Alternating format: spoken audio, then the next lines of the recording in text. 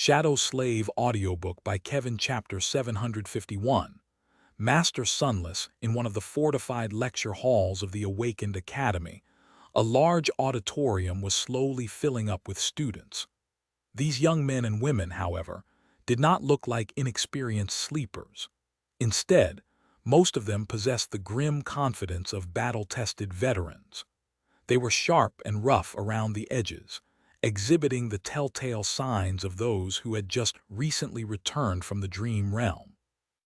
For the same reason, the crowd of students was suffused with a sense of energy and liveliness typical to people who had recently brushed with death, but managed to escape its clutches alive. These were the newly awakened. Several weeks after the winter solstice, most of those who were destined to survive had already found their way to a human citadel and returned to the waking world. Now, they were settling into their new lives and responsibilities. While some chose to forge their own path, many decided to remain in the academy for a while longer. Its curriculum was not only aimed at sleepers, after all. A larger part of the complex was dedicated to continuous training of the awakened students. Just because one had survived the crucible of their first venture into the dream realm did not mean that they could stop learning after all. In fact, faced with its many challenges, most of the survivors learned one crucial lesson. No matter how prepared they were, that was never enough. Granted, the lecture that these particular young awakened were about to listen to was not from a popular course. Titled Resource Management During Prolonged Expeditions and Intercitadel Travel, the course had nothing to do with battle training or aspect proficiency. As such, it was rather obscure and unpopular. The large crowd of students had more to do with the identity of the lecturer as opposed to the theme of the course. As an actual ascended and a person of wide renown, this star lecturer presented an irresistible attraction to the awakened students. Who was better to teach them than a person who had braved the dangers of the dream realm and slain countless nightmare creatures with their own two hands? As the time of the lecture approached, the students settled on the seats in the auditorium and waited for the lecturer to arrive. One of the last to come in was a young man in stylish civilian clothes. They were predominantly black with subdued gray accents. The young man glanced at the young awakened, then proceeded to walk to the center of the auditorium. A few people looked at him in confusion.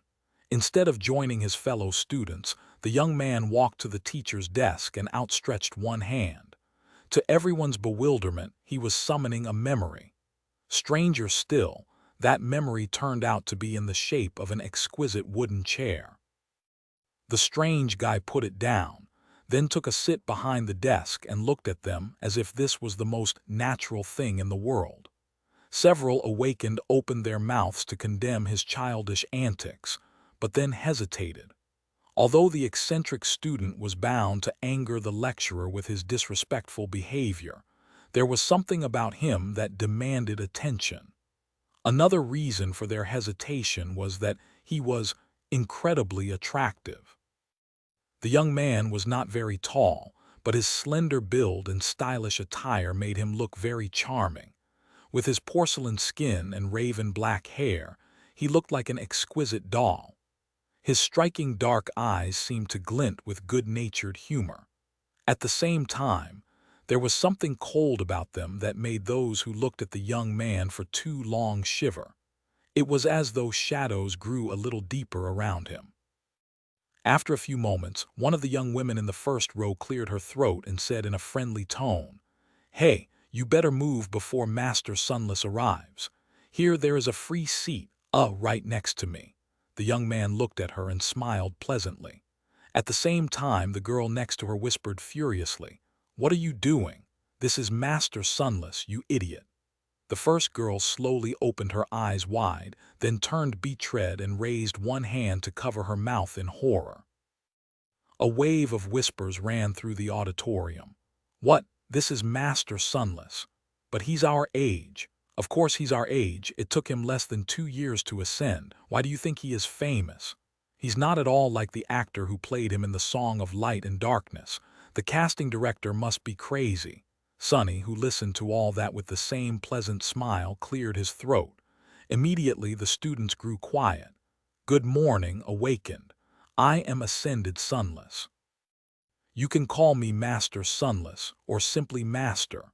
Welcome to the first lecture of the Resource Management during Prolonged Expeditions and Intercitadel Travel course.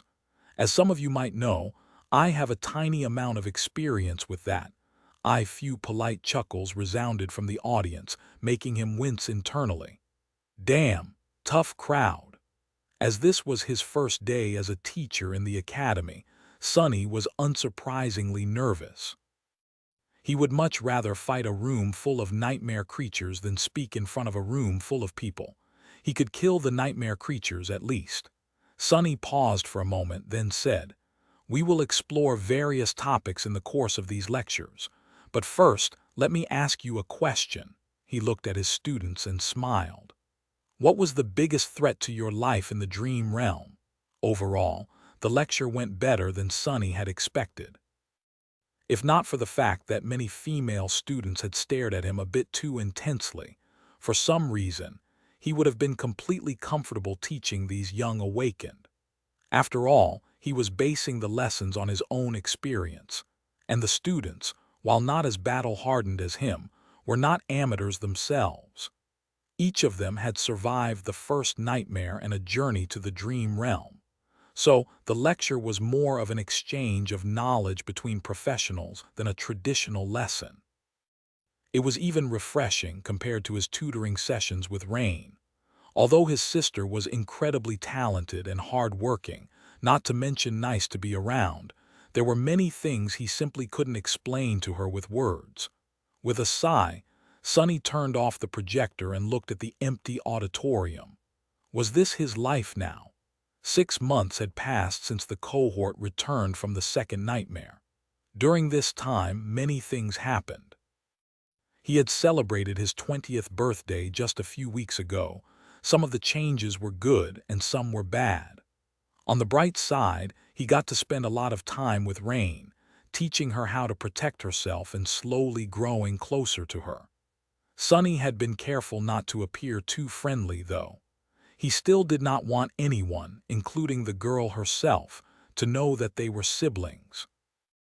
He had also spent a lot of time talking to Aiko and trying to turn the brilliant emporium into a small but thriving business. However, there was one big problem that loomed over everything he did.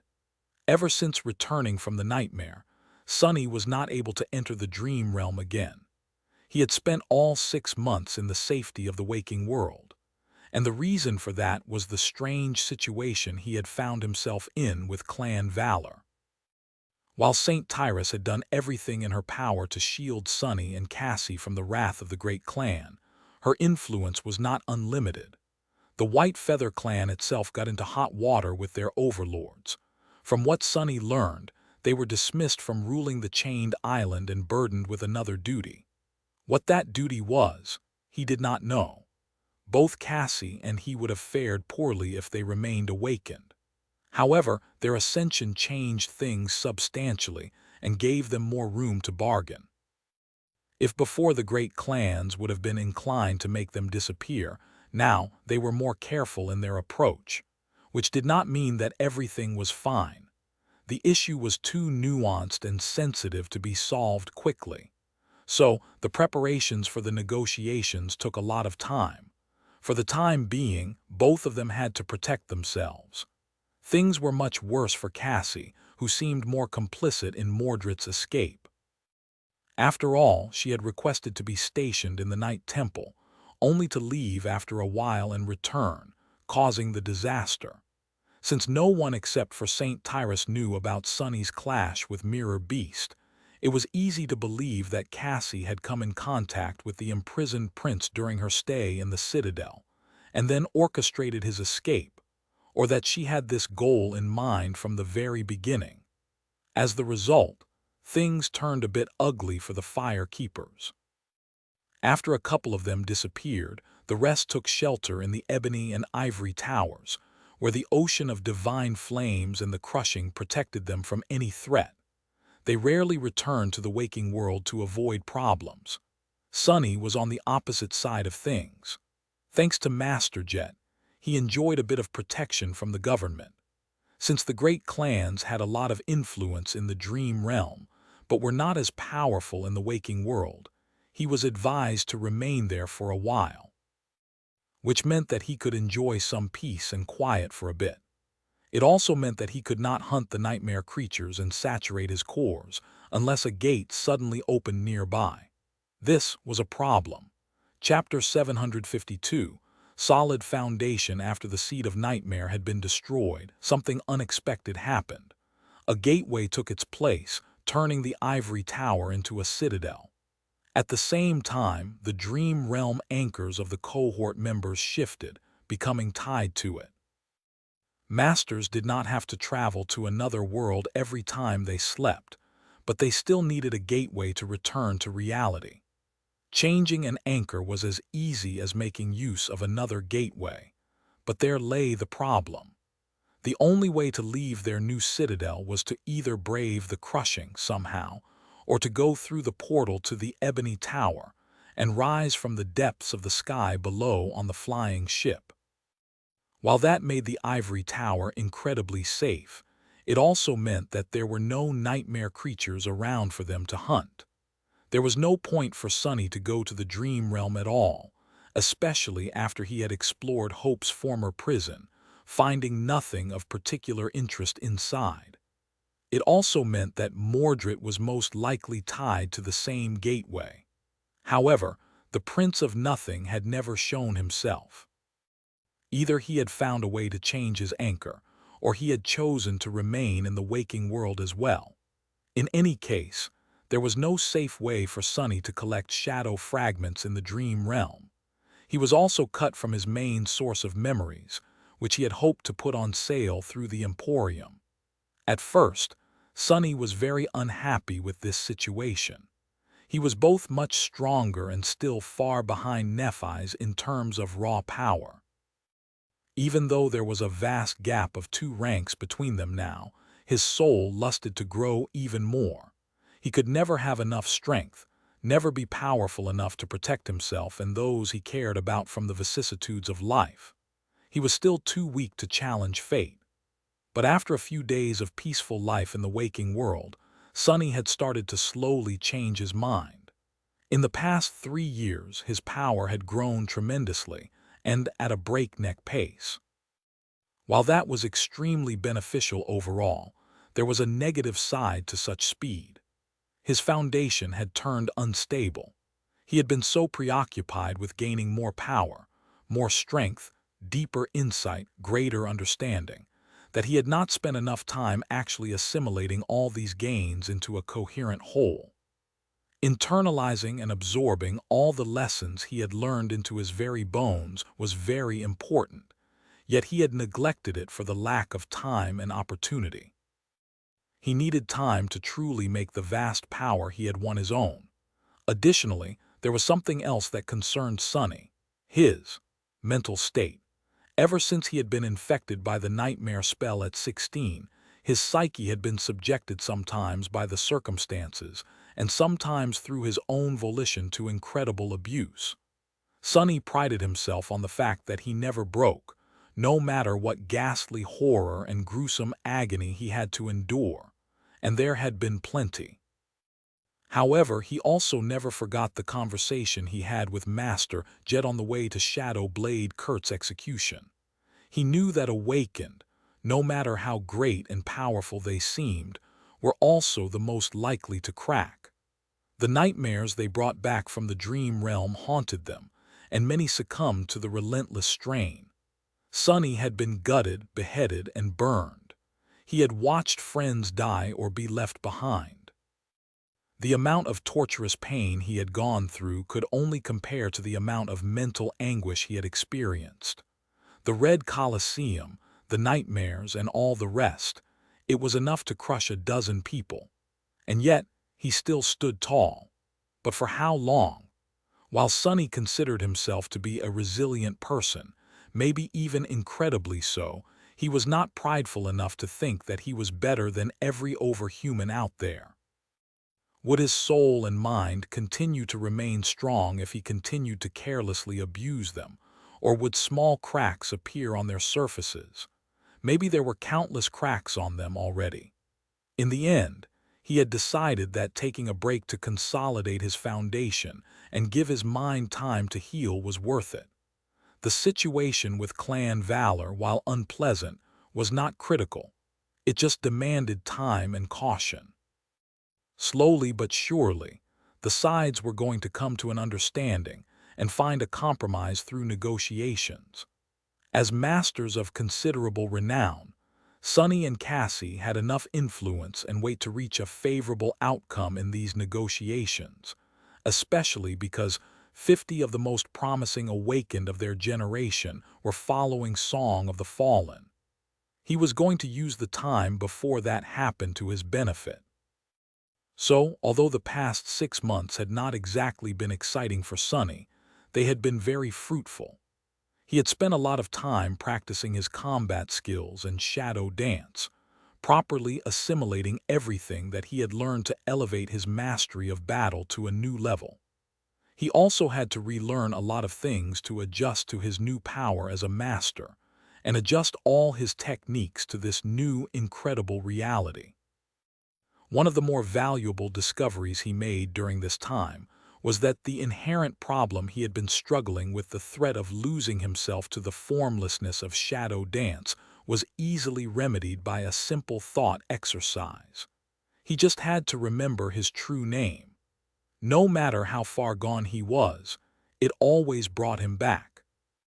Apart from that, every single aspect of Sonny's combat ability was vastly improved by his newly profound control of shadow essence, as well as the time he had taken to fully absorb all of his rich battle experience.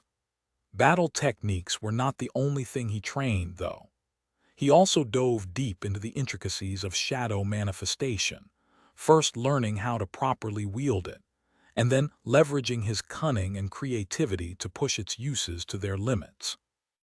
His new ability was an incredibly versatile one, so there was a lot he could do with it.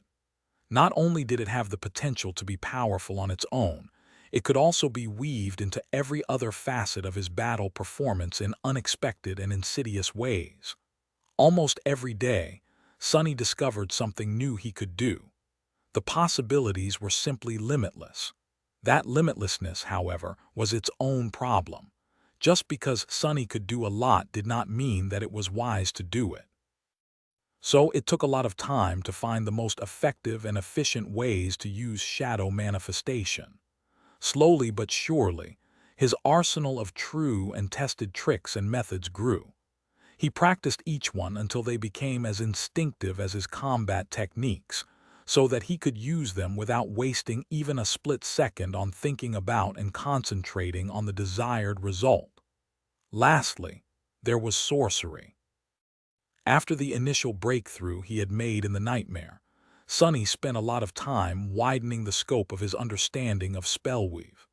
This was perhaps the most unassailable and tough field of expertise he was trying to study, since there was nothing and no one to teach him how to do it.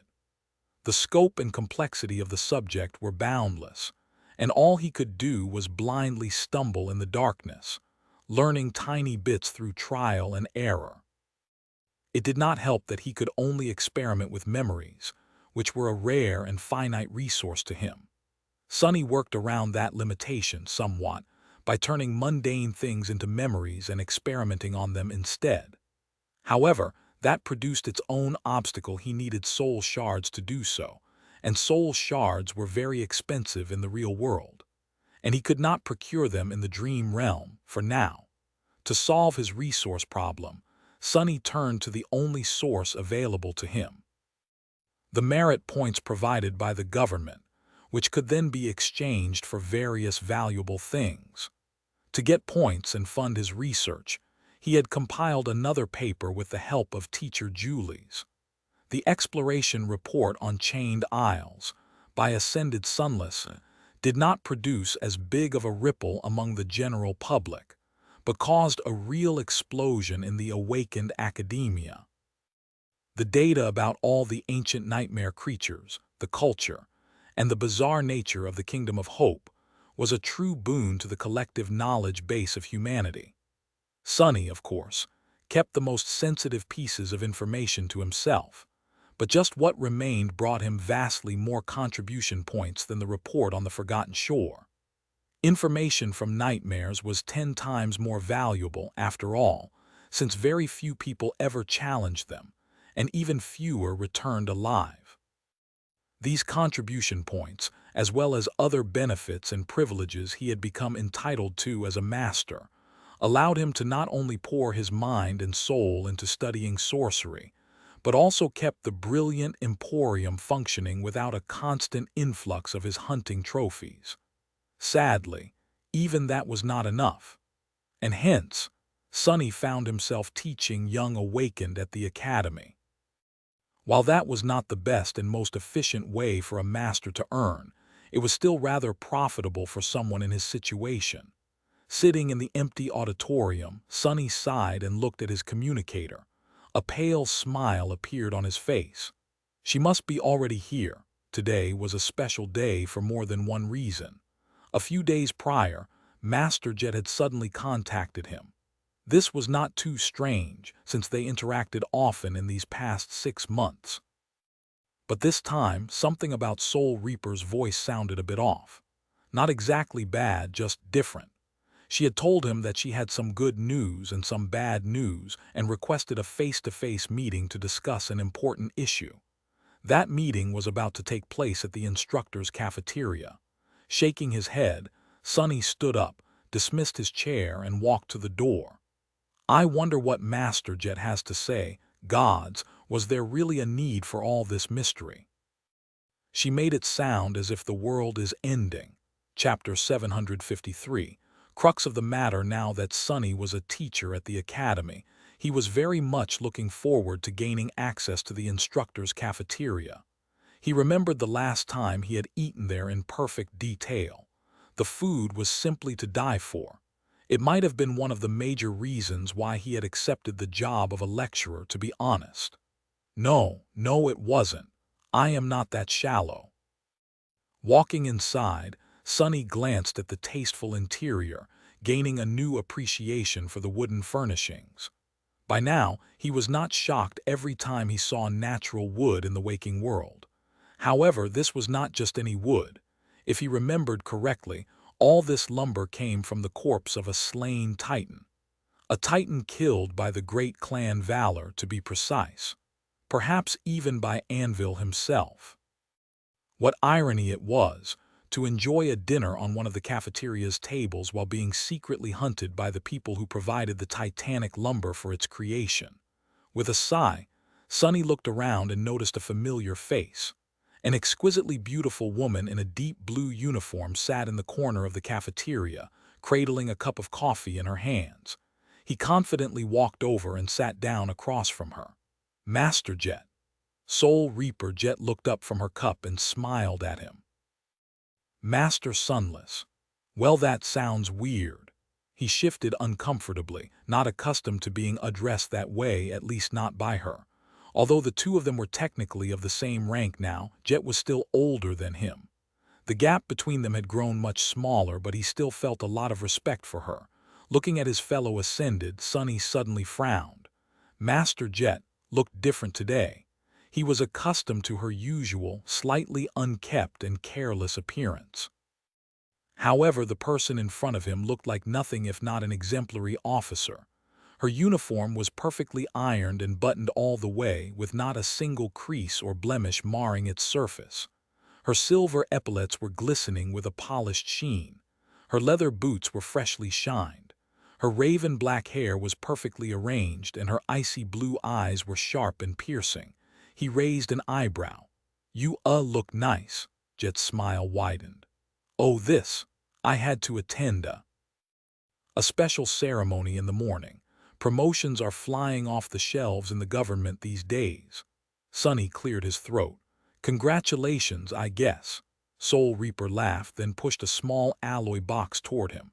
No, number congratulations to you. Happy belated birthday. He blinked a couple of times, then opened the box and looked at the glimmering soul shard that lay inside. His eyes sparked when he recognized its ascended rank. Ah, this is exactly what I needed. Thank you so much, but isn't it too luxurious? A shard like that cost a lot. Master Jet shrugged. Perks of being a public servant. I have more access to such things than most. She grew silent and looked at him expectantly. For a few moments neither of them spoke. Finally the ascended beauty sighed. What, no present for me? I recently turned 30, you know. Sunny froze, then chuckled awkwardly. Oh, well, in that case dinner is on me. Soul Reaper seemed more than happy with that arrangement. Ah, you know me too well, Sonny. In that case, don't mind if I do. Some time later, they finished their food and leaned back on their seats in satisfaction. Master Jet took a sip of coffee and smiled. Credit where credit is due, you Academy people really know how to treat your staff. I am regretting my choice of career a little. Her voice trailed off a little, and a wistful expression appeared on her face. Then she shook her head and finally addressed the true reason why they met today. Good news first. You can relax, Sonny.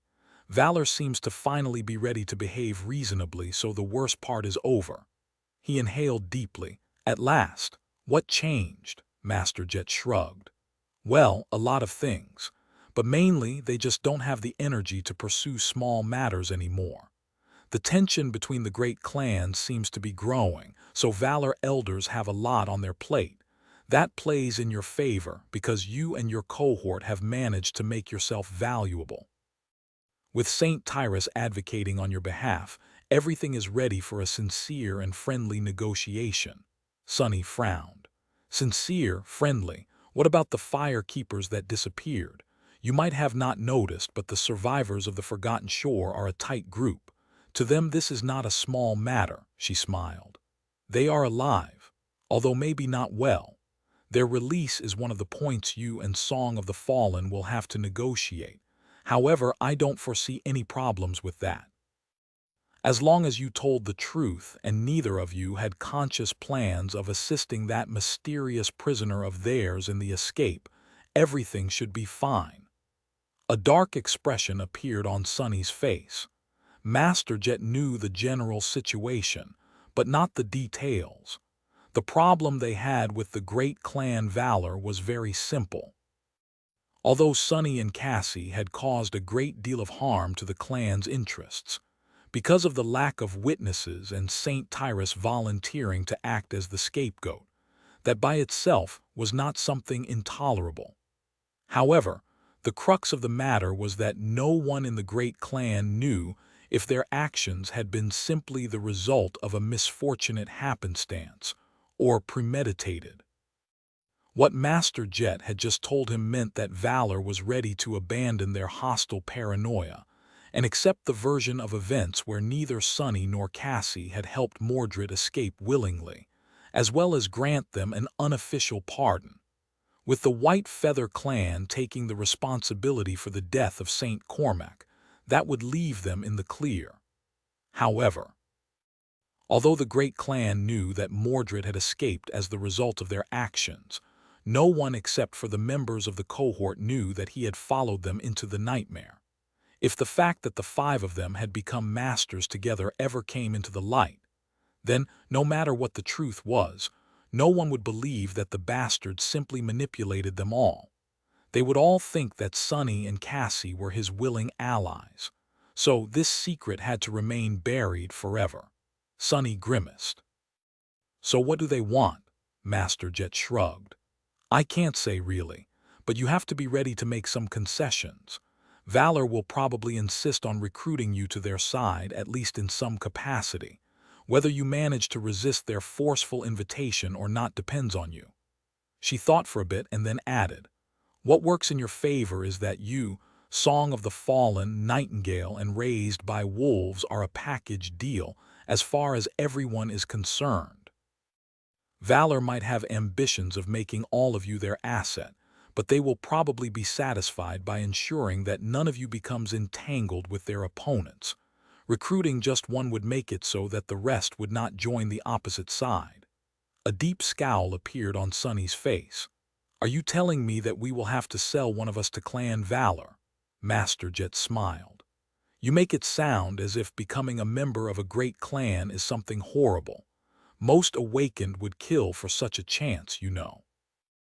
Granted, you will never be treated as a true-blood descendant, but that does not mean that they won't shower you with resources and opportunities, probably." Sunny remained silent for a while, then sighed. "I know, but I need to think about it." She took a sip of coffee, then leaned back. "Well, think fast." He looked at the beautiful Ascended with a dark expression and asked in a low tone, "And why is that?" Master Jet grinned. "Well, because the representative of valor will be here tomorrow. Your friend Cassie is coming back to the waking world too. You will meet here in the academy as its neutral ground. So you have until tomorrow morning to prepare for the negotiations, Sunny. Good luck." Chapter 754. History Lesson. Sunny remained silent for a few moments, then scowled. "What do you mean, good luck? Aren't you going to be there to mediate the negotiations?" Master Jet took a sip of her coffee, then shook her head. "No. While the government often serves as a neutral party and the connective tissue between the great clans, this is not one of those cases. Besides, I simply can't. I am being transferred out of the city. This is my last day here for a while." He stared at her, dumbfounded. Master Jet was not going to be around anymore. Sunny suddenly felt a pang of discomfort. He had grown accustomed to her being present out there somewhere. Not exactly close to him, but at the same time within reach. Noticing the expression on his face, she sighed. "Actually, that is the second thing I wanted to talk to you about. The bad news." Soul Reaper casually looked around, then summoned a memory that looked like a music box. Immediately, a dome of silence appeared around them, cutting off all outside noises. Sunny frowned, confused by the need for secrecy. She had seemed to be perfectly fine discussing private matters of a great clan in the public. What could have been more sensitive than that? Master Jet lingered for a moment, then said, "To be honest, Sunny, I was not going to have this conversation with you, at least not yet. But since the situation changed, and the things we are going to talk about can affect the decisions you will make tomorrow, I decided that there is no point in postponing it." He shifted uncomfortably. "That is very suspenseful. What is the matter?" She smiled, then activated her communicator and summoned a projection. It showed a map of something that looked like a big chunk of the dream realm. Sunny saw a lot of water and several large landmasses, each no smaller than the Forgotten Shore by the looks of it. However, no matter how he looked, he could not find the familiar landmarks: the Hollow Mountains, Bastion, Ravenheart. Either he was not as proficient at reading maps as he had thought, or he had never seen this land. Slightly confused, he glanced at Master Jet and asked, "Is that a previously unexplored region of the dream realm?" She looked at him with a strange expression, then coughed. "No, that is planet Earth, you dummy." Sunny froze in embarrassment, then looked at the image again. "Oh, right, I am an idiot," Soul Reaper grinned. "Sunny, are you one of those awakened that know more about the dream realm than about the waking world?" He cleared his throat. "Well, it's not like I spent a lot of time in school, you know." Rin dimmed a little. "Right, sorry. Sometimes I forget how young you are. It took me a while to cover the basics after leaving the outskirts as well." Master Jet sighed, then pointed to the map. "In any case, this is our world. As you can see, it is not in great shape. A few centuries ago, it looked very different. There were around 12 billion people living across it. A few million even found their way to the moon eventually." She sighed, then added, "But now, there's barely 3 billion of us left. And we only populate 4 of the 7 continents. Do you know which continent we are currently on? What our city is called?" Sunny looked at her with a dark expression. "I am not a complete fool, you know. We are in Asia, and the city is called— wait, it has a name. I just thought it's called, the city." She rolled her eyes. "Well, you are half right. We are indeed in Asia, which is one of the 4 populated continents and one that shelters the most people." The city we live in is the largest and most populous city left on Earth. It is also the industrial, military, and administrative heart of humanity. Around one-tenth of all humans live here. That is why, while it is technically called the Northern Quadrant Siege Capital, or NQSC, people usually just refer to it as the city. Master Jet hesitated for a moment, then said with a hint of darkness in her voice, "Most of the surface of the planet is either uninhabitable or overrun by nightmare creatures, so megacities are the most convenient way to sustain a large population. However, even with spelltech and modern science, they are not capable of sustaining everyone. Hence the outskirts, where around 20% of the total city population is offloaded to slowly die out of the sight of the rest of humanity." "But that is neither here nor there," she sighed, and then pointed to a continent directly connected to Asia. "This pit of desolation used to be known as Europe. It was turned completely unsuited for human life long before the spell appeared." Her finger trailed across a large body of water. "This is North America. We lost it not long before you were born when a Category 5 gate opened there. That was a big disaster. Because of its proximity to the gate, South America was mostly abandoned as well. Now, we only maintain a small presence in its southernmost part. Those settlements are incredibly important, however, because that is where most of our food is produced." Master Jet hesitated for a bit, and then gestured to a large archipelago situated below South America. "This is Antarctica, the second most populated continent after Asia and the logistical link between the rest of the continents, connecting both hemispheres together. Believe it or not, before the dark times it was covered in ice. Actually, the melting of all that ice was one of the reasons that caused the dark times." She sighed. "The sea levels across the planet rose, drowning many cities and displacing billions of people. The percentage of the landmass that was devoured by water was not too radical, but the problem was that many civilization centers were situated along the coasts. With all of them gone and billions of refugees seeking shelter, the global infrastructure collapsed. It did not happen in an instant, of course, but quite fast. That is the danger of building a deeply interconnected society. Lack of self-sufficiency is perfectly fine and even beneficial during the good times, but makes civilizations vulnerable to cascade failure." Soul Reaper looked at him with a grim expression. "Which was exactly what happened. The worse things got, the more chaos there was, and the more chaos there was, the worse things got. Endless natural disasters, destruction of global infrastructure, and resource starvation led to an escalating series of wars. Orbital kinetic strikes, nuclear warfare, chemical warfare, biowarfare. In the end, everything was being used. The planet was already in bad shape, and this was almost the last straw.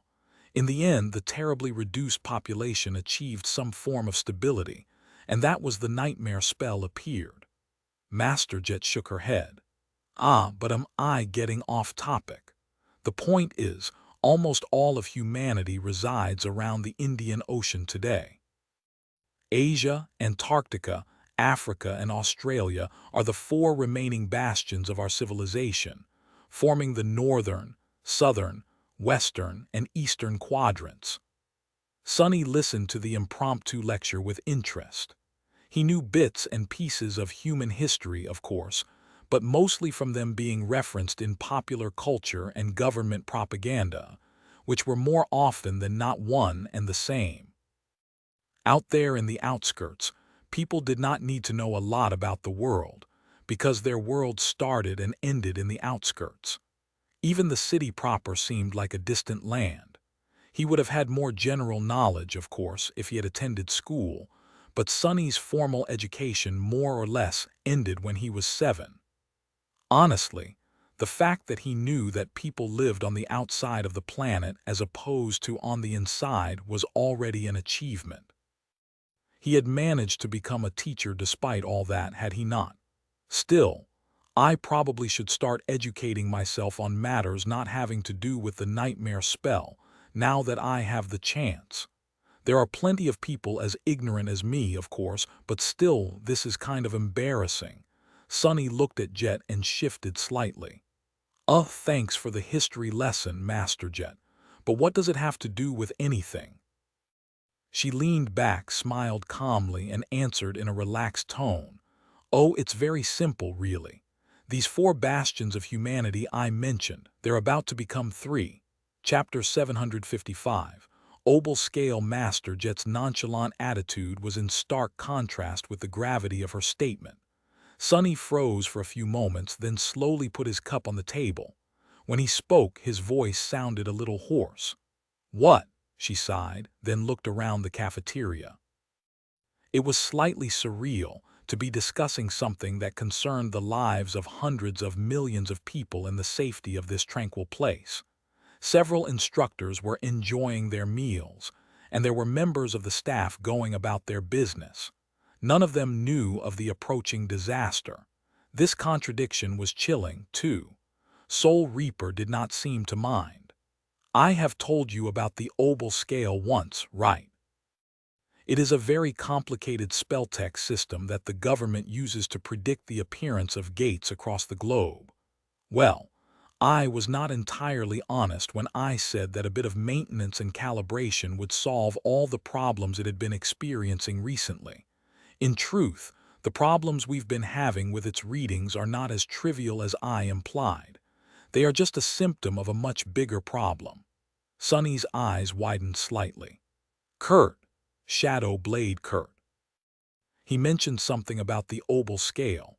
It was the reason he had given up and gone mad, one of them at least. Master Jet nodded, an expression of mild contempt appearing on her face.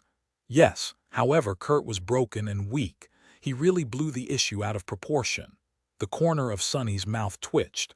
I wouldn't call losing an entire continent a small issue, she shrugged. Neither would I, but is not the end of the world either. Soul Reaper calmly took a sip of coffee. Back when we lost North America, something similar happened. The Obel Scale went out of alignment, making its detection scope unreliable. In the end, a Category 5 gate appeared, and after that, everything went back to normal. However, a few years ago the government noticed growing irregularities in the readings again. After studying these irregularities for some time, we came to the conclusion that something massive was going to happen again. She pursed her lips. This time it is going to be different. Instead of one gargantuan gate, there is going to be a chain reaction of sorts. Hundreds of smaller gates are going to open in relatively quick succession, allowing countless nightmare creatures to invade the real world. And all that is going to take place. A moment of tense silence passed before she finished the sentence. In Antarctica. Sonny felt his mouth turn dry. But you just said that Antarctica is the second most populated continent on Earth. Master Jet nodded. Yes, there are around 900 million people living there. He remained motionless for a while, then looked away. You also said that a compartmentalized global infrastructure is vulnerable to cascade failure, and that Antarctica serves as a logistical hub between the 4 continents and South America, where most of our food is produced. Soul Reaper smiled. Indeed. However, it is not as bad as you might think. Every megacity possesses robust hydroponic agriculture and is capable of sustaining itself to a large degree. We've learned our lessons. Yes, losing the connection to South America will be a painful blow, but humanity will survive. There will be a big change, of course. I think you have already guessed its nature. More people will be pushed out into the outskirts. Maybe there will be 30% of the population living there instead of 20. Maybe more. Sonny still could not let go of his dismay. What about the millions of people living in Antarctica? What is the government doing? Can't you throw enough troops and awaken there to contain the chain reaction? She hesitated for a few moments, then let out a wistful sigh. Sure. If we mobilize all our forces, and I mean all of them, and get the great clans to fully support the operation, we might keep hold of Antarctica. However, it is not that simple. Everything has a cost, Sonny. There are 3 other continents we have to protect, and sending so much awakened into the meat grinder will leave them defenseless. After all, the fact that hundreds of gates will open in Antarctica does not mean that they will stop appearing everywhere else. Overextending our resources to protect one quadrant will doom all of them. Even if that doesn't happen immediately, in the long term, humanity will cease to exist on Earth. Master Jet rubbed her face, then smiled. That does not mean that we are going to remain idle, however. In fact, the government has been preparing a massive operation for the past 2 years. It's just that the situation changed much quicker than anyone could have expected. The timetable has been brought forward by several years at least. Our current preparations are entirely insufficient. She grew silent, then added in a neutral tone, "We thought that there would be much more time to get everything ready, but there isn't, not anymore. So it's going to be a damn mess of epic proportions." Sonny scowled, not entirely sure what that was supposed to mean. He could barely accept the fact that losing one of the 4 continents was an acceptable price for keeping the other 3 intact. Humanity had already lost North America, after all, and persisted despite the loss. It had arguably grown more powerful as the result. But if the government was willing to let nightmare creatures conquer Antarctica, what operation could it be possibly planning? What exactly is the government going to do? Master Jet turned back to the map of the Earth, lingered for a few moments, and then pointed at the large archipelago in the south. "Why, what else? We are going to evacuate 900 million people from the doomed continent while a never-ending horde of nightmare creatures is pursuing us. Or we will try, at least. To be honest, I think that most of those who try will probably die." Chapter 756. Navigation. Master Jet studied the map for a few moments and then traced a line across the ocean that lay between the 4 continents. Then she suddenly asked, "Do you know a lot about seafaring, Sonny?" He slowly shook his head. "As much as the next guy, I guess," she smiled. "Understandable. In truth, navigating the oceans is not an easy task. If it was, we could have just used the Pacific or the Atlantic to transport food from South America, but trying to sail them is pure suicide, for now." Soul Reaper leaned back and took a sip of coffee. "Most of our planet is covered by water, and most of that water is infested with dreadful nightmare creatures. That is because most gates open underwater. And since we have very few methods of battling them below the sea and very little reason to, we just leave those gates be. Humanity might still hold 4.5 continents, but we have surrendered all of Earth's oceans to the enemy." She sighed, then dejectedly shook her head. "Still, no civilization can exist without efficient transportation, and shipping cargo across water has been the mainstay of transportation since the dawn of time. So, we maintain a presence in the Indian Ocean. Navigating it is not easy, however, because there are unspeakable and uncountable horrors dwelling in the depths." Sonny hesitated for a moment, then asked with a bit of curiosity, "Wouldn't it be easier to ship stuff through space then?" Soul Reaper grimaced. "It is not cost-efficient. Getting to orbit requires considerable resource commitment, more so with heavy cargo, and resources are something we desperately lack. Plus, space is rife with its own dangers." Sonny raised an eyebrow. "What dangers?" She simply shrugged. "That is above even my pay grade, so I don't know. Suffice it to say that simply maintaining a scattering of satellites that support the network and the obel scale is already a dire challenge. Whether you like it or now, water is the only way." He frowned. "So how do we manage to make use of the ocean if it's so dangerous?" Master Jet smiled. "Ah, well, the answer is pretty simple, House of Night." Sonny blinked a couple of times. "The Great Clan," she nodded. "The representatives of the House of Night excel in guiding ships through turbulent waters." They are not called Nightwalkers just to honor the clan founder after all. To move across the ocean, convoys that consist of massive, heavily armored ships employ the services of Nightwalker navigators. Sonny leaned back, thinking. He knew a bit about the third and the least prominent great clan, but not too much. Unlike valor and song, which resembled most legacy clans and had originated from a single family, House of Night was born from an alliance of several prominent clans. They resided in a dire region of the dream realm known as Stormsea, and controlled one of the three great citadels which, as far as he knew, resembled a giant ship and was most likely left behind by one of the seven demons. Sonny also knew that the House of Night did not possess a sovereign of their own. Anvil of Valor and Kai Song ruled their families, but Asterion was seemingly not related and had nothing to do with the third great clan. It was not clear why the other two powers did not consume the weaker one. Now that Sonny learned of the pivotal role Nightwalkers played in sustaining human civilization, he guessed that they simply offered too much utility to be pressured into submission.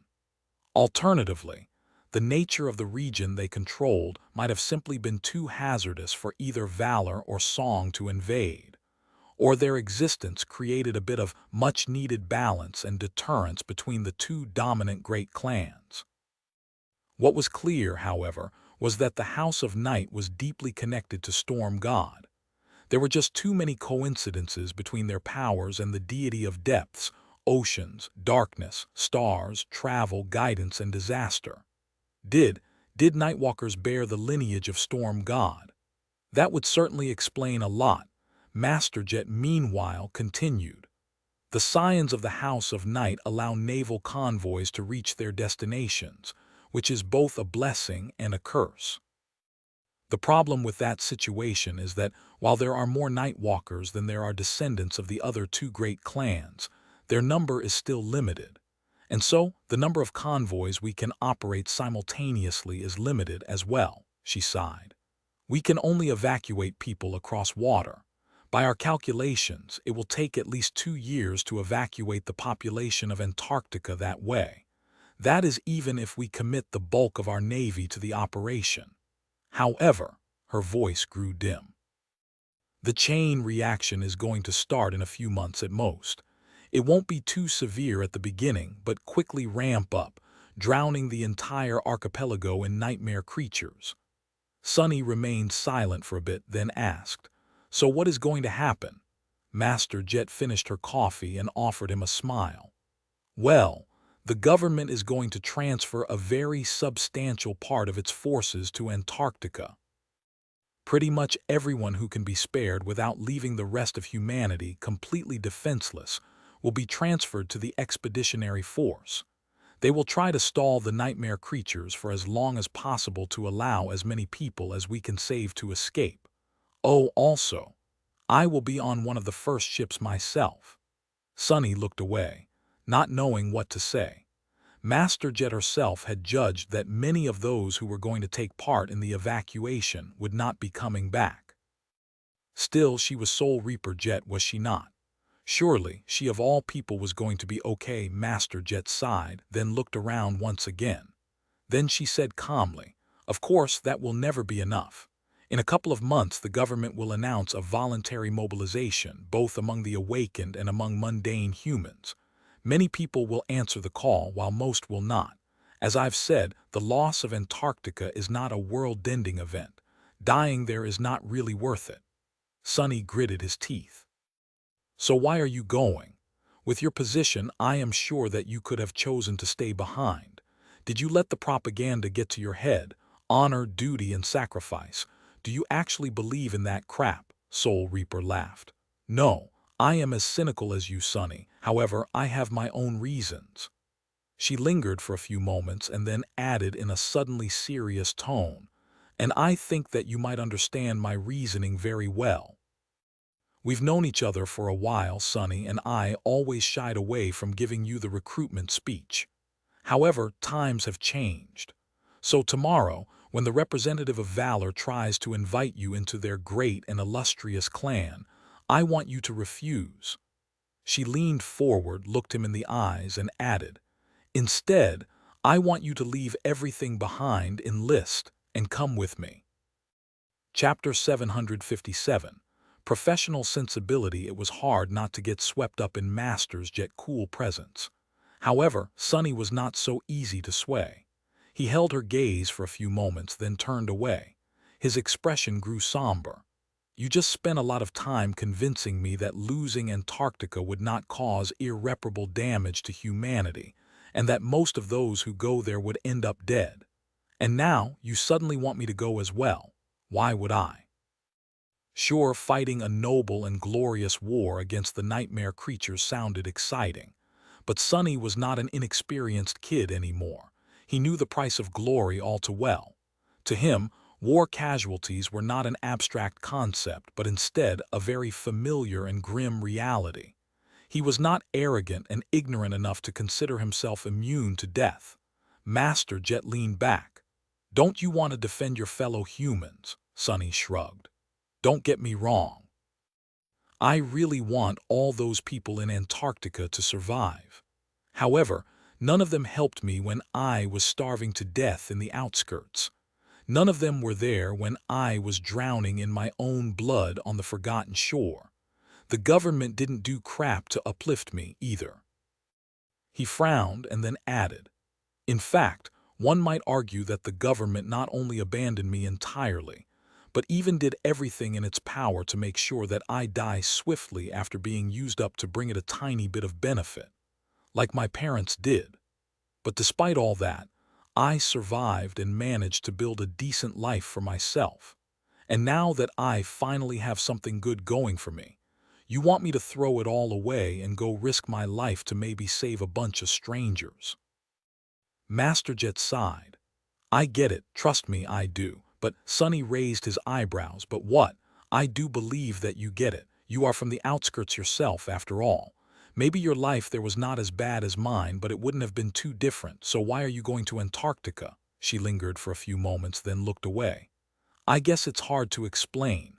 Honor, duty, sacrifice, you're right, those words don't mean much to me. Working for the government is a means to an end. However, I do work for the government, and I take pride in my work." Soul Reaper studied the visitors of the cafeteria with her icy blue eyes, then glanced at Sonny. "I might not have a lot of affection for humanity, but maintaining the fragile balance that allows it to exist is something that I chose to make my responsibility, my domain. So, watching Antarctica go up in flames from the sidelines would be against my professional sensibility." Sonny remained silent for a while, thinking about what she said. He felt that in a sense Master Jet was very much like him, too stubborn to give up, unwilling to let the world have its way. However, there was a big difference between them. While Sonny aimed all that spite and resentment at surviving and elevating only himself, she had chosen something much grander as her target. Instead of going it alone, Soul Reaper had decided to tie herself down to a much bigger hole. Was it worth it? He did not know for sure, but felt that it wasn't. People like him and her deserved to be selfish. The world had never treated them well, and so they had no obligation to return the favor. Dying for someone you did not care about was utter foolishness. He looked at her and said dacrally, "But I am not in the same profession as you." Master Jet smiled. "True, however, I wasn't finished. My work ethic is only part of the reason why I am going to Antarctica. The other is the future." Sonny raised an eyebrow. "The future," she nodded. "Yes. The world is changing, Sonny.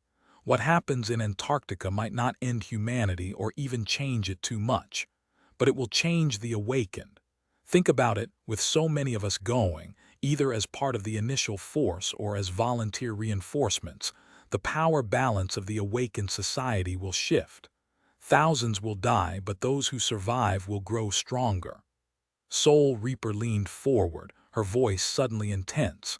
"How many will fully saturate their cores? How many will achieve a breakthrough in their combat skill? How many will ascend? There are less than 1,000 masters alive in the world right now. How many will there be after the battle for Antarctica? I'd wager much more than that. How many new saints will emerge? Everything will shift, Sonny. You can either be a part of that shift or be left behind. Sonny studied her face for a few moments and shrugged. Then he asked in a somber tone, "Are you hoping to become a saint in all the chaos, while all the great clans are looking elsewhere?" Master Jet sighed, then slowly shook her head. "No, not really. You are mistaken if you think that their monopoly on transcendence exists only through preventative measures. Even if you become a saint, they still can and will make you disappear. Plus, entering the third nightmare is not something that can be done in the heat of the moment. If you want to survive, you need years of preparation and an ocean of resources, not to mention a powerful and cohesive cohort. Jumping into a random seed will just get you killed." Sonny remained silent for a bit, then scowled. "What are the great clans doing about this situation anyway? The House of Night is supplying its navigators for the Navy. Are they going to join the ground forces as well? What about Song and Valor?" Soul Reaper grimaced and shook her head. "No. The great clans are staying clear from the ground operation for now. Maybe they will join eventually, but currently all three are withholding their forces." His face grew dark. "Why, isn't protecting human lives the purpose for their existence?" she sighed. "It is, and they are. They just have their own thoughts on what that implies." Master Jet hesitated for a few moments and then added, "The great clans have given up on Earth a long time ago, Sonny. Instead of trying to protect humanity's old home from falling apart, they set their gazes at building a new one. They have big plans for the dream realm." Chapter 758. Crossroads. Sonny left the academy with a lot on his mind. As a master and a high-ranking citizen, he had the right to acquire a PTV license and more than enough money to purchase one. However, Sonny had no idea how to control a personal transport vehicle and was too lazy to learn, so he still used public trains to move around the city. Around the Northern Quadrant siege capital. Paying no attention to the captivated glances people threw at him, he looked into the window as the train slid forward on its magnetic guideway, flying through district after district with incredible speed. The city was a nice enough place, as long as you were not born in the outskirts.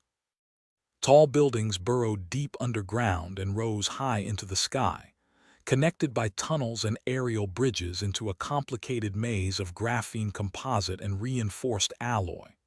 Here and there, artificial trees and grass broke the white monotony with vibrant shades of green, yellow, orange, and red.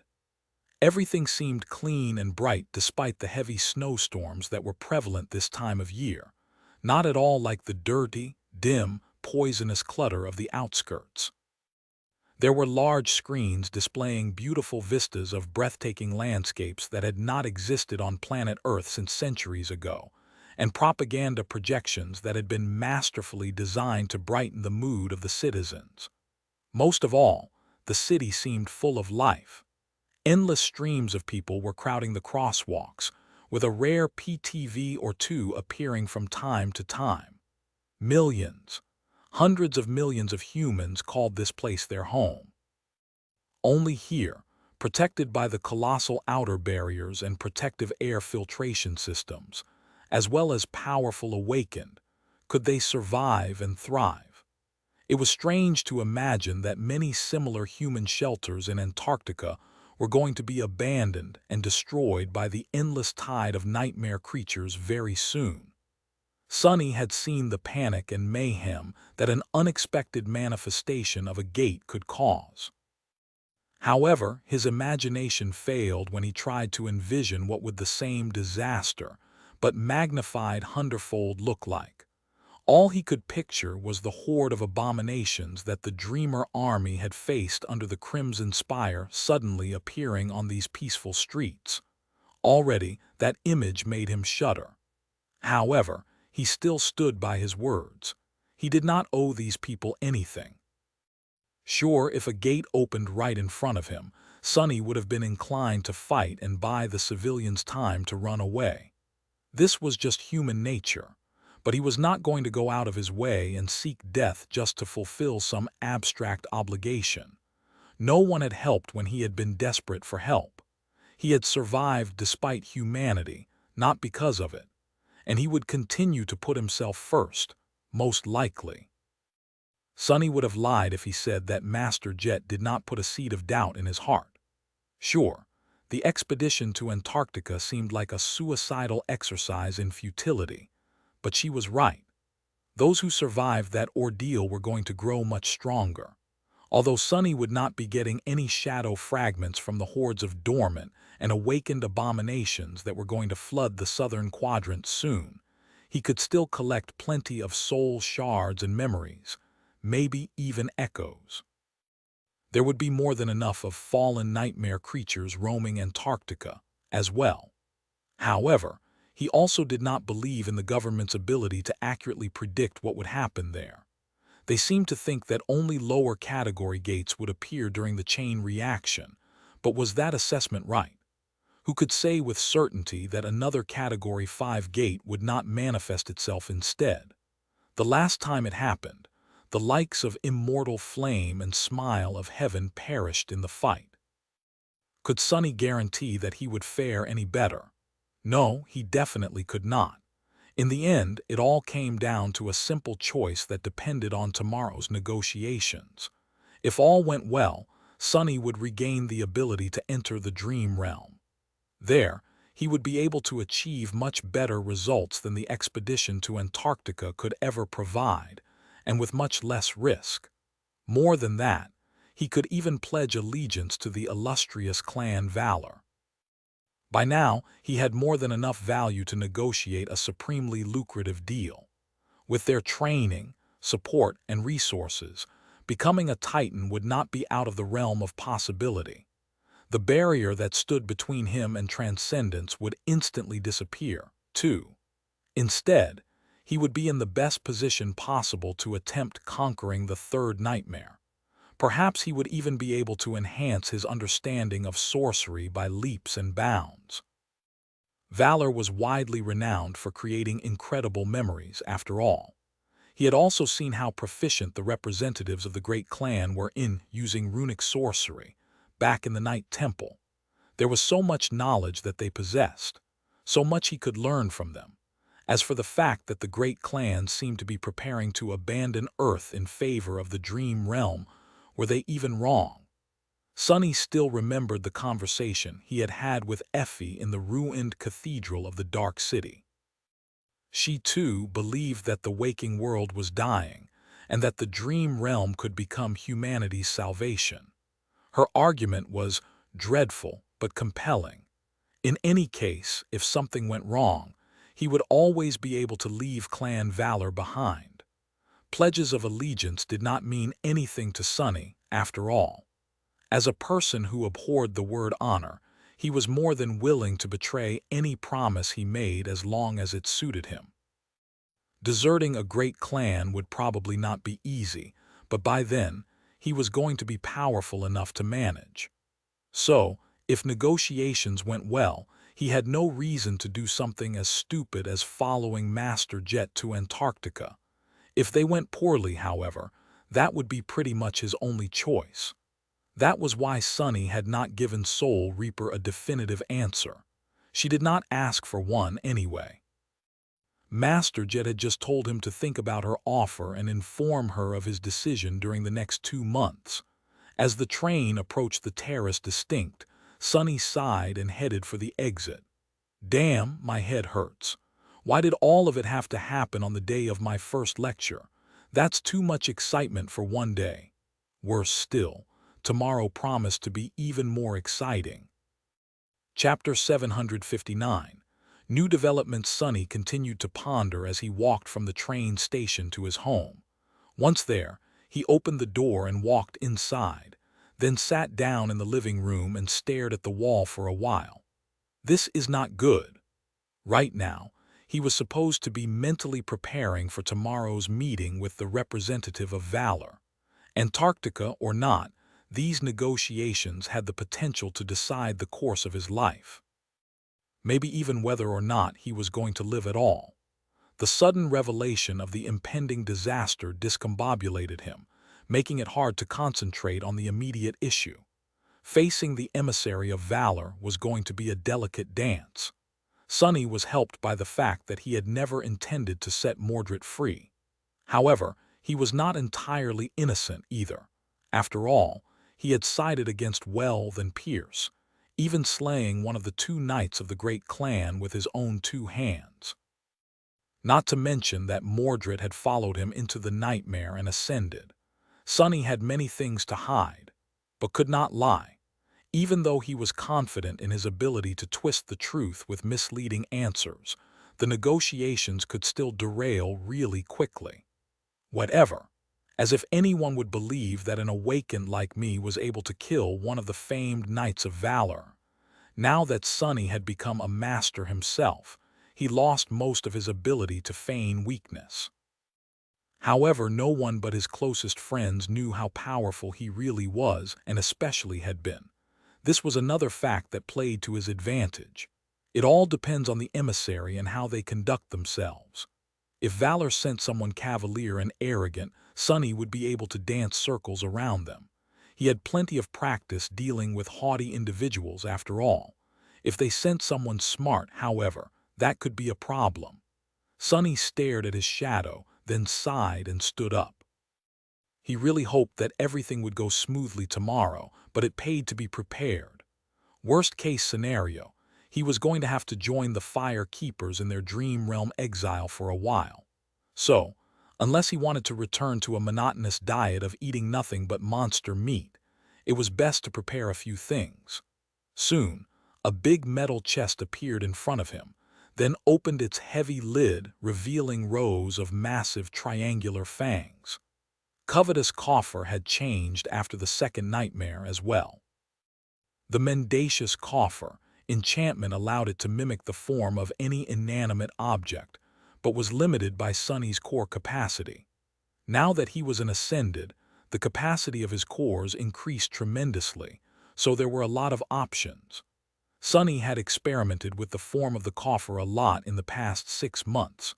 He had made it into all kinds of things, from alloy safes to leather armchairs and sleeping pods. He had even made it into a refrigerator once. However, after having fun with it for a bit, Sonny came to the conclusion that not all forms suited the memory well.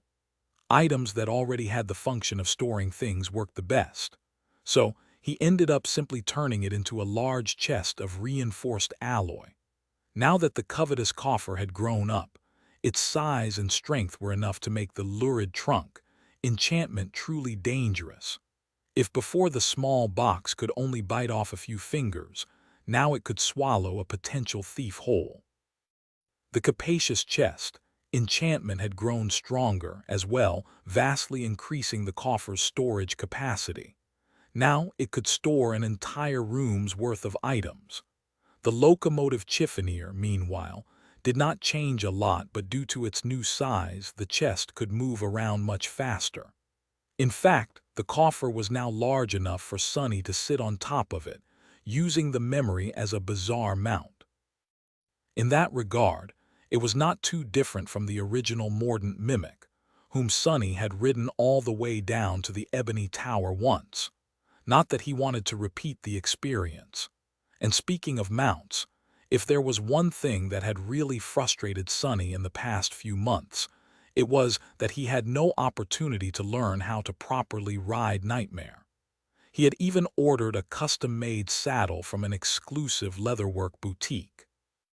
The mundane professionals working there often received commissions to create various harnesses for echoes of all shapes, so they were used to strange requests.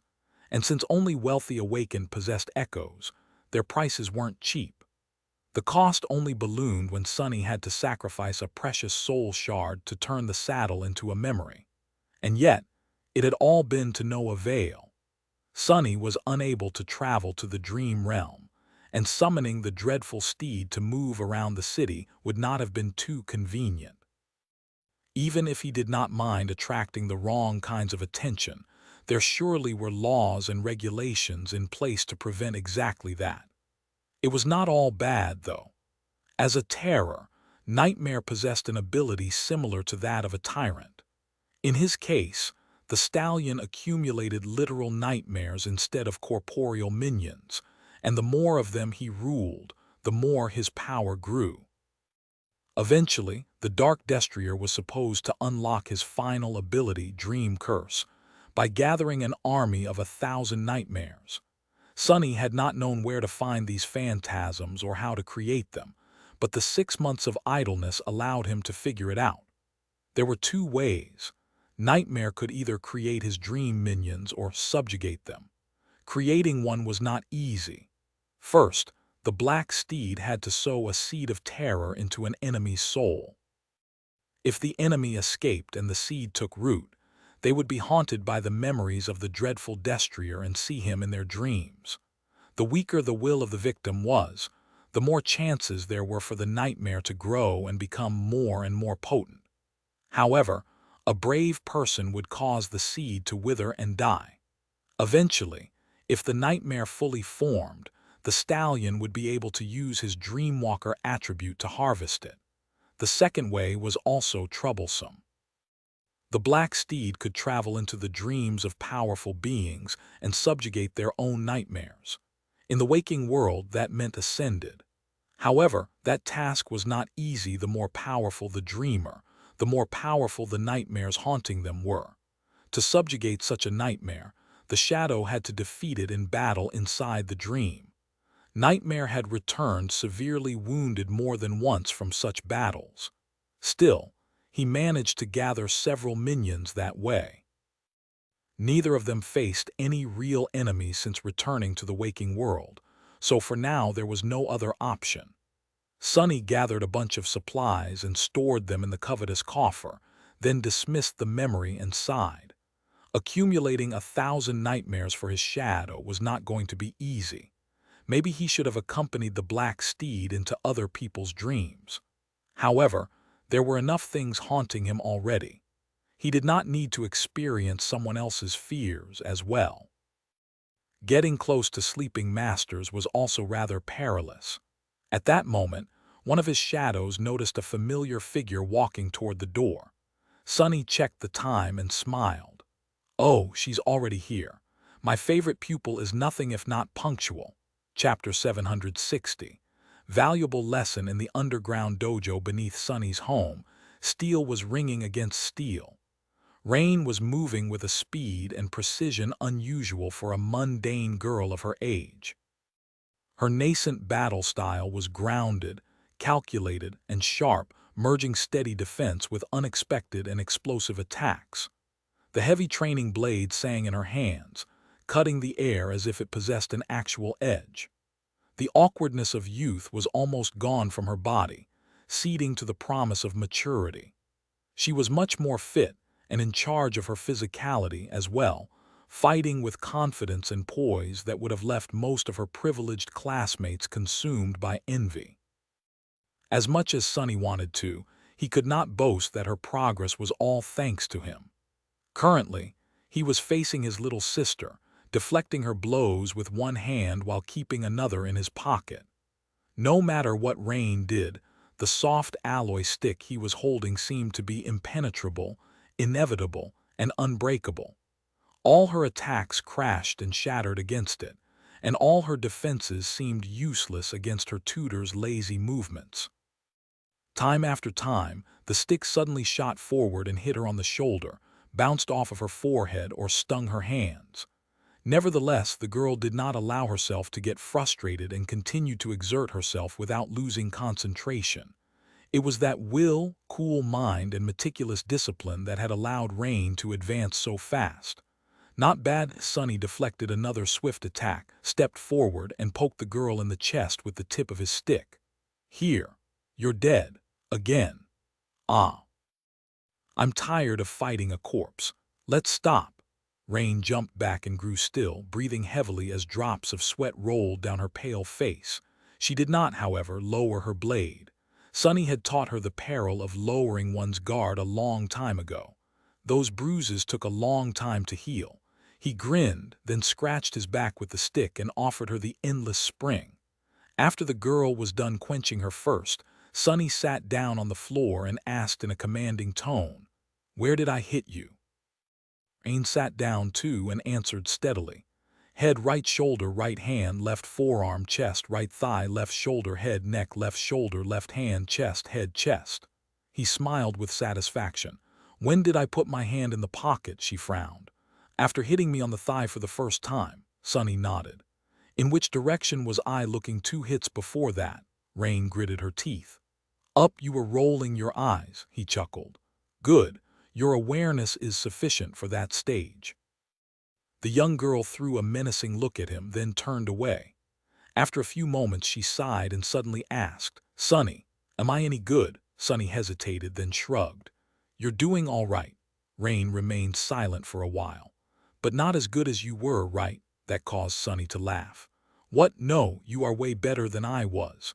I had not even seen a sword before my first nightmare, let alone held one. In fact, when I got a chance to arm myself with a sword there, I chose to drop it. Because it was too heavy." Rain turned to him with surprise. "What? Then how did you survive?" Sonny thought for a bit, then shrugged. "Well, I strangled one enemy with a chain, poisoned 2 more, fed the last one to a nightmare creature, and then simply got lucky. I guess you can say that I just survived out of spite." He hesitated and then added, "Actually, that is a very important lesson. I've told you before, sure, knowing how to wield a weapon is important. But having a mind that is more dangerous than a weapon is paramount. The world is a vicious place, Rain. You have to be vicious too, to survive." Rain was going to turn 16 in a few months. In fact, she would probably celebrate her birthday not long after the first gates start opening in Antarctica. After that, his little sister would be vulnerable to the nightmare spell as well.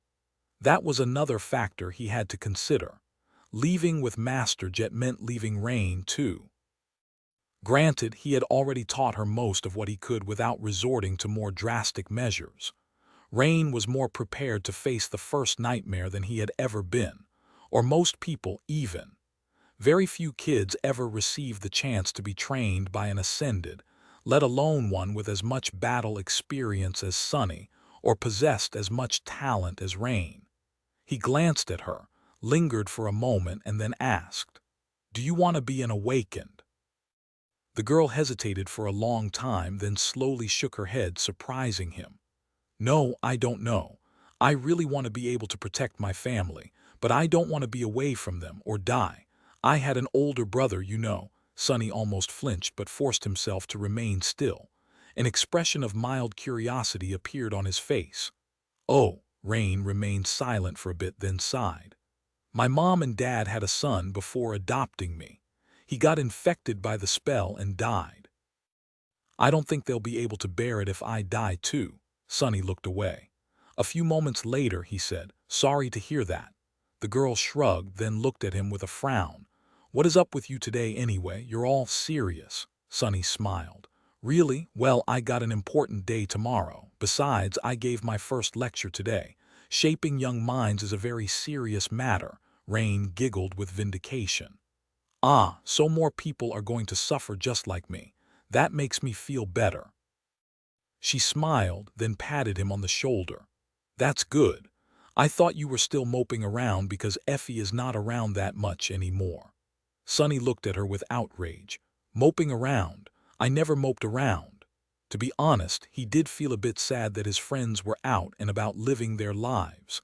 The house seemed awfully quiet now that the boisterous huntress was gone most days.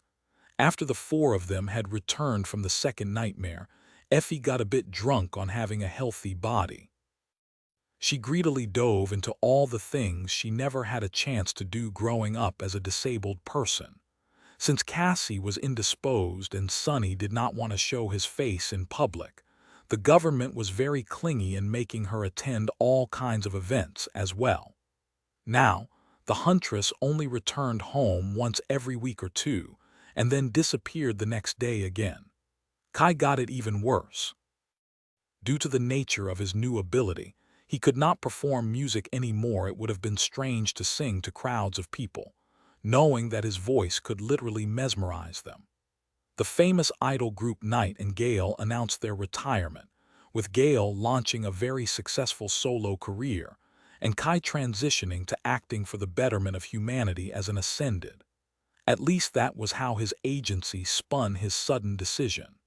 Now, the government paraded Kai around like a paragon of the human race. Cassie, Effie, and he had already been venerated as heroes after the Forgotten Shore, but after becoming masters at such a young age, their celebrity rose a whole another level. So, he did not have a lot of free time either. Both Effie and Kai were in a strange position.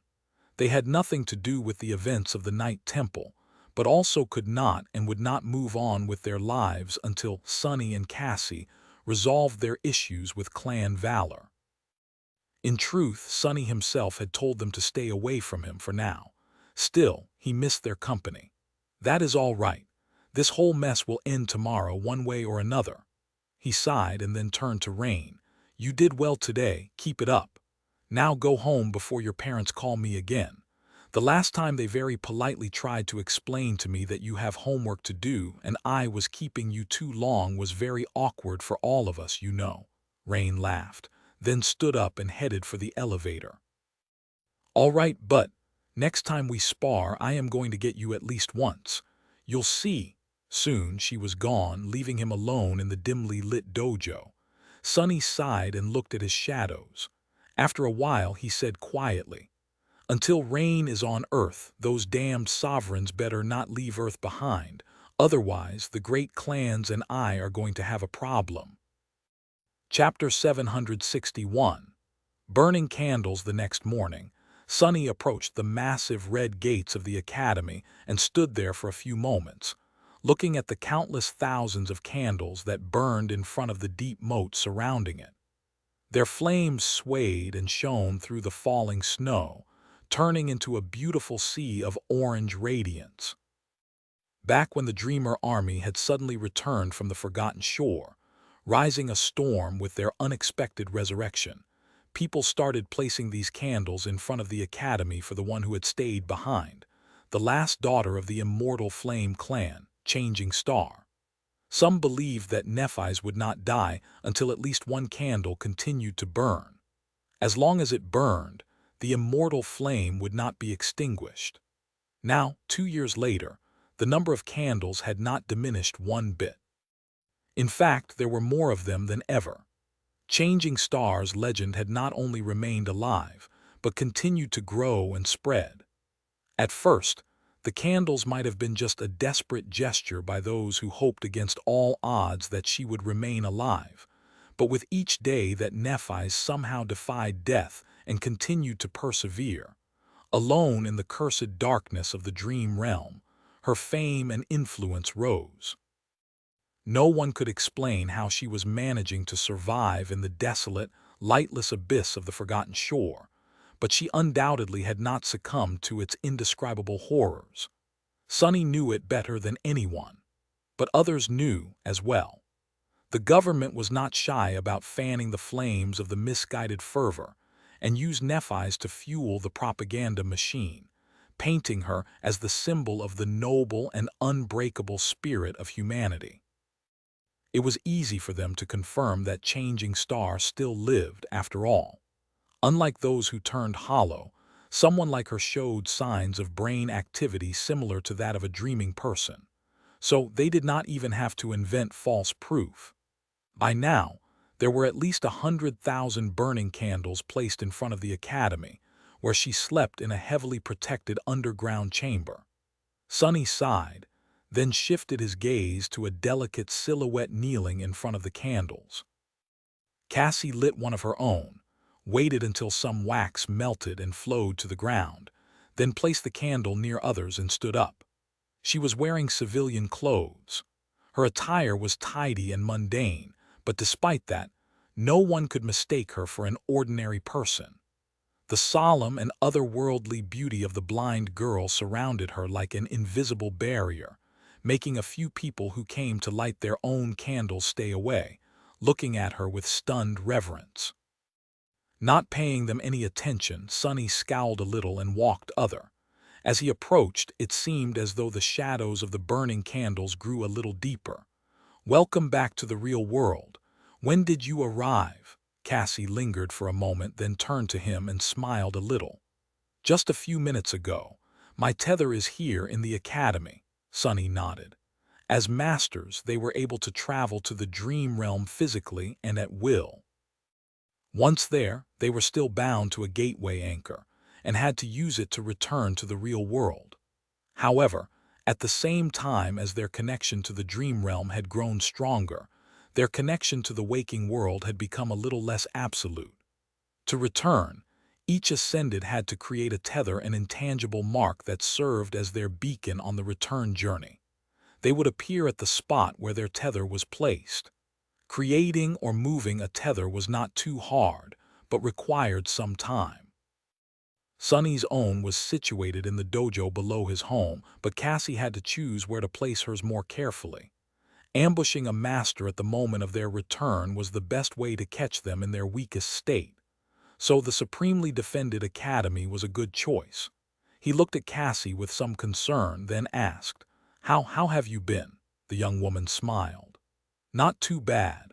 We've been busy these last 6 months, exploring the ivory tower, restoring the flying ship to its true glory.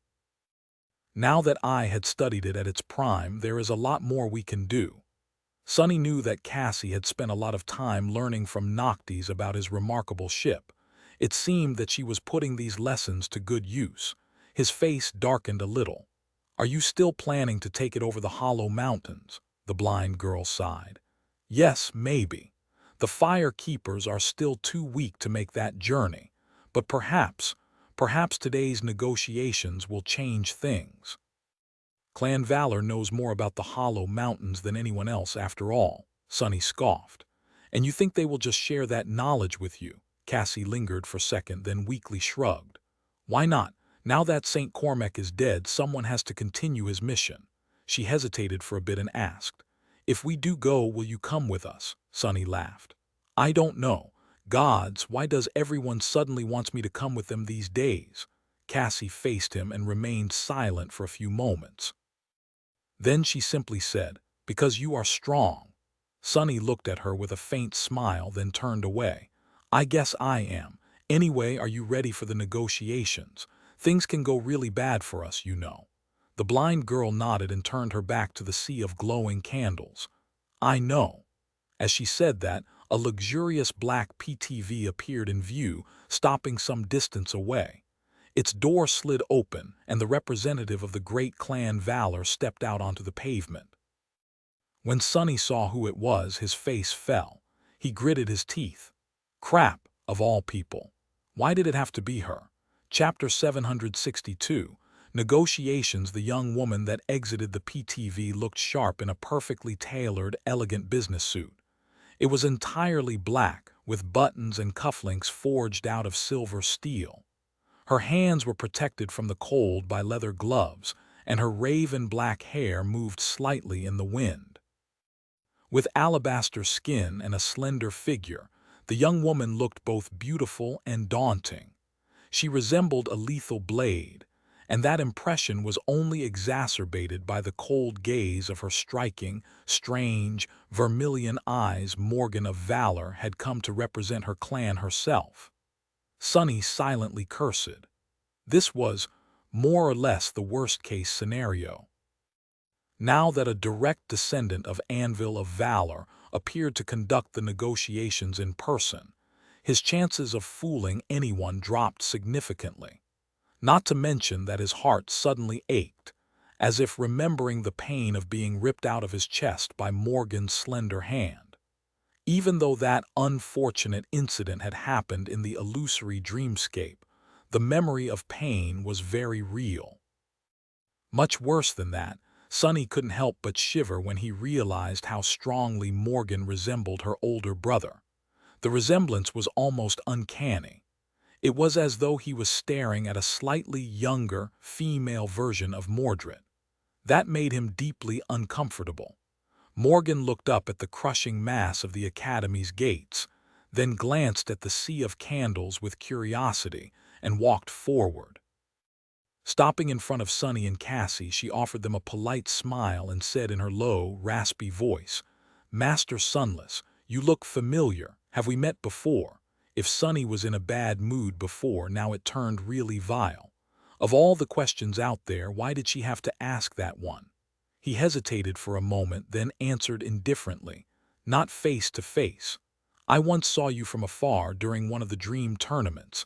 I doubt you got a good look at me, though." He also saw her up close, but she did not need to know that. Morgan seemingly lost interest and turned to Cassie. "Song of the Fallen, it's an honor to meet you." Although her tone was not too deferential, she was treating the blind girl with a bit of respect. Anyone with a true name deserved acknowledgement, even from a scion of a great clan. Cassie nodded. "Master Morgan," the daughter of Valor smiled. "Ah, so I don't need to introduce myself." With that, she turned away and looked at the red gates of the academy again. By now, the massive drawbridge had already started to move, slowly lowering itself to allow them entry. Morgan's face became a little wistful. "This is the Awakened Academy, then. I've always wanted to attend. Sadly, that was never in the cards for me."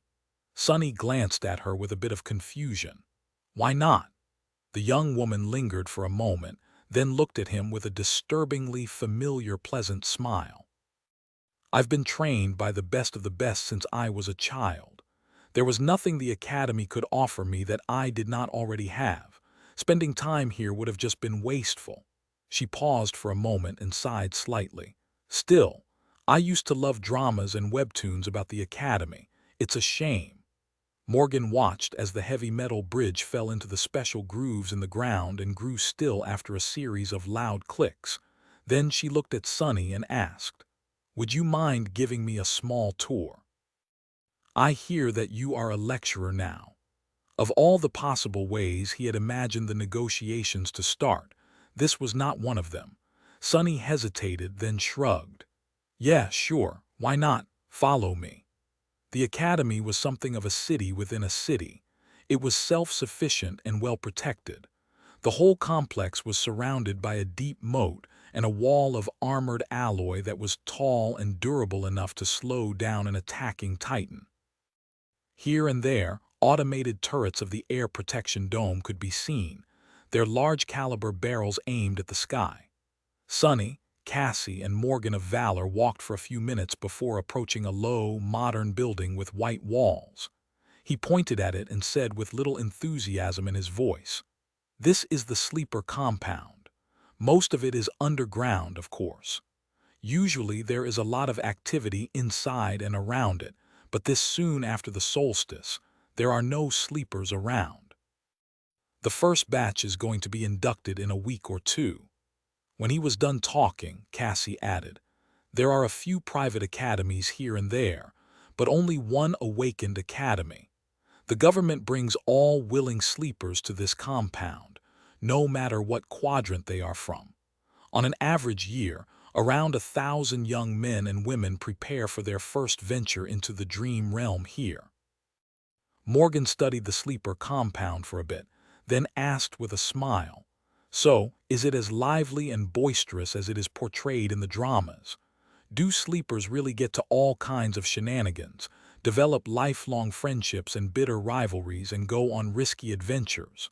Her raspy voice sounded genuinely curious. Sonny laughed dryly. "I don't know. We are the last two people you should be asking that, honestly. Not only did we spend only a month here, we were also both at the absolute bottom of the rankings. Everyone treated us as walking corpses." Morgan looked at him, then said, "And yet here you are, only 3 years later, both alive and ascended." He glanced at Cassie, then grinned. "Yes, life can be funny that way sometimes." They proceeded to walk around the academy for some time. Since Sonny knew it much better than Cassie due to his research assistant position, he did most of the talking. He showed Morgan around, explaining the purpose of various compounds and buildings, while she listened with interest and asked questions from time to time. All in all, Morgan of Valor seemed really friendly. That was the danger of it, however. Sonny did not miss the fact that the more he talked, the more information about himself he was giving away, and the harder it was to keep his guard up. Although the daughter of the great clan seemed pleasant and well-meaning, the truth of it was that every one of her words was calculated and served a purpose. His worst fears were coming true. The emissary clan Valor sent was not some arrogant, cavalier fool. Instead, they sent a lethal princess with eyes so sharp that her gaze could almost cut skin. Although Morgan had not made it apparent, the negotiations had already started. Chapter 763. Dangerous Questions. They were walking past a painfully familiar building when the realization that the complicated dance of negotiating with the great clan had already begun hit him. As his face grew a little dim, Sonny lingered for a moment and then gestured at the building. This is the hospital complex of the academy. It is one of the best medical institutions humanity has to offer, combining state-of-the-art tech with ingenious spell tech, as well as employing many awakened with actual healing aspects. This is also where sleepers enter the sleeping pods to venture into the dream realm. I myself spent about a year in one of them. He paused, and then added, "This is where many of the hollow are kept, as well." Morgan looked at the alloy walls of the complex. A few moments later, she suddenly asked, "This is also where Changing Star of the Immortal Flame clan is currently being kept, isn't it?" Did Sonny imagine it, or was her voice suddenly a bit more cutting? He frowned. "She is not hollow, but yes. Oh, by the way, can we cut the crap?" Morgan looked at him with a cold smile. "What do you mean?" Sonny met her intimidating gaze without flinching. If he wanted, his dark eyes could be as cold and oppressive as hers. In fact, the complete absence of fear or apprehension in their black depths was perhaps more frightening. "I doubt that you are really interested in sightseeing. Let's not waste time." Morgan studied him for a moment, then chuckled. "As you wish, Master Sunless. Let us get the formalities out of the way first, then." She pierced him with a sharp gaze and asked, "Did you come to the Night Temple with the intent to set its prisoner free?" Sonny knew that the daughter of Valor had to have plenty of memories on her to discern whether the answers provided to her were true or not. Not that he could lie even if he wanted to. He looked at her with a deep scowl and uttered through gritted teeth, "Of course not. If I knew, I would have stayed as far away from your damned citadel as possible. I didn't even know that it was a prison, let alone had plans of breaking the bastard free." Morgan lingered for a moment, then turned to Cassie. "What about you, Song of the Fallen?"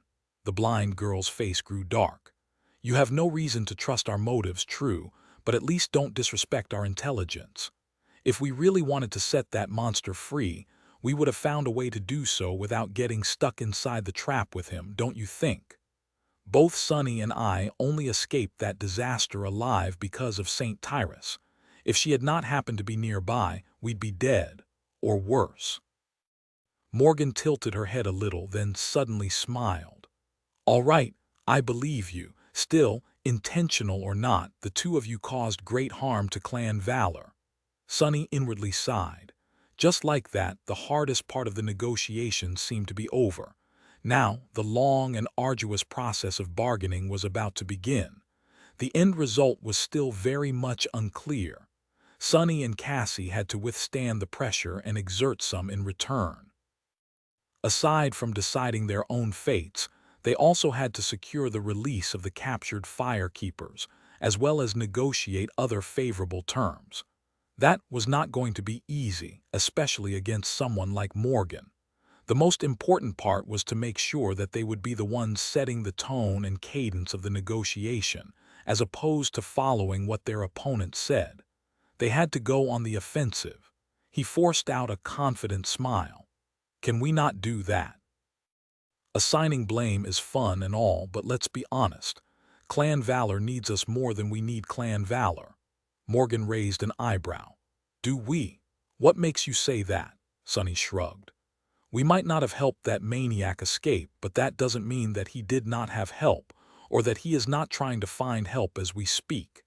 In fact, he might be having an identical negotiation with one of your enemies right now.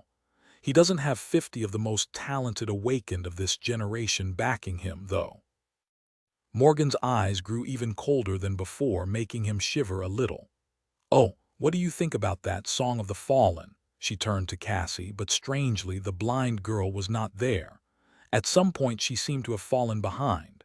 Cassie was standing a few meters away from them, still facing the hospital complex.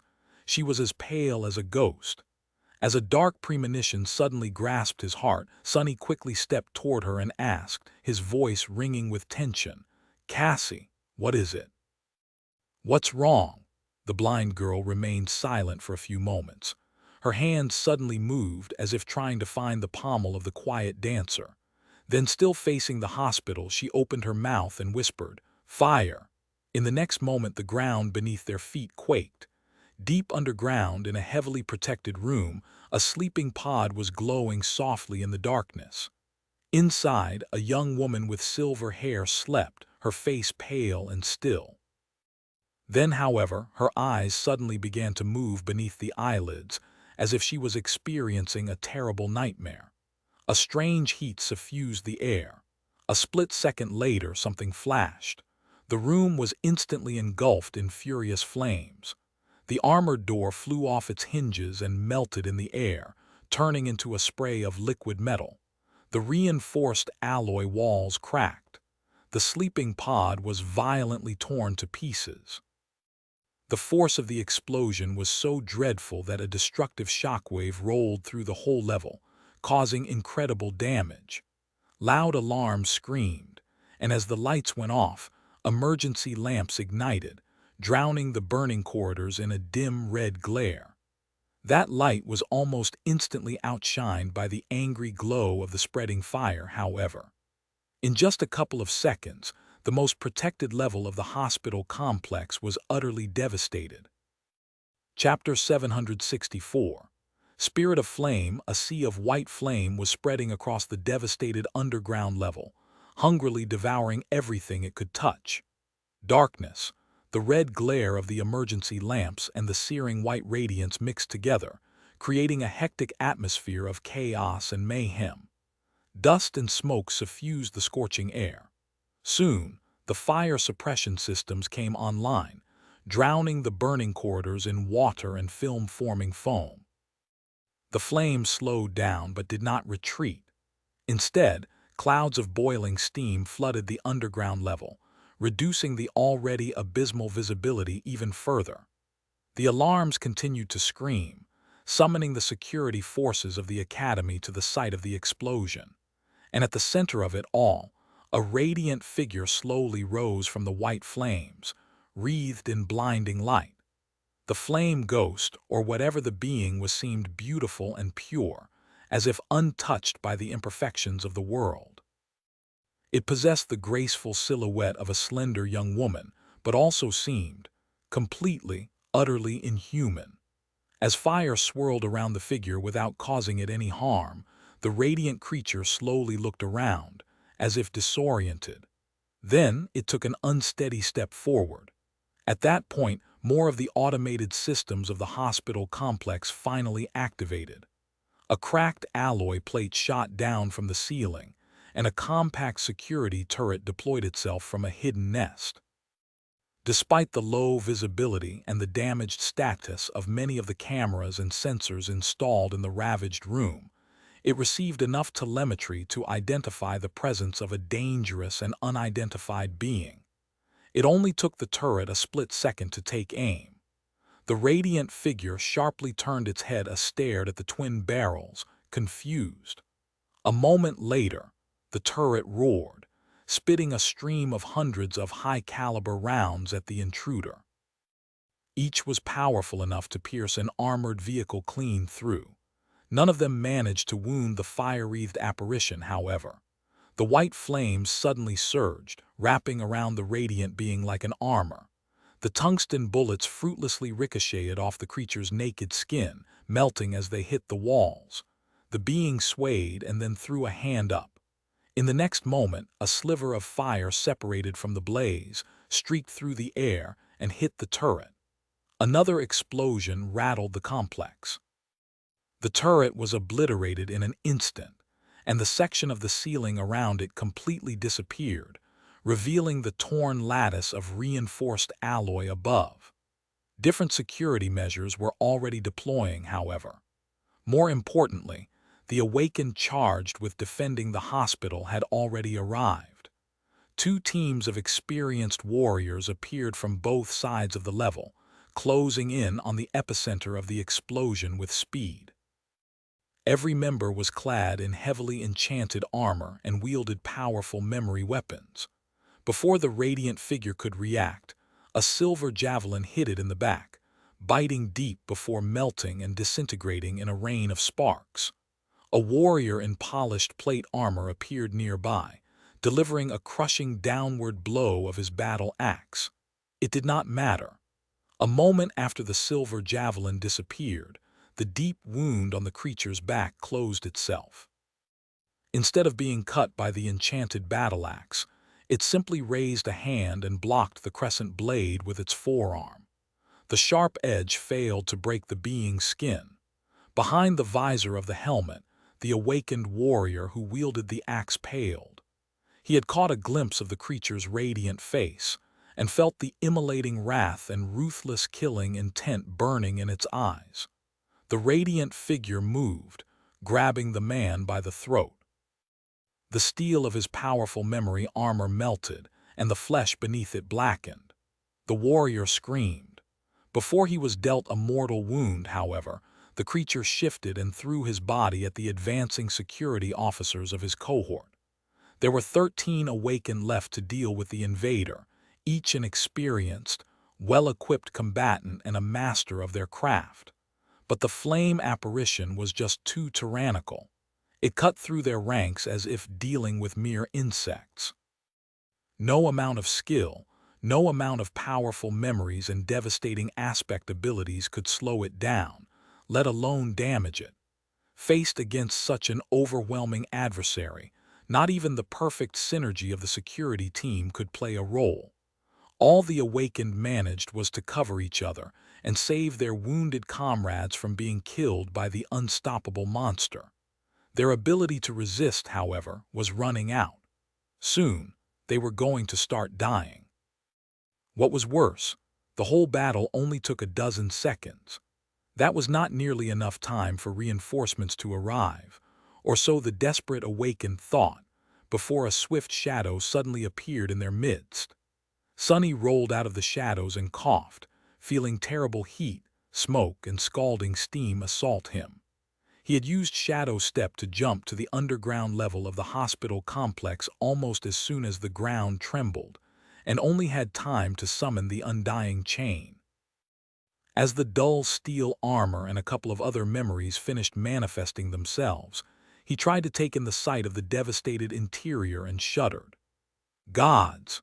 He could not see much, but his shadow sense told a terrifying tale. It seemed as if a series of explosions had rolled through this hallway, cracking the walls, the floor, and the ceiling. There were fires burning all around, despite the streams of water and foam being discharged by a few parts of the fire suppression systems that remained intact. White. White fire. He also saw the sorry state of the awakened security team and the radiant figure rampaging between them.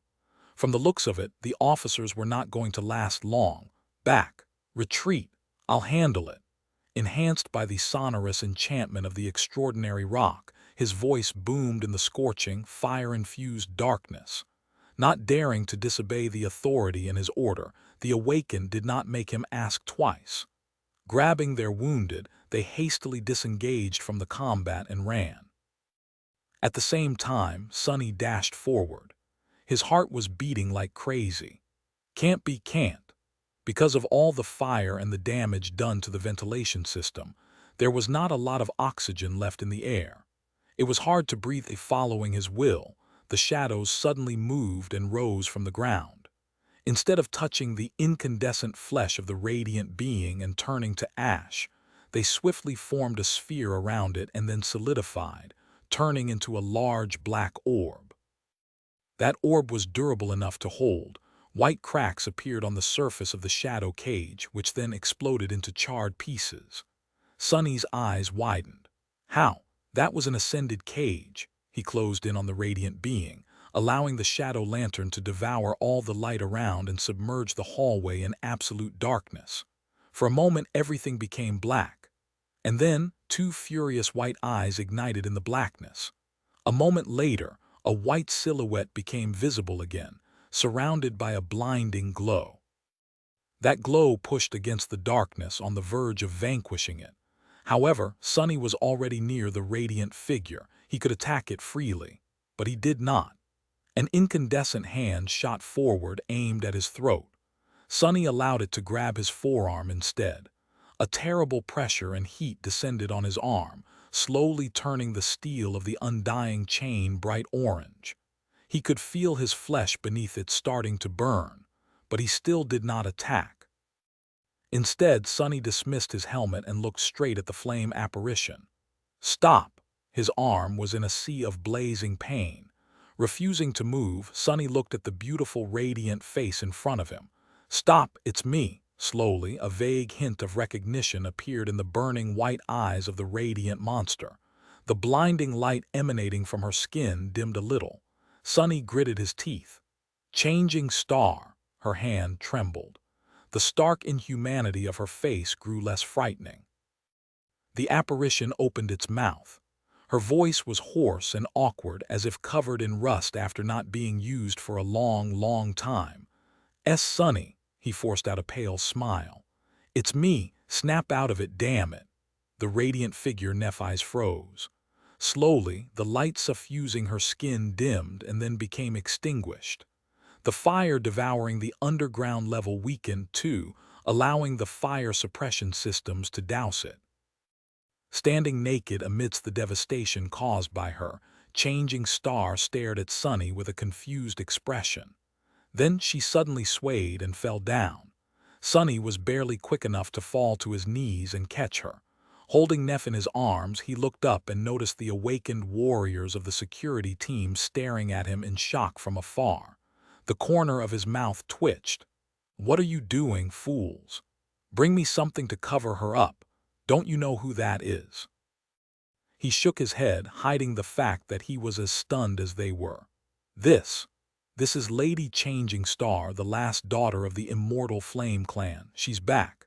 Chapter 765, Turmoil, Shock, Confusion, Joy, Reprieve, Peace. Fear. Sonny sat on a flimsy chair in the waiting area in front of an armored door, shell-shocked by what had happened. What was happening? Failing to envision what was going to happen. His mind was thoroughly scrambled. The waiting area was situated on a different level of the hospital complex. By now, the one devastated by the recent events was already put off. The fires were gone. Teams of the academy staff were sifting through the wreckage, trying to determine the amount of damage done to the structure of the building and various equipment. Those wounded by the explosion and the members of the security team were being hastily treated. It seemed that no lives were in danger, mostly because Sonny had gotten there in time. What exactly had transpired? He had a good idea. Back when Sonny had awakened, he had unconsciously activated his aspect ability before fully regaining his consciousness. As the result, he had come to his senses standing near the sleeping pod instead of inside of it. Shadow Step was a teleportation ability. What if he had gotten a direct damage ability? What if he had been a tyrant at that? This was not an uncommon occurrence among the awakened. Kai had gone through something similar, if Sonny remembered correctly. The same must have happened to Nephis. It was just that her new ability had turned out to be nothing short of devastating. As expected from the daughter of the immortal Flame Clan, after spending a whole year on the Forgotten Shore, and then 2 more wandering alone through the dream realm, she must have been extremely disoriented by the return to the waking world. Using her aspect caused her to be in the throes of terrible pain, as well. Her flaw was very cruel, after all. Perhaps Neff could have regained her composure, but sadly, the automated battle systems of the hospital complex were not sophisticated enough to differentiate between an unknown awakened and an active threat. Even the members of the security team had failed to make the distinction.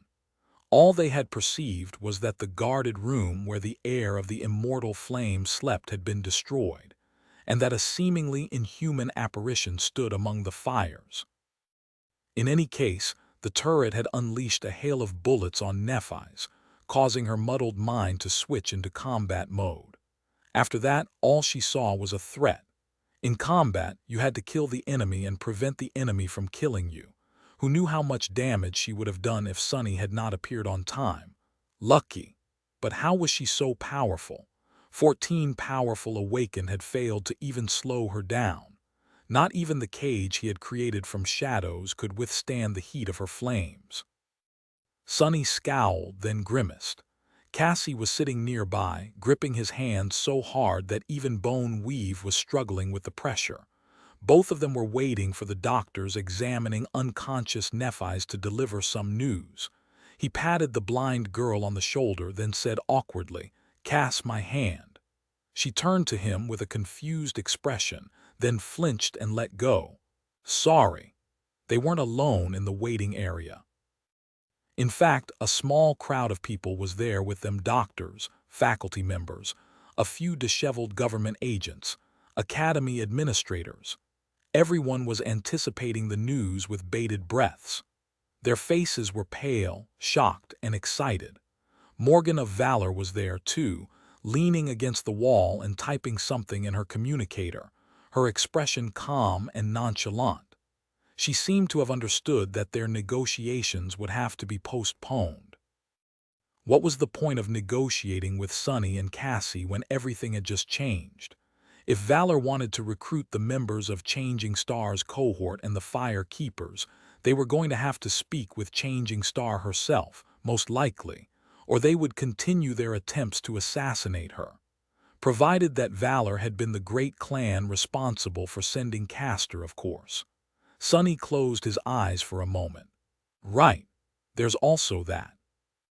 The situation had already been incredibly murky and complicated, and with Neff's return, everything was turned upside down and made even more convoluted. Chaos, it was pure chaos. Everything was changing. His own situation had also just turned much more dire for obvious reasons. So why was he struggling to keep a sincere smile from appearing on his face? Sunny had reasons to be shocked and reasons to be tense. And he was. But most of all, he was happy. Incredibly happy. A sense of profound relief, contentment, and joy threatened to drown his ability to think clearly. He felt as though something precious, something vital that he had lost was suddenly returned to him, something that he had been missing, and now that it was back, Sunny felt complete. What the hell is this nonsense? Since when am I that sentimental? Although he tried to cover his raw emotions with a veneer of cynicism, in truth, Sunny could pinpoint the exact moment when he had changed. It was when he stepped into the circle of runes inside the Crimson Spire and escaped the Forgotten Shore, leaving Changing Star behind to be devoured by darkness. After that, nothing had been the same. He gritted his teeth. Doesn't matter. Take a hold of yourself. Sunny had the right to be happy that Nephis had returned alive to them. She was his friend after all, much more than that, even.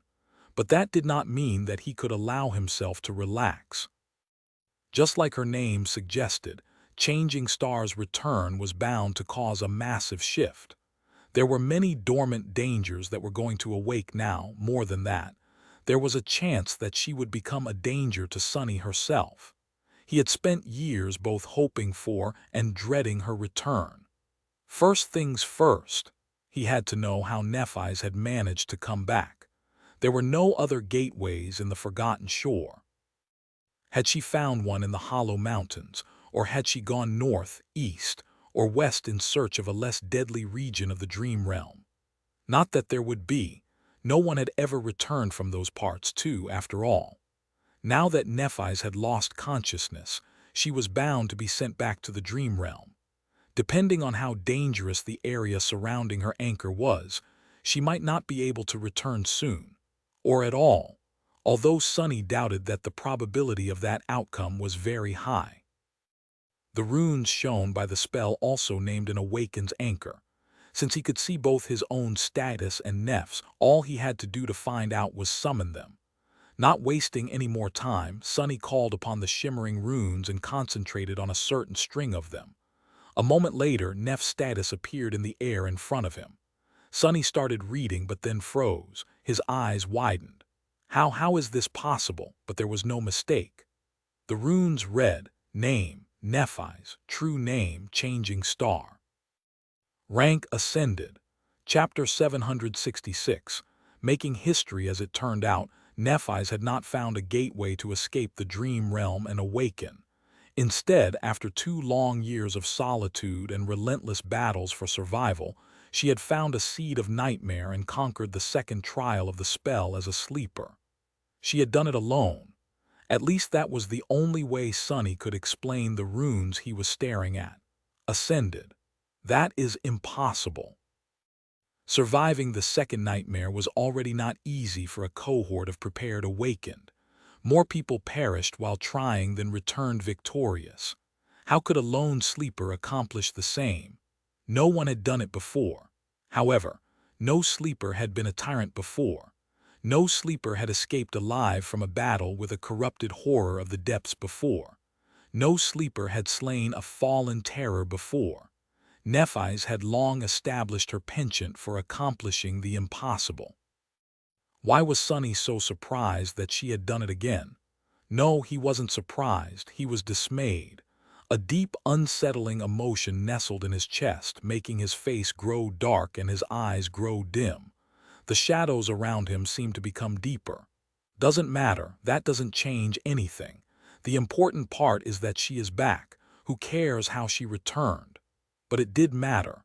To him, it was of paramount importance.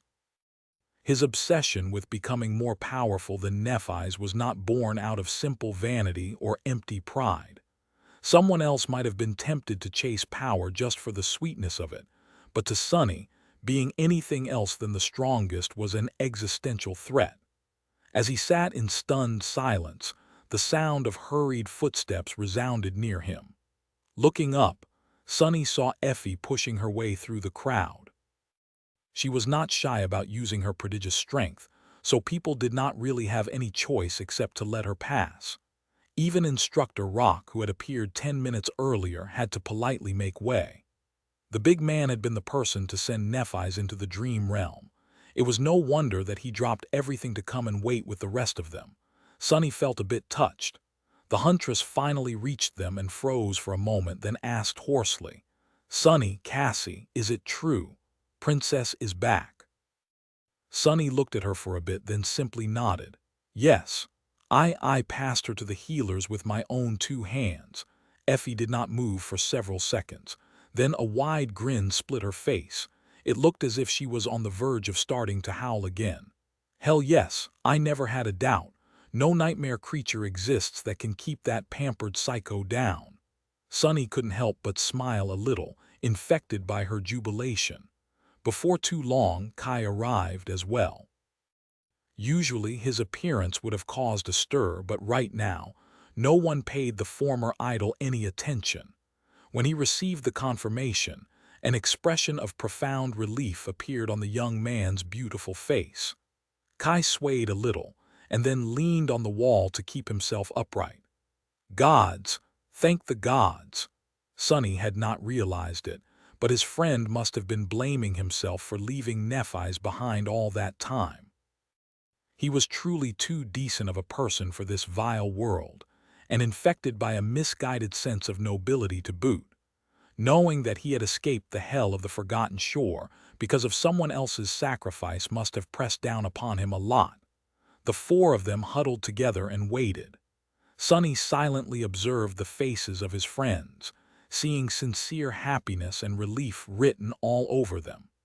Some, Kai especially, looked on the verge of getting emotional. Unlike him, they had no reason to feel a strange ambivalence about Changing Star's return. And looking at them, Sonny decided to ignore the darker part of his mind for a bit too. Whatever happened, he would have to deal with it then. If he had to die to avoid becoming a slave, he would. If he had to kill in order to remain free, that was not out of the question as well. But for now, he chose to just share this rare moment of joy with his friends. The founder of their cohort was back, after all.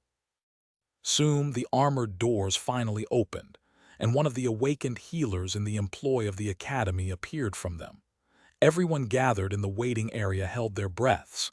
Even Morgan of Valor looked up from her communicator, strange sparks igniting in her vermilion eyes. One of the government agents couldn't contain herself and asked, How is she? Lady Changing Star is really back." The healer lingered for a moment and then nodded. "She is. Her physical condition is fine. Better than fine, even, perfect. As for her mental condition, we will know when she wakes up. Lady Nephis is currently sleeping." Someone from the crowd immediately spoke. "Sleeping? Do you mean that she is back in the dream realm?" The healer hesitated, then slowly shook her head. "Number Lady Nephis seems to have ascended, so she is simply asleep." For a moment, the crowd seemed to have lost the ability to speak, and then all hell broke loose. Despite the government's attempts to stall for time and control the narrative, just in a few minutes, the incredible news of Changing Stars' return spread across the network. Not long after that, another explosive rumor appeared, claiming that she was now a master. Just like that, all of humanity learned that Nephis of the Immortal Flame clan, the descendant of the two legendary pioneers and the famed hero of the Forgotten Shore, had become the first human in history to conquer the second nightmare as a sleeper, thus jumping ranks, and return to the waking world unscathed. Her already prolific fame and exalted status instantly soared as high as the sun. While Nephis slept, her arrival was already creating titanic waves in the mindset of millions of people. In front of the awakened academy, 100,000 candles continued to burn despite the falling snow, and cast by their flames, 100,000 shadows danced on the ground. Chapter 767, Measure of Strength. The news of Changing Stars' return spread across the world like wildfire. The network practically exploded with an endless amount of discussions. Everyone wanted to share their excitement and celebrate the homecoming of the young hero who, without a doubt, was going to become one of the most powerful champions of humanity soon. While exaggerated, the reaction of both mundane humans and awakened alike was easy to understand. In this dark and fragile world that balanced on the verge of destruction, everyone longed for something to illuminate their lives and chase their fears away. Everyone desperately searched for hope.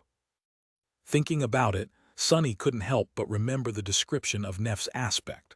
"Light bringer, you are a creature of light that was banished and doomed to exist in the darkness. You bring radiance and warmth to wherever you go, but with it comes indescribable longing." Was hope the longing it talked about? Longing was just another word for desire. After all, in any case, the government had long used Nephis to satiate that desire. They had constructed an uplifting narrative around the events of the Forgotten Shore and made her the linchpin of the story. No matter how much Sonny hated the abhorrent movie adaptation that had been rushed through production soon after their awakening, he had to admit that it was a sign of how deeply the survivors of the Dreamer Army and their leader had affected the public. To be fair, the government had not needed to work too hard to turn Changing Star into an iconic figure. Her achievements had truly been singular and remarkable. Her perceived martyrdom had truly been compelling.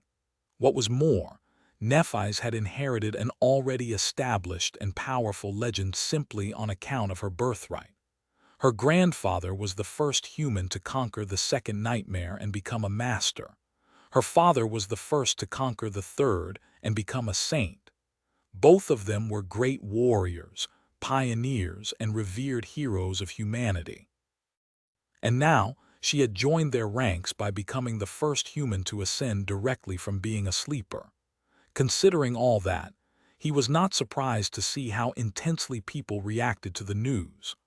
Already, there were a lot of discussions on the network predicting that Changing Star would inevitably become the first to conquer the fourth nightmare and push humanity one step closer to salvation, as her parents and grandfather had done.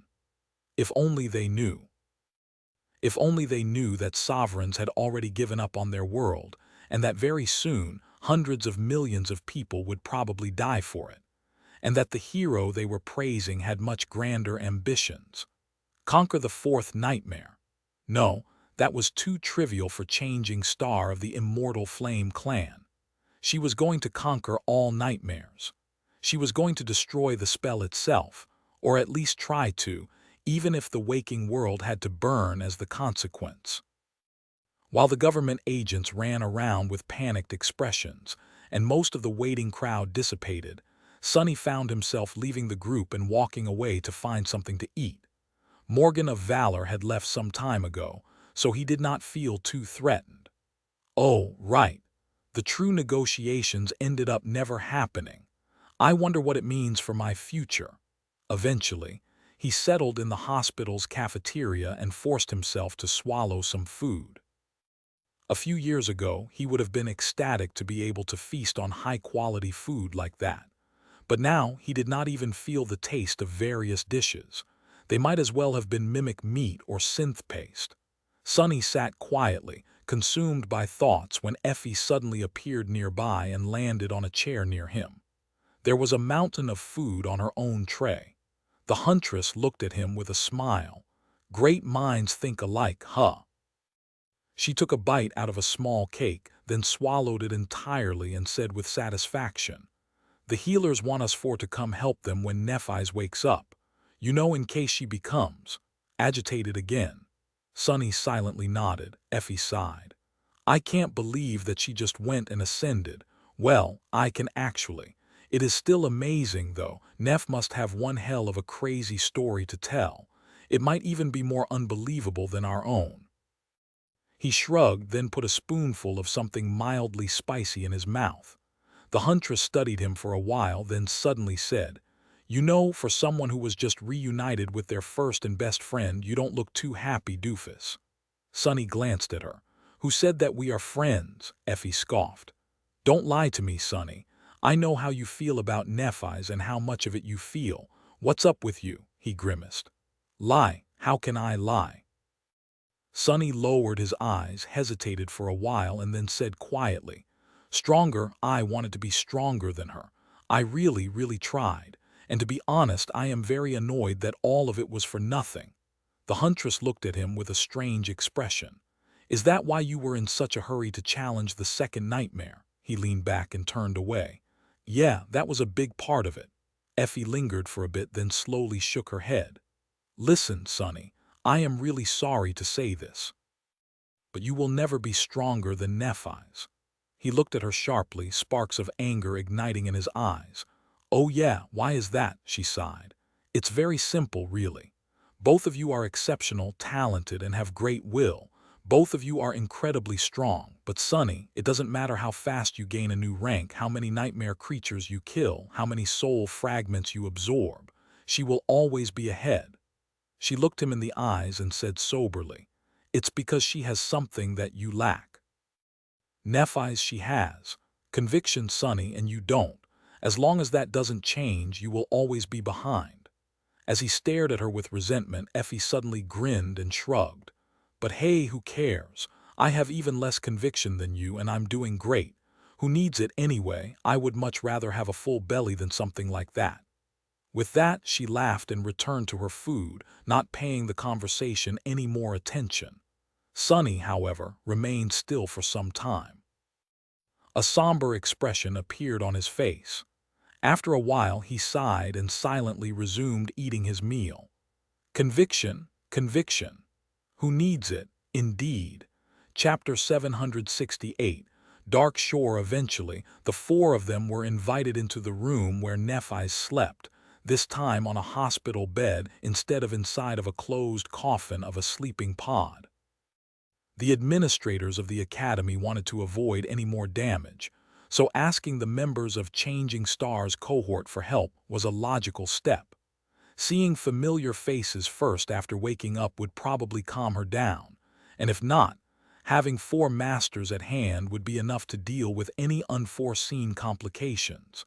Most likely, Sunny stood in the corner looking at Nephi's with a somber expression.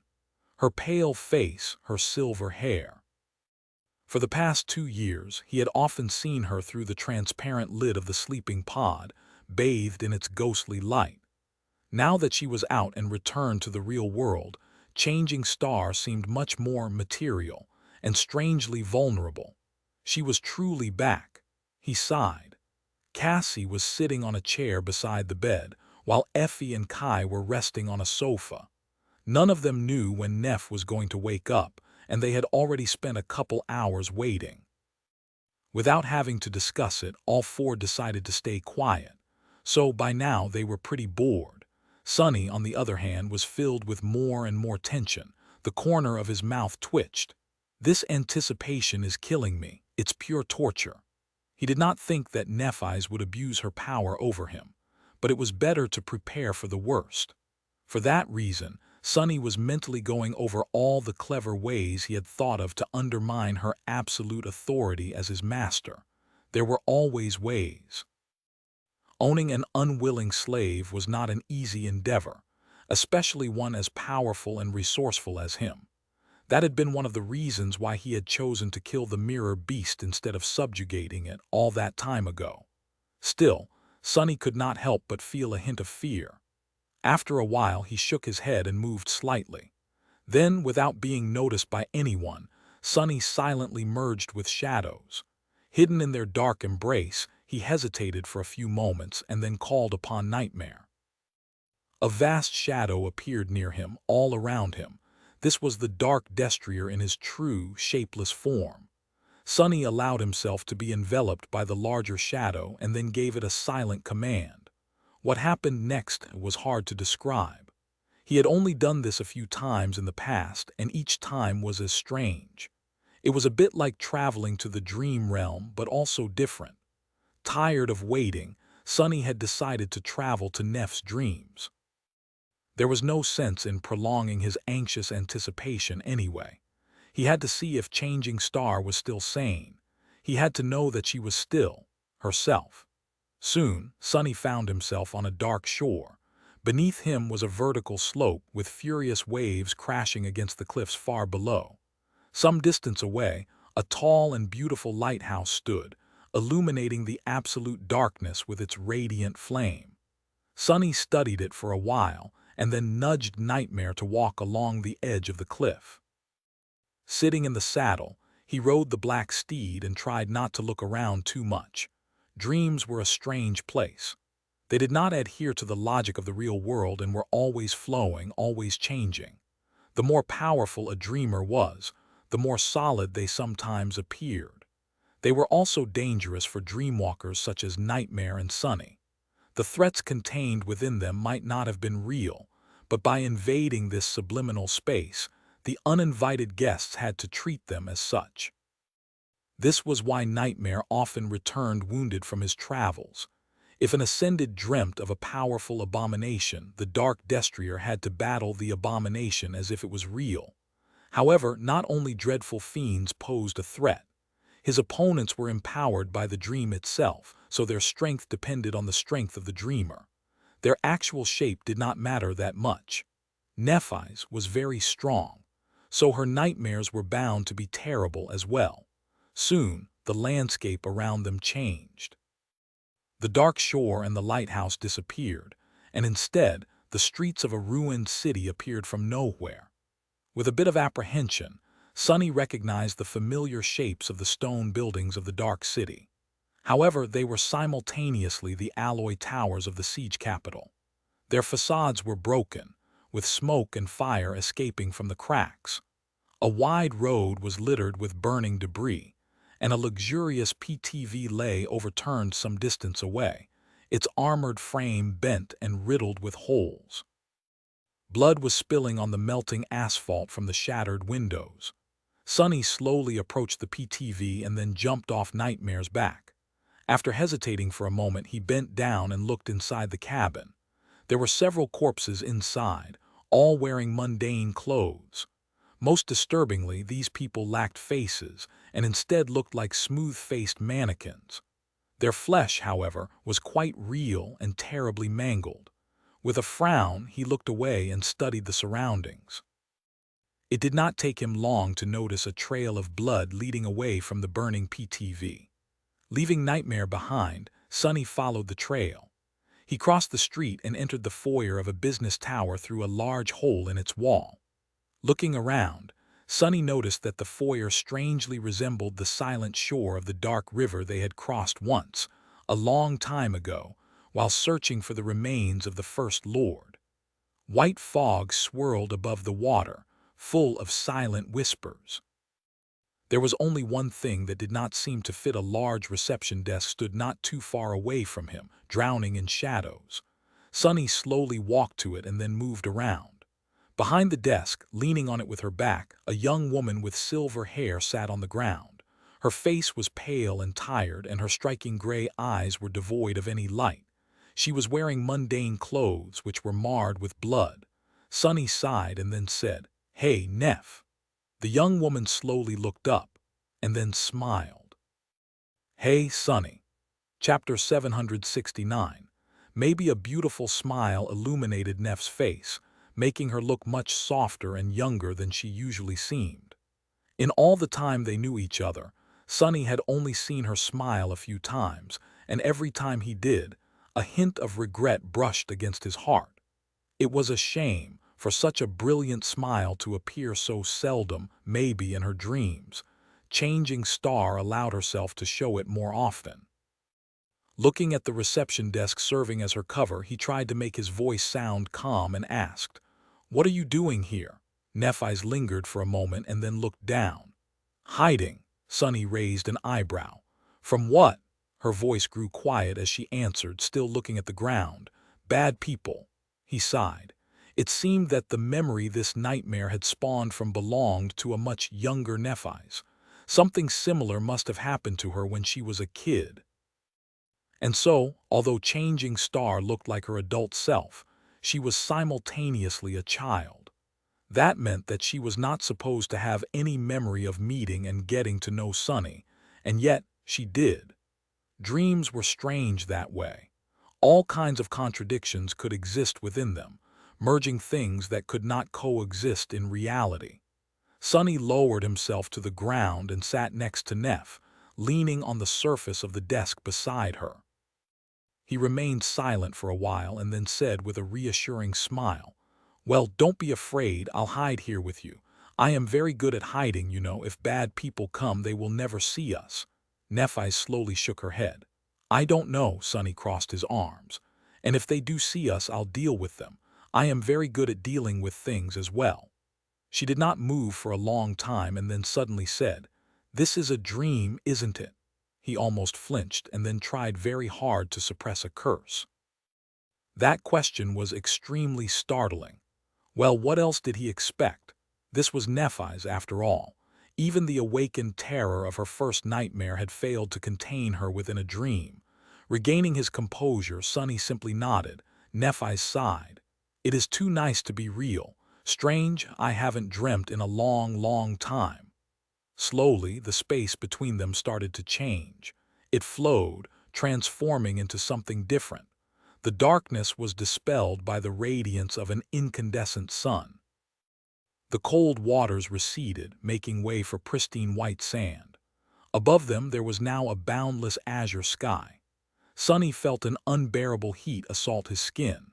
A few moments later, they were surrounded by a vast, scorching desert. Instead of a modern desk, their backs were against the trunk of a tall tree. Its bark was as white as the pristine sand, and its leaves were scarlet. Tens of thousands of skulls hung from the beautiful branches, fastened to them by glistening threads of black silk.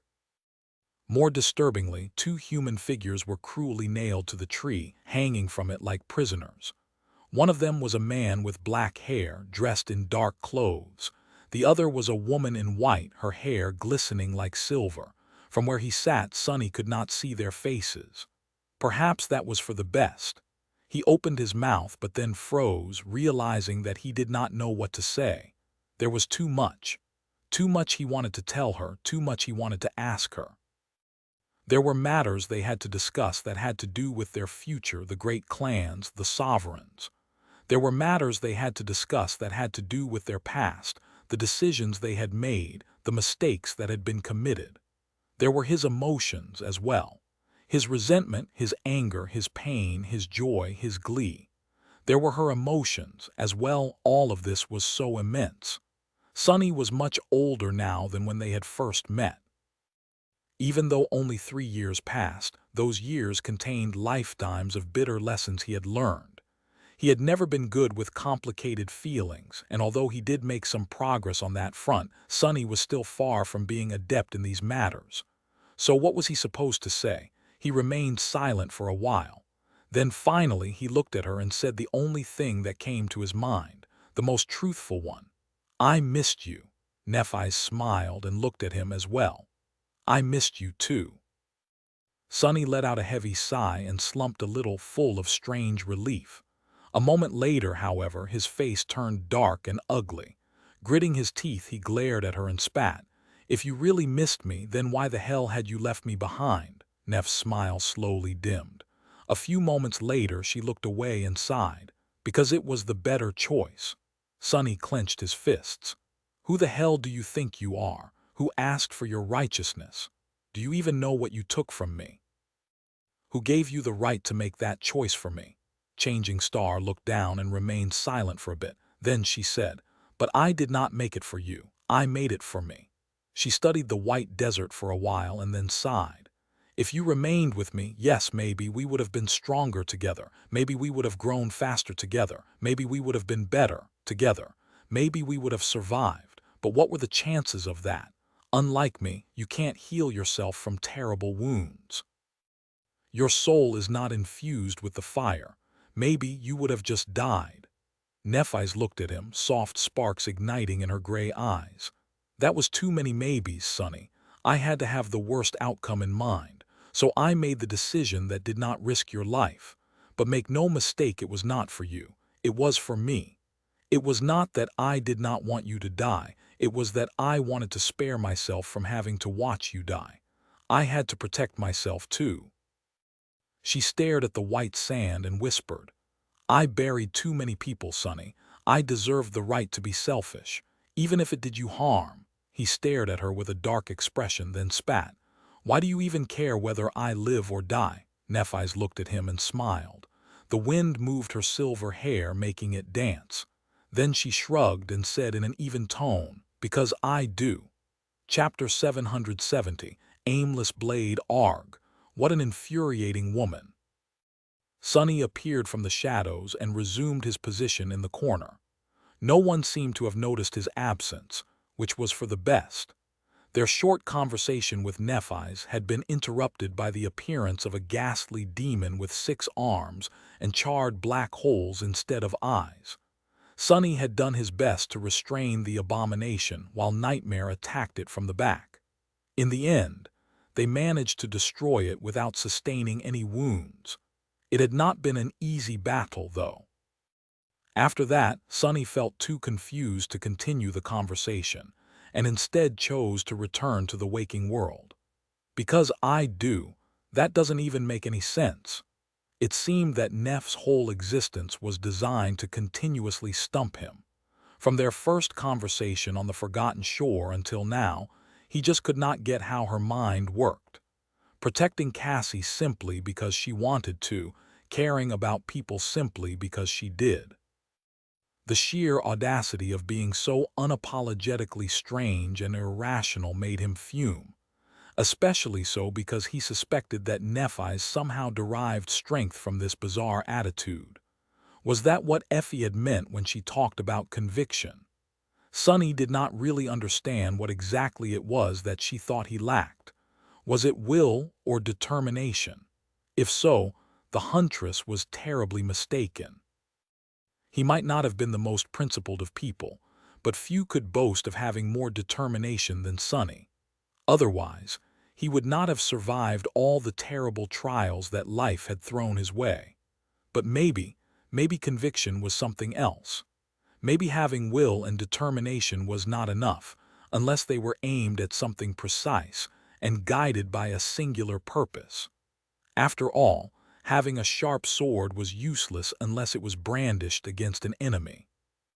Was conviction a guiding principle that shaped formless power and determination into a sharp blade? Was it an unbreakable will to achieve a certain purpose? No, it was not so simple. Sonny was not without a purpose after all. He had his own goals: to have a good life, to be free, to make sure that those he cared about were safe. Why were these values not worthy of being called a conviction? If there was one thing he noticed, it was that all of his desires were centered around him. They were all aimed inside. He did not think that there was anything wrong with that. In fact, he considered it a great virtue. Nephi's, on the other hand, disregarded herself to an almost demented degree in pursuit of her goals. All her desires were aimed outside and incredibly ambitious. Was that the meaning of conviction, then? Was it not only important to have a purpose, but also for the nature of that purpose to be larger than oneself?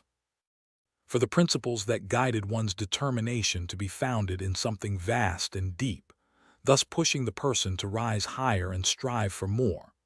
All that sounded too high and mighty to Sonny. He was more inclined to value his own simple goals over such lofty ambitions. However, he couldn't help but feel a bit uncomfortable at the thought that someone with a greater purpose had an inherent advantage over someone who just wanted to be left alone, as he did.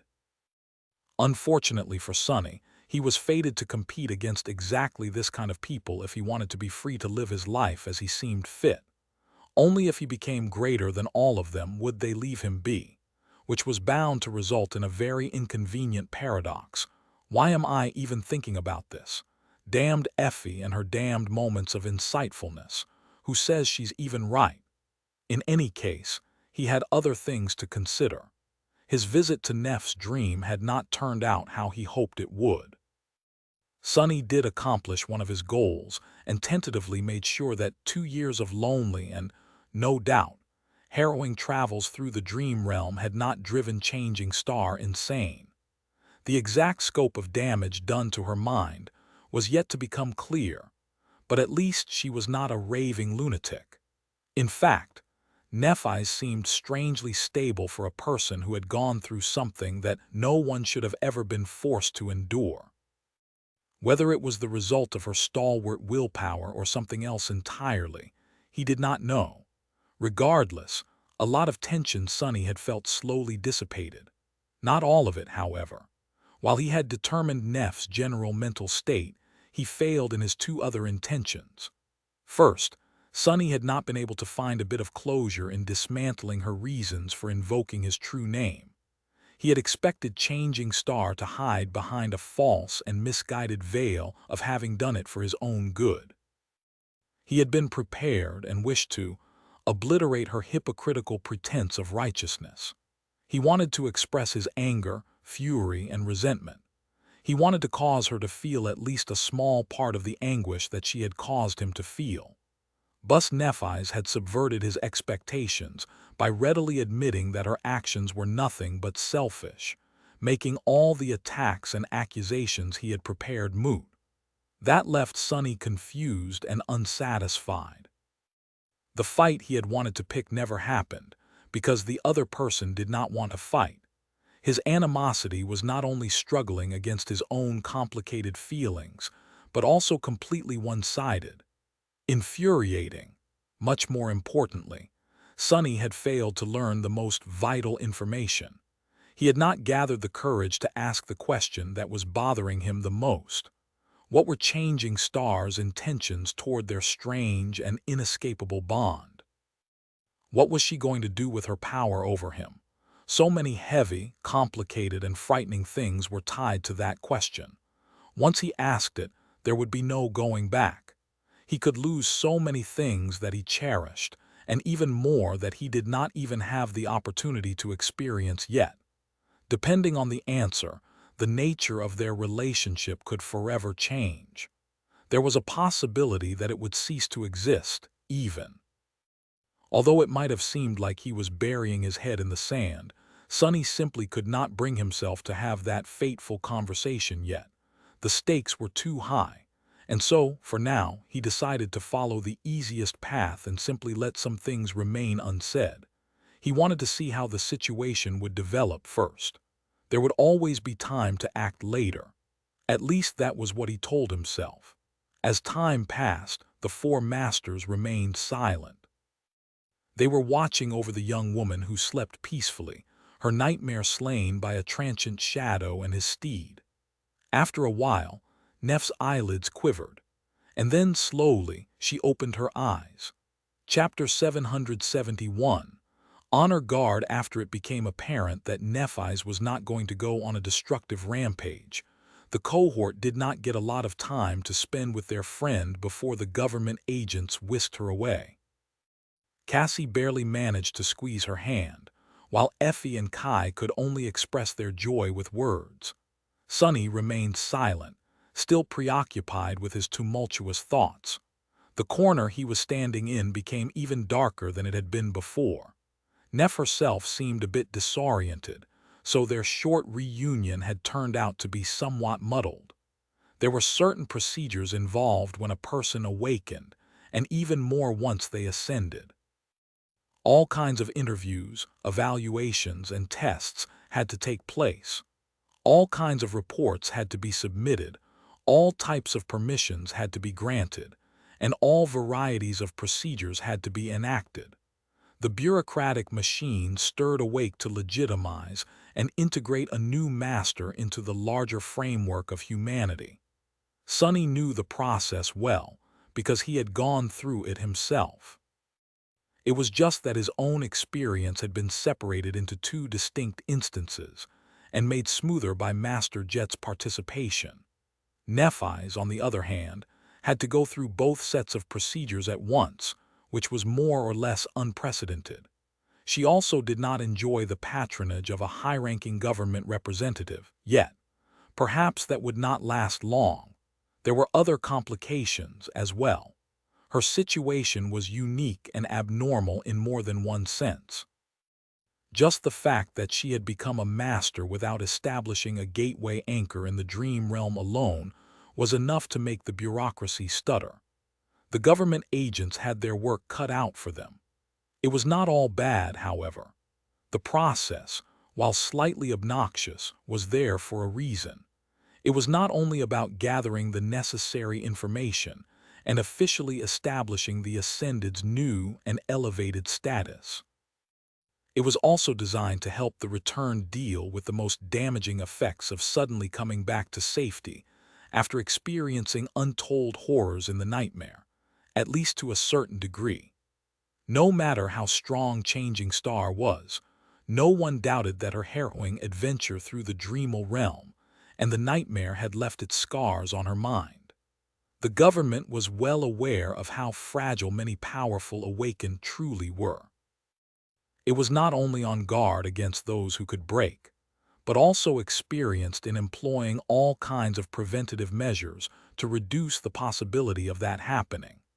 Due to how important Nephi's was both to the propaganda machine and to the actual defensive efforts of humanity as another special strategic asset, the government threw its best resources into ensuring that the initial steps of her rehabilitation went as smoothly as possible. Of course, she was free to decide how much exactly she was willing to share. Some basic tests, however, were mandatory, since it was necessary to determine how safe it was to release her into the population. What it meant was that it would take long hours before the members of the cohort would be able to see Changing Star again. They weren't the only ones waiting, too. At some point, Cassie had left and returned to the dream realm to inform the Fire Keepers of the incredible new development. Soon enough, dozens of them used the gateway in the ivory tower and returned to the waking world for the first time in months. Since their sleeping pods were situated right there in the hospital complex of the academy, it did not take a long time for all of them to gather in the hallway near where Nephis was undergoing her interviews. Now, around 50 young awakened crowded it, as if standing guard. After spending almost half a year in the dream realm, the fire keepers looked rough around the edges, if not a little feral. They were wearing civilian clothes, but no one would mistake these people for mundane humans or even ordinary awakened. There was a strong sense of silent threat radiating from them. Their expressions were full of glee, but their gazes remained firm and heavy, making anyone who approached feel ill at ease. That was especially true for the members of Cassie's former cohort, which was now led by the stoic healer Shim. They were all on high alert and ready to pounce on anyone representing a threat. With the fire keepers standing guard, any potential action by the great clans was bound to end in failure, or at least outright disaster. In fact, they seemed so fierce that even the security teams of the academy became nervous and sent a few cohorts of their own to keep watch on the celebrating group. It was easy to read the extreme apprehension on the faces of the security officers, though. Awakened or not, they seemed to understand that they stood no chance against the elites of the Forgotten Shore if push came to shove. Observing all that, Sonny couldn't help but ask himself a question. If 6 months of hiding in the relative safety of the ivory tower had such a drastic effect on the fire keepers, then what had 2 years of traversing some of the direst regions of the dream realm done to Nephis? After a while he quietly approached Cassie and asked quietly, "How is it going?" She turned her head slightly and frowned. "What do you mean?" Sonny smiled darkly. "Come on, there's no chance that you did not use your ability on one of the government agents handling Neff's processing. So what is happening?" She hesitated for a few moments, then sighed. "She seems to be in shock somewhat, but mostly she's fine. Actually, it's a bit disturbing how fine she is." He frowned. "Well, it's Nephis. You know how she is." Cassie slowly shook her head. "She is human too, Sonny. It's just easy to forget that fact sometimes because it's her." Sonny fell silent, not knowing what to say. After a few moments, the blind girl suddenly spoke again. She seems reluctant to speak about most of what happened to her, but at least she agreed to receive psychological counseling. That's a good start. He blinked a couple of times. Nephis agreed to what? The idea of Changing Star being willing to undergo something like counseling did not fit into his head. It was just too bizarre to imagine. Sonny frowned. Maybe she did change a little. Finally, after long hours of waiting, the government agents seemed to finish the bulk of their tests. The doors opened, and the familiar figure stepped out of them. Just like on the first day Sonny had met her, Nephis was wearing a simple government-issued tracksuit. Her silver hair, however, was now long and lustrous, framing her face and making her look strangely feminine. Her beauty was stunning. When Changing Star appeared, it seemed as though the whole hallway became a little brighter.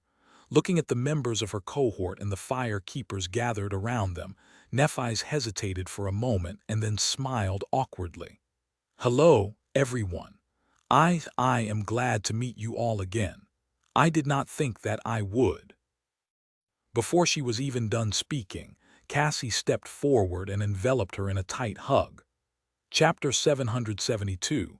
Journey to the East. Sometime later, all 5 members of the cohort finally found themselves alone. The fire keepers were still around, but decided to give their leaders some much-needed privacy. As the result, only Nephis, Sonny, Cassie, Effie, and Kai remained in a spacious hospital room. Changing Star was standing by the window, looking at the peaceful landscape of the academy ground with a strange, still expression. She seemed to have regressed to her old self, which had trouble communicating emotions and interacting with people. For that reason, it was hard to understand what she was thinking about. The others gave her some space. Despite the fact that Nephis was standing right in front of them, It was not too easy to come to terms with the fact that she was actually, truly back. They were still struggling to get used to this new reality, but a warm wave of relief and happiness was slowly rising in their hearts. Sonny was no different. It was just that his joy was somewhat overshadowed by a contradicting feeling of unease and apprehension. Finally, Nephi sighed and turned around. A pale smile appeared on her face. You are all masters. I did not expect that." Effie, who was sitting comfortably on a cushy chair with her legs stretched, laughed. "You're one to talk." Neff studied the four of them, then let out a slow sigh. "I did not even know if all of you managed to survive. I hoped, of course. So I am very glad to see that you did and helped each other." A distant look appeared on Kai's face. He remained silent for a bit, remembering the events of the second nightmare, and then said gently, "Yes, we had each other to lean on in our darkest moments. But you were completely alone all that time. Lady Nephi's, please forgive me, but how did you survive?" Nephi's looked away with a smile. "I wasn't really completely alone, too." Then she walked over to the hospital bed and sat down, facing them. "There is not much to tell, really. The Crimson Terror was in its most vulnerable state when I reached the top of the spire. Unrestrained by the dark sea, she had absorbed countless souls and was in the middle of an arduous evolution. With the help of the Dawn Shard, I was able to strike her down." That simple explanation did not really do justice to the incredible accomplishment of slaying a fallen terror, but Neff seemed reluctant to dwell too much on that part of her story. She also decided to skip the part about their confrontation with Sonny entirely. Instead, she looked at the window and continued. "After she died, however, the spire became unstable. The gateway collapsed, and the tower itself soon followed. I barely escaped the debris. The artificial sun of the Forgotten Shore was extinguished, as well, submerging it into absolute darkness. The labyrinth itself perished, too, the crimson coral turning gray and slowly crumbling to dust. With no sea, no sun, and most nightmare creatures eradicated by the culling, it became a lightless and desolate place." She sighed. "I traveled back to the Dark City and spent some time there, hunting down the remaining abominations and preparing for a long journey. With the help of the Dawn Shard and the Nameless Sun, many powerful nightmare creatures fell to my blade. For a while, I entertained the idea of trying to cross the Hollow Mountains, but eventually had to abandon it. Nothing but death awaited me there. So, I had to choose another direction." Nephi's paused for a moment, then continued in a steady tone. "I knew that the deadly mountain chain stretched further than Ravenheart in the west. There was no passage there. Going north meant moving further away from human citadels. So it only left east. There was a chance that the Hollow Mountains were not as tall and unassailable there, or even that there was an end to them somewhere in those unexplored regions. It was only a chance, but it was all that I had. So I left the Dark City and retraced the steps of the journey that Sonny, Cassie, and I had made before, avoiding the Ashen Barrow, of course." Sonny moved slightly, remembering their encounter with Soul Devourer. He had not forgotten his promise to come back and destroy the damned tree. Granted, he had no plans of returning to the Forgotten Shore currently. Even his pettiness had a limit. Maybe he would still be able to exact his revenge on the vile fiend one day, though.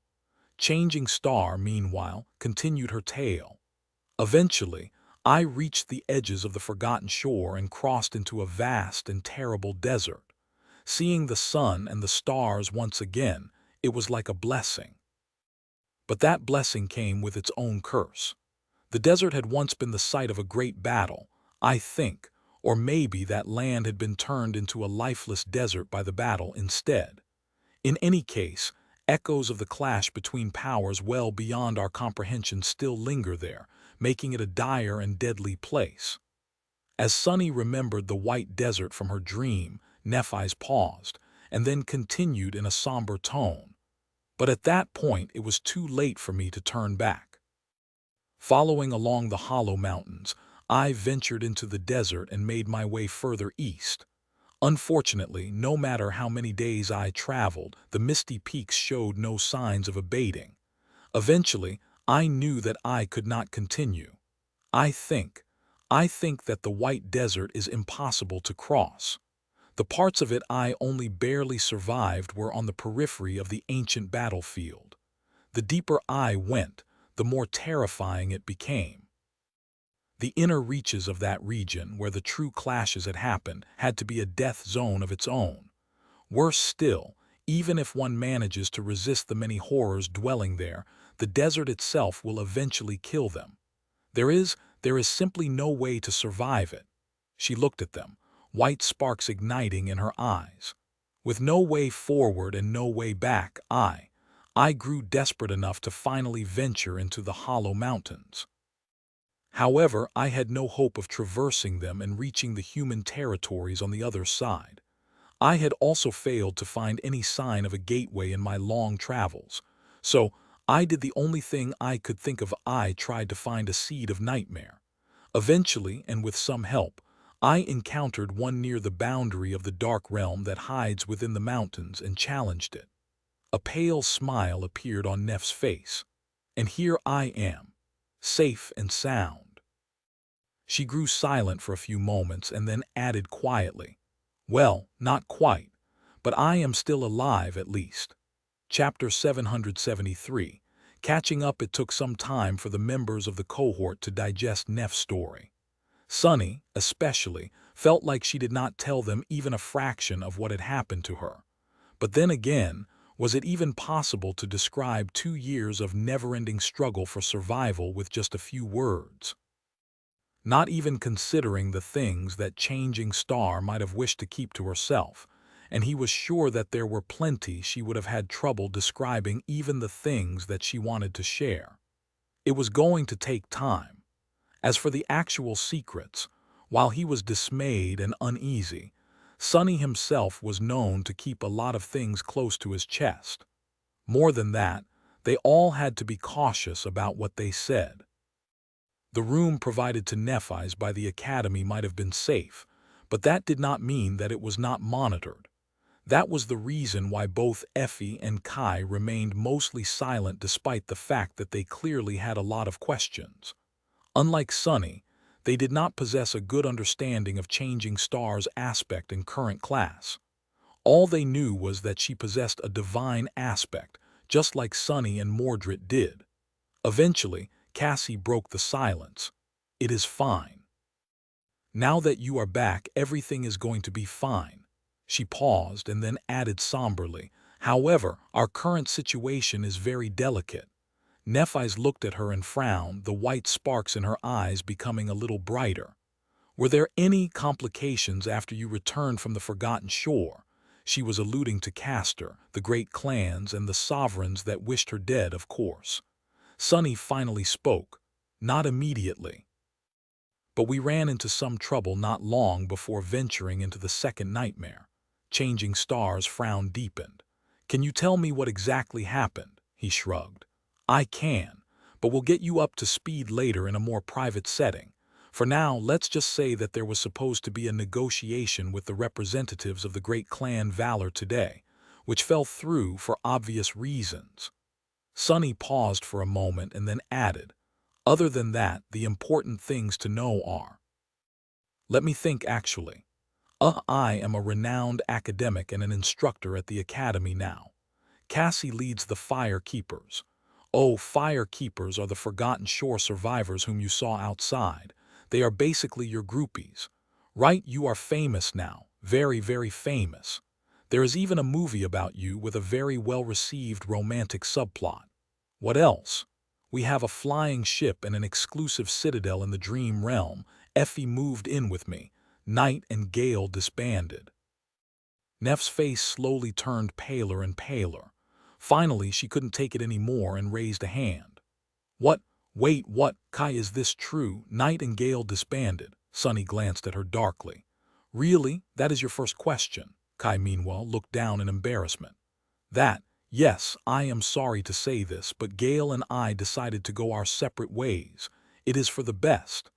My status as a master would have just dragged him down, especially because my aspect evolved after I killed that dragon. Nephis blinked. Oh, a dragon, Sonny grinned. Oh yes, Kai killed a transcendent dragon. Effie and I killed a couple of saints too. I even killed the same one twice. First time before I was beheaded, the second time after. Changing Star slowly raised her second hand and grabbed her head. I think I need a moment. Wait, can you start from the beginning? A strange expression suddenly appeared on her face. And did you say something about a movie with a romantic subplot? What? Sonny had a bit of fun filling Nephis in on what had been going on with the four of them and the waking world during her absence. There was a lot of ground to cover, but he chose only the juiciest moments, like falling into a bottomless abyss for a month straight on top of a dead demon, being burned by divine flames, and discovering an ancient tower left behind by a mysterious deity. Or finding out that Effie was confined to a wheelchair in the waking world, only to see her leave it behind after conquering the second nightmare. Or slaying a corrupted monster to get their hands on a shipwrecked flying vessel and repair it. Or watching two saints obliterate an entire island as they thought to the death. The list went on and on. After a while, Neff weakly waved her hand. I think I need a break. Can you guys give me a few minutes? By then, it was already late into the night. It was dark outside the window, with only pale moonlight and powerful beams of defense turrets illuminating the black sky. Sonny grew silent, then shrugged. Sure, you need some rest anyway. We can continue in the morning. The government should be ready to release you by then, too. Have you thought about where you want to go?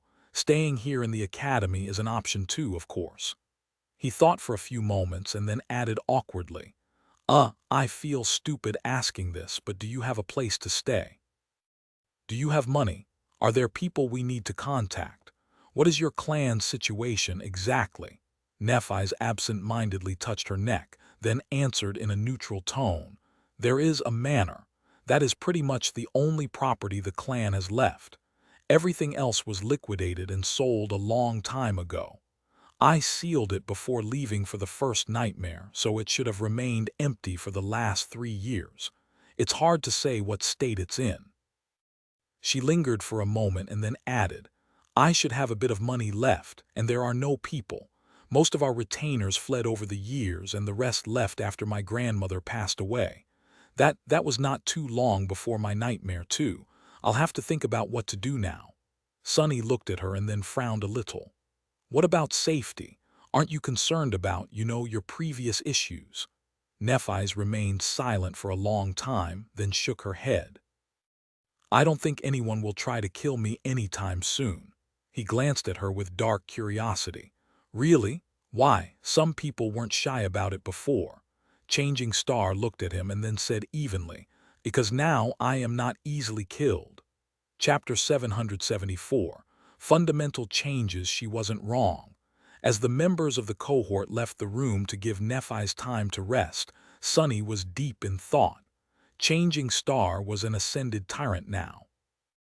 Killing her was much harder than assassinating a mundane child that was protected only by the dwindling forces of a fallen clan, especially due to the nature of her powers. In fact, short of sending a saint to do the job, nothing the great clans could throw at her would work.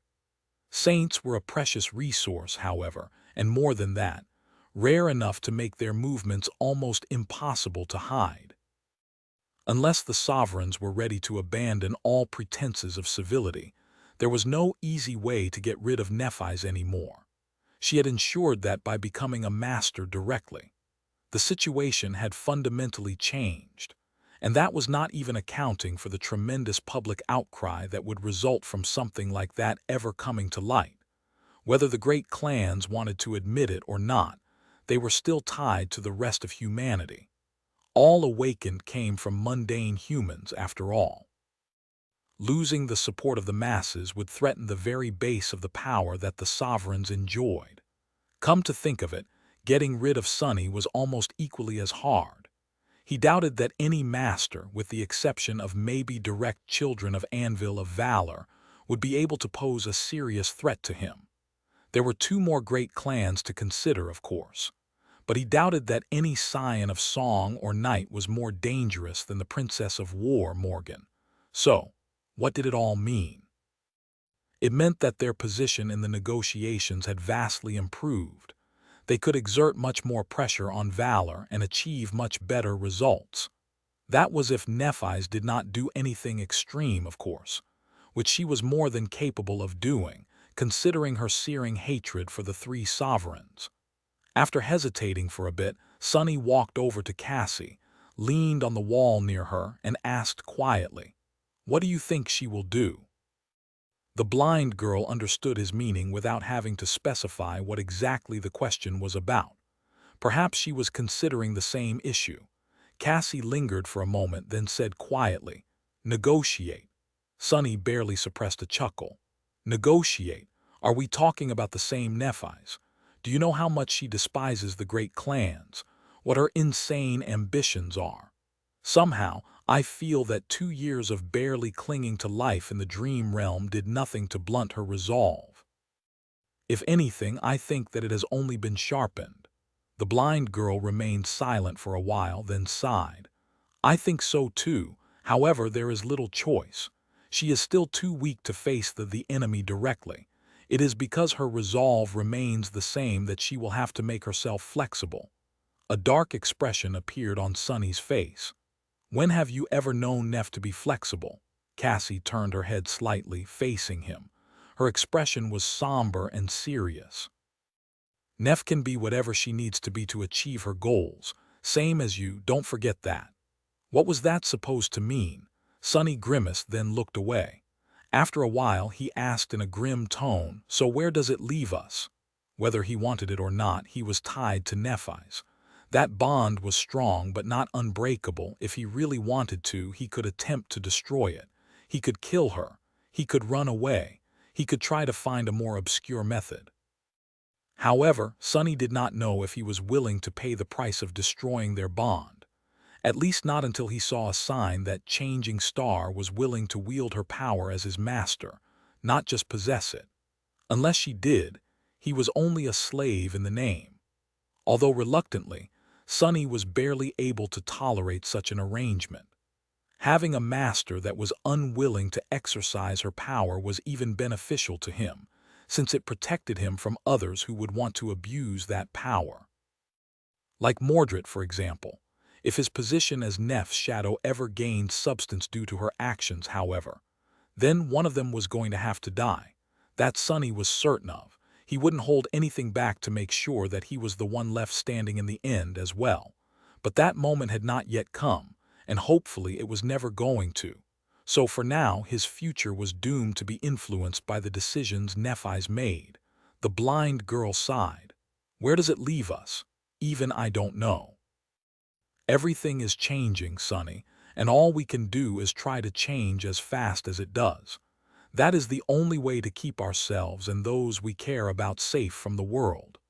Sunny looked at Cassie, trying to understand the implications hidden in her words. Then he said in a grim tone, "Who's going to keep the world safe from us?"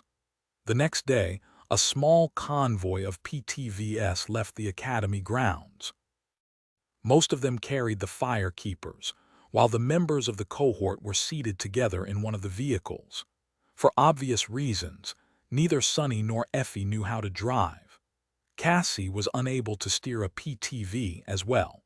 So, in a strange turn of events, Ascended Nightingale, a famous idol and global celebrity, ended up playing the role of the chauffeur. Kai and Sunny sat in the front, while the three young women remained at the back of the vehicle. As the convoy moved through the streets of the city, they briefly explained the more sensitive details of the cohort's current situation to Nephis. The column of PTVS was headed toward a remote district where Immortal Flame's sealed manor was situated.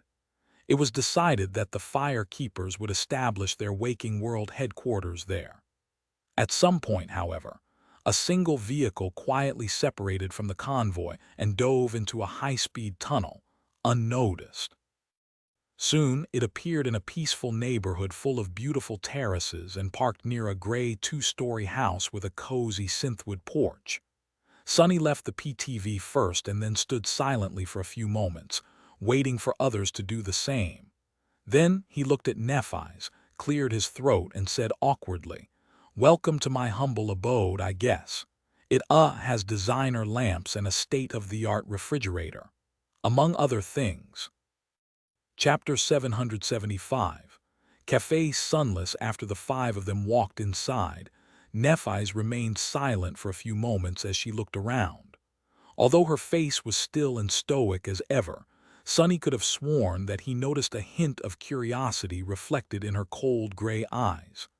After a while she asked, "This is your home?" Due to her sheltered upbringing, Changing Star had probably never been in a normal residence. Strangely, she was someone who had only experienced living in upscale manors and squalid dream realm slums with nothing in between. Still, Sonny was not discouraged. He grinned and nodded proudly. "Yes, bought it fair and square with the contribution points from my first research paper. I own this place." Nephi's hesitated. "What happened to the walls?" His smile dimmed a little. Effie happened. Of course, he had long cleaned the mess that the huntress created after ascending. However, Sonny had been too preoccupied with other matters to enact proper repairs. As the result, the guest bedroom only had a flimsy curtain covering its irregular-shaped entrance, but no door. "Maybe I should get to it." Sonny cleared his throat, then gestured at the living room section of the main space. "Make yourself comfortable. I'll make us something to eat." As the cohort settled, he walked to the kitchen area and stood in front of the open refrigerator for some time, thinking. For some reason, Sonny had a strong desire to cook up something special. Nephi's must have been sick of eating monster meat for years, so, finally, he produced a number of ingredients and laid them out on the cooking surface, then started the preparations. Fried rice. Fried rice should do the job. Omurus. Do I have eggs? As he went about it, the discussion reached a poignant moment. Cassie was finishing describing the important details of the reason for their tense relationship with Clan Valor. "And so we accomplished our goal and ascended. However, that man Mordred, he must have ascended as well. His clan doesn't know that yet, so their response was only mildly aggressive. Skytide of White Feather took most of the blame for his escape and the consequent death of Saint Cormac. That did not save us from all fallout, sadly." She paused, and then added somberly, "They have secretly captured 2 of the Loyalist Forgotten Shore survivors. The rest of us took shelter in the dream realm." For the past 6 months, Sonny's contact in the government acted as an intermediary to arrange a peaceful negotiation. It seems that Valor is finally ready to talk, but they aim to recruit at least one of us into their clan. The blind girl sighed. "The 4 of us are already a very important asset, but with the addition of the Firekeepers, our value is nothing short of tremendous. If they can't get all of us, they are determined to at least make sure that we don't pledge allegiance to their competitors. Of course, now that you are here, the situation has become even more fraught with tension. Valor will be much more motivated." Cassie smiled weakly and then said in an apologetic tone, "I'm sorry to have to burden you with all that right after you return." Nephi's remained silent for a few moments, then shook her head. "No, you were right to inform me. Thank you." A grim and thoughtful look appeared on her face. Sonny, meanwhile, listened to the conversation silently. He was darkly perplexed by the fact that his life had turned out in such a way that encountering words like loyalists, government contact, and allegiance in a casual conversation did not seem out of place. Effie, meanwhile, looked at Changing Star with curiosity and asked, "I get what our problem with the great clans is. What's your problem with them? I thought that you, of all people, would have been chummy with the top legacies, princess." Nephi's looked at her without any amusement. "They want me dead." The huntress blinked a couple of times. "What? Why?" Changing Star shrugged. "You'll have to ask them." Effie remained silent for a while, thinking. After some time she frowned and asked, So was Castor, Nephi simply nodded. He was. Kai looked at them with confusion. He was what? Everyone turned to him, suddenly realizing that the archer was less informed about some of the darker secrets of what had happened on the Forgotten Shore than the rest of them. After a while, Effie shook her head. I mean, aren't you the walking lie detector? What do you think Castor was up to? Kai coughed. Oh, he was indeed a bit dishonest sometimes, but I just assumed that he was trying to hide his feeling for Lady Nephis. At that moment, Sonny walked over carrying 7 plates. He held 2 in his hands, 2 more in shadowy limbs that played the role of a second pair of hands, balanced 2 on his forearms, and the 7th was swaying slightly on top of a tangible shadow that resembled a long tail. Placing a plate of delicious, steaming omurice in front of Kai, he said with a crooked grin, oh, he had feelings for her for sure, the feelings of wishing to kill her to complete his mission. Sadly, he stumbled on me first. It was a sad thing indeed. If Sonny had not killed Castor, if Nephis had known in advance that slaying the Crimson Terror would force the Spire to seek another conduit, if Cassie's vision had been more detailed, well, there was no point in feeling regret now. What had been done was done. The current conversation just went to show that Kai's strange flaw, while useful, was also often detrimental and misleading. As Kai stared into the distance in stunned silence, Sonny placed the other plates on the table, pushed 3 of them toward Effie, dismissed the shadows, and landed on a soft armchair. Then he picked up his utensils, smelled the omurice, and let out a satisfied sigh. What are you waiting for, fools? Dig in. Chapter 776. The enemy of my enemy. The omurice disappeared from the plates with a speed that made Sonny a bit full of himself. He smiled proudly and then looked at Nephis. So, what do you think about the mess we're in? She put down her utensils, looked at the empty plate with a hint of regret, and then asked, that Mordred, the rank of his aspect is the same as ours. Sonny nodded, prompting her to frown. While she thought, he reluctantly added, he is also older and more powerful than us, and possesses more knowledge than anyone in the waking world should have. Other than that, he is, actually, I don't know what he is. I just feel that something is very wrong with that guy. Regardless, he is dead set on destroying clan valor. It is just hard to tell how he is going to go about accomplishing that goal. Changing Star remained silent for a few moments, then said evenly, he is going to search for allies. Sonny's expression grew a little darker. Mordred is not exactly a team player. Nephis slowly shook her head. It doesn't matter. No matter how powerful he has become, it won't be enough to reach his goals. The enemy is too strong. Their power is too absolute. She did not say it, but from the grim expression on her face, Sonny could guess what Changing Star was thinking about. That she was in the exact same position, which did not bode well. He grimaced. So, do you think that we should expect to find the bastard on our doorstep one day? The enemy of my enemy and all that? Sonny was not looking forward to meeting Mordred again, let alone getting entangled with him in any shape or form.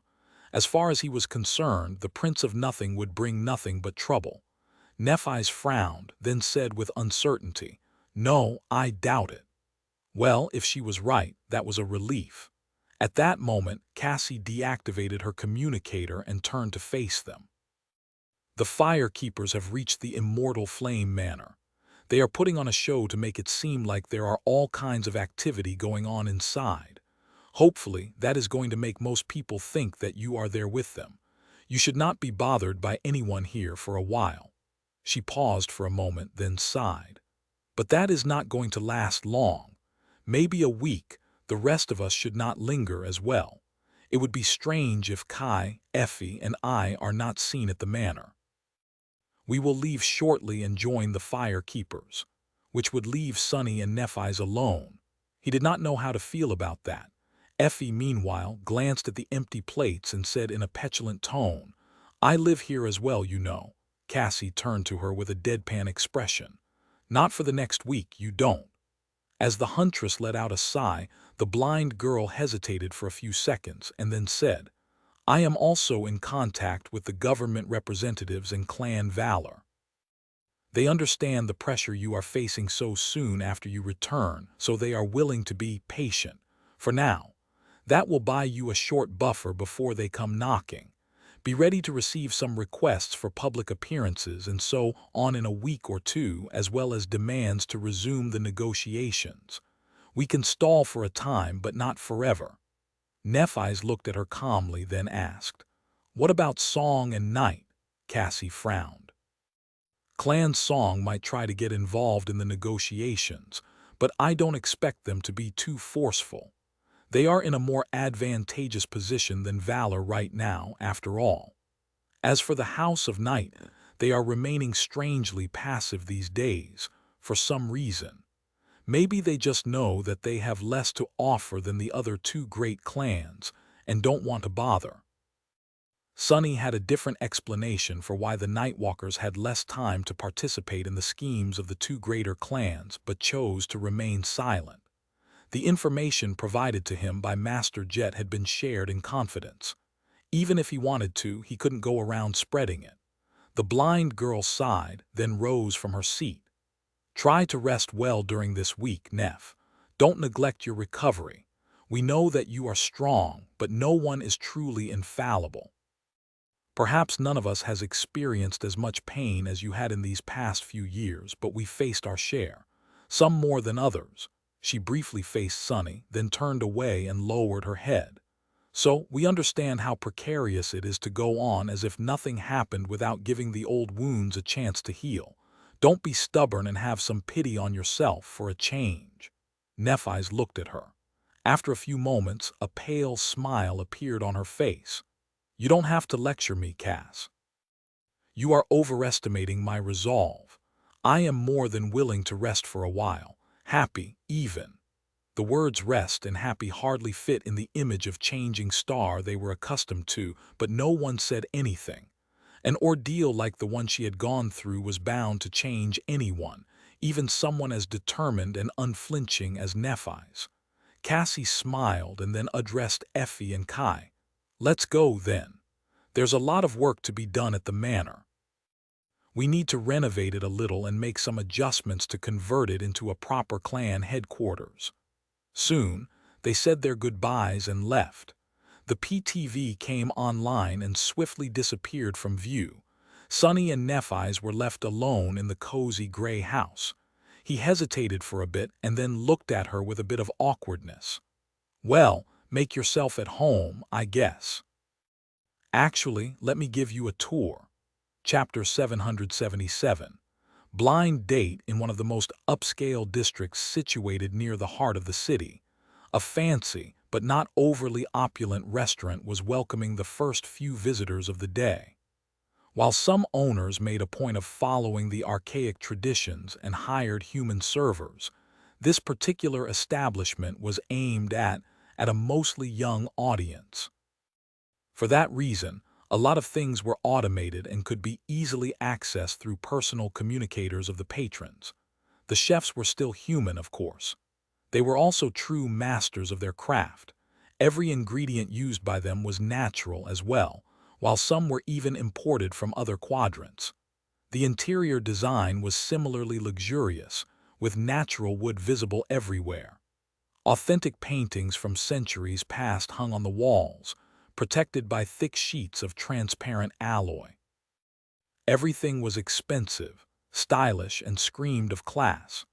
Such a restaurant, of course, was only accessible to citizens of the highest ranks, who could afford to dine here.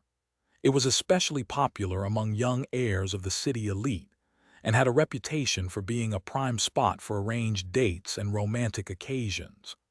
Currently, a couple of such meetings were taking place inside, with wealthy young men and women going through the awkward motions of attending a blind date arranged for them by their families. Strangely, the most striking visitor of the famed restaurant sat alone, as if her date was running late.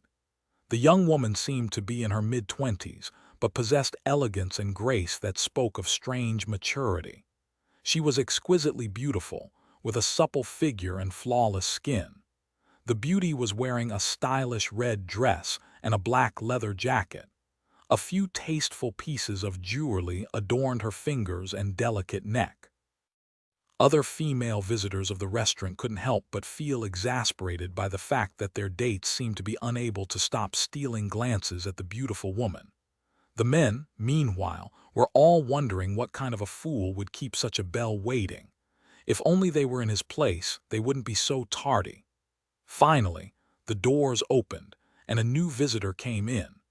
The young man looked around, scratched the back of his head, and then headed toward the table where the striking beauty sat alone. Sitting down, he smiled sheepishly and said, "Sorry for being late.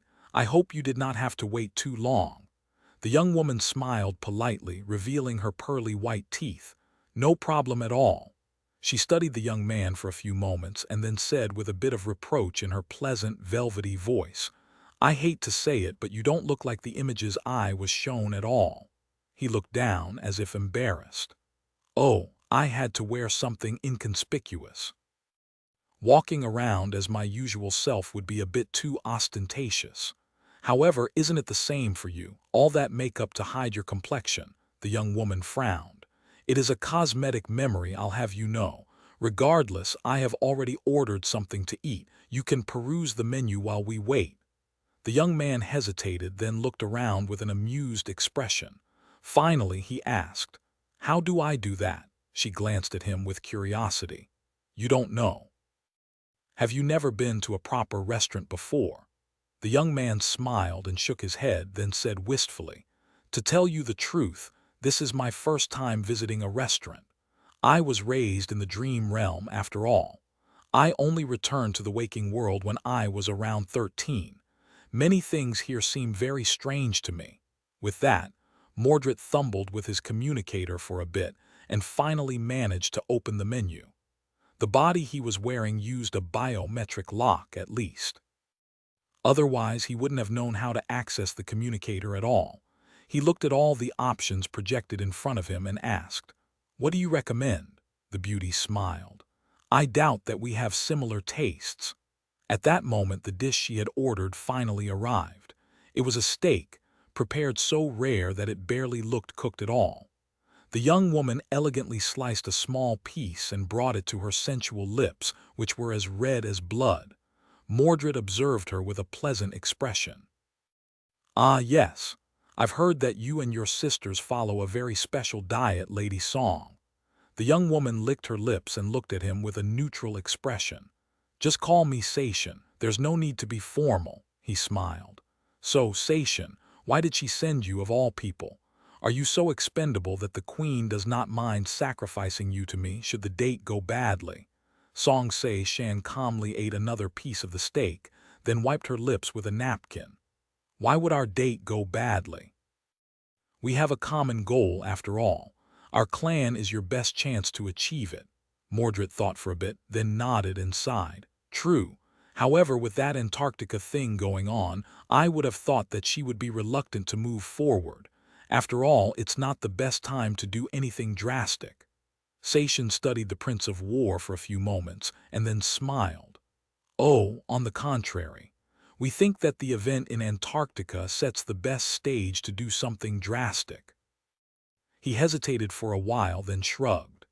"Well, fair enough. So what now? Do I have to kneel and recite a vow, kiss your ring, or do something else?" The beauty shook her head. "Usually you would have had to sign a contract with a drop of your blood. However, considering your propensity to change attires, that would hardly do anything, wouldn't it?" She smiled. "So there's no need. Welcome to the clan Song, Prince Mordred. I look forward to all the great things we will accomplish together." Mordred reciprocated her smile, then chose a couple of options in the menu and pressed them. Then he sighed and said with a bit of amusement, "Ah, it feels strange to be adopted." Chapter 778.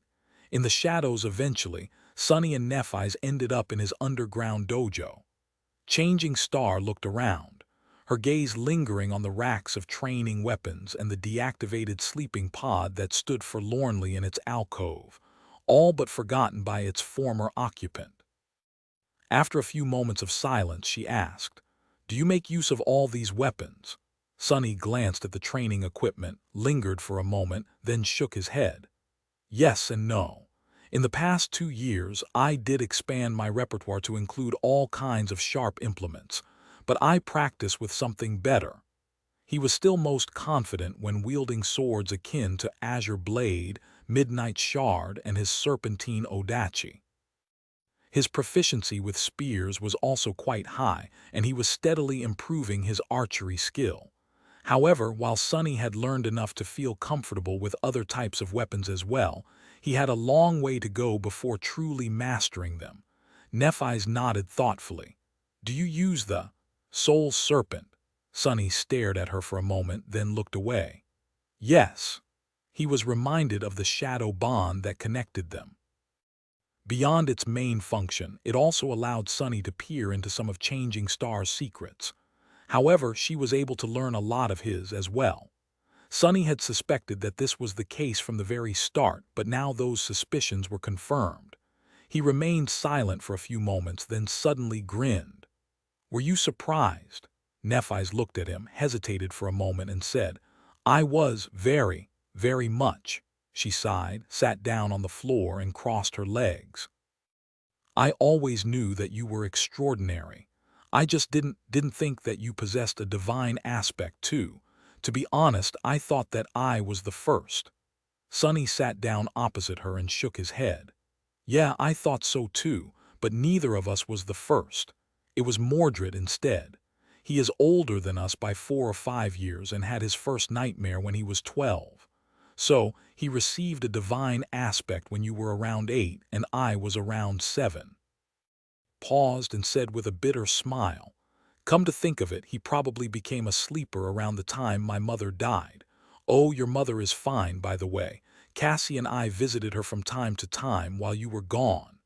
As a hint of emotion appeared on Neff's face, she lowered her head. Thank you. Then she lingered for a moment and asked, do you mind telling me where the divine memory in your possession came from? The Weaver's mask. Sonny smiled darkly. Do I mind? I do. But I'll tell you anyway. I found it below the cathedral in the Dark City on an ancient corpse that turned to dust as soon as I took the mask from it. Changing Star tilted her head a little. Do you mind telling me what it does? He laughed. Why not? I'll tell you. It can reverse one's flaw. A sudden silence settled in the dark chamber. Nephi's looked at him, a hint of longing and pain reflecting in her striking eyes. Sonny grinned. Why? Do you want to take it from me? All you have to do is to say the word. It's not like I can refuse. She stared at him for a long time, then silently turned away and did not say anything. Sonny's grin turned somber. Good decision. Did you think that it will save you from the pain? It won't. The mask does not nullify the flaw, it just reverses it. No matter what, the flaw is still a curse. By now, we both should have a good sense about such things. Chances are, the new curse would be more terrible than the old. Right now, you have to burn yourself alive every time you actively use your aspect. With the help of the mask, you would most likely be burning without reprieve forever unless you were using it. He grew silent and then added, the mask can also kill you in many other ways. It is too powerful to be used lightly, at least by the likes of us. Nephi's hesitated for a few moments, then gritted her teeth. It is fine. I don't need to be liberated from my flaw. I don't need a powerful memory to uplift me. I myself is enough. Sonny stared at her, then shook his head. You are exactly the same, you did not change at all. I thought that 2 years of despair would have made you a little smarter, but you are still clinging to your deranged dreams, aren't you? She looked at him, remained silent for a while, and then smiled with the corner of her mouth.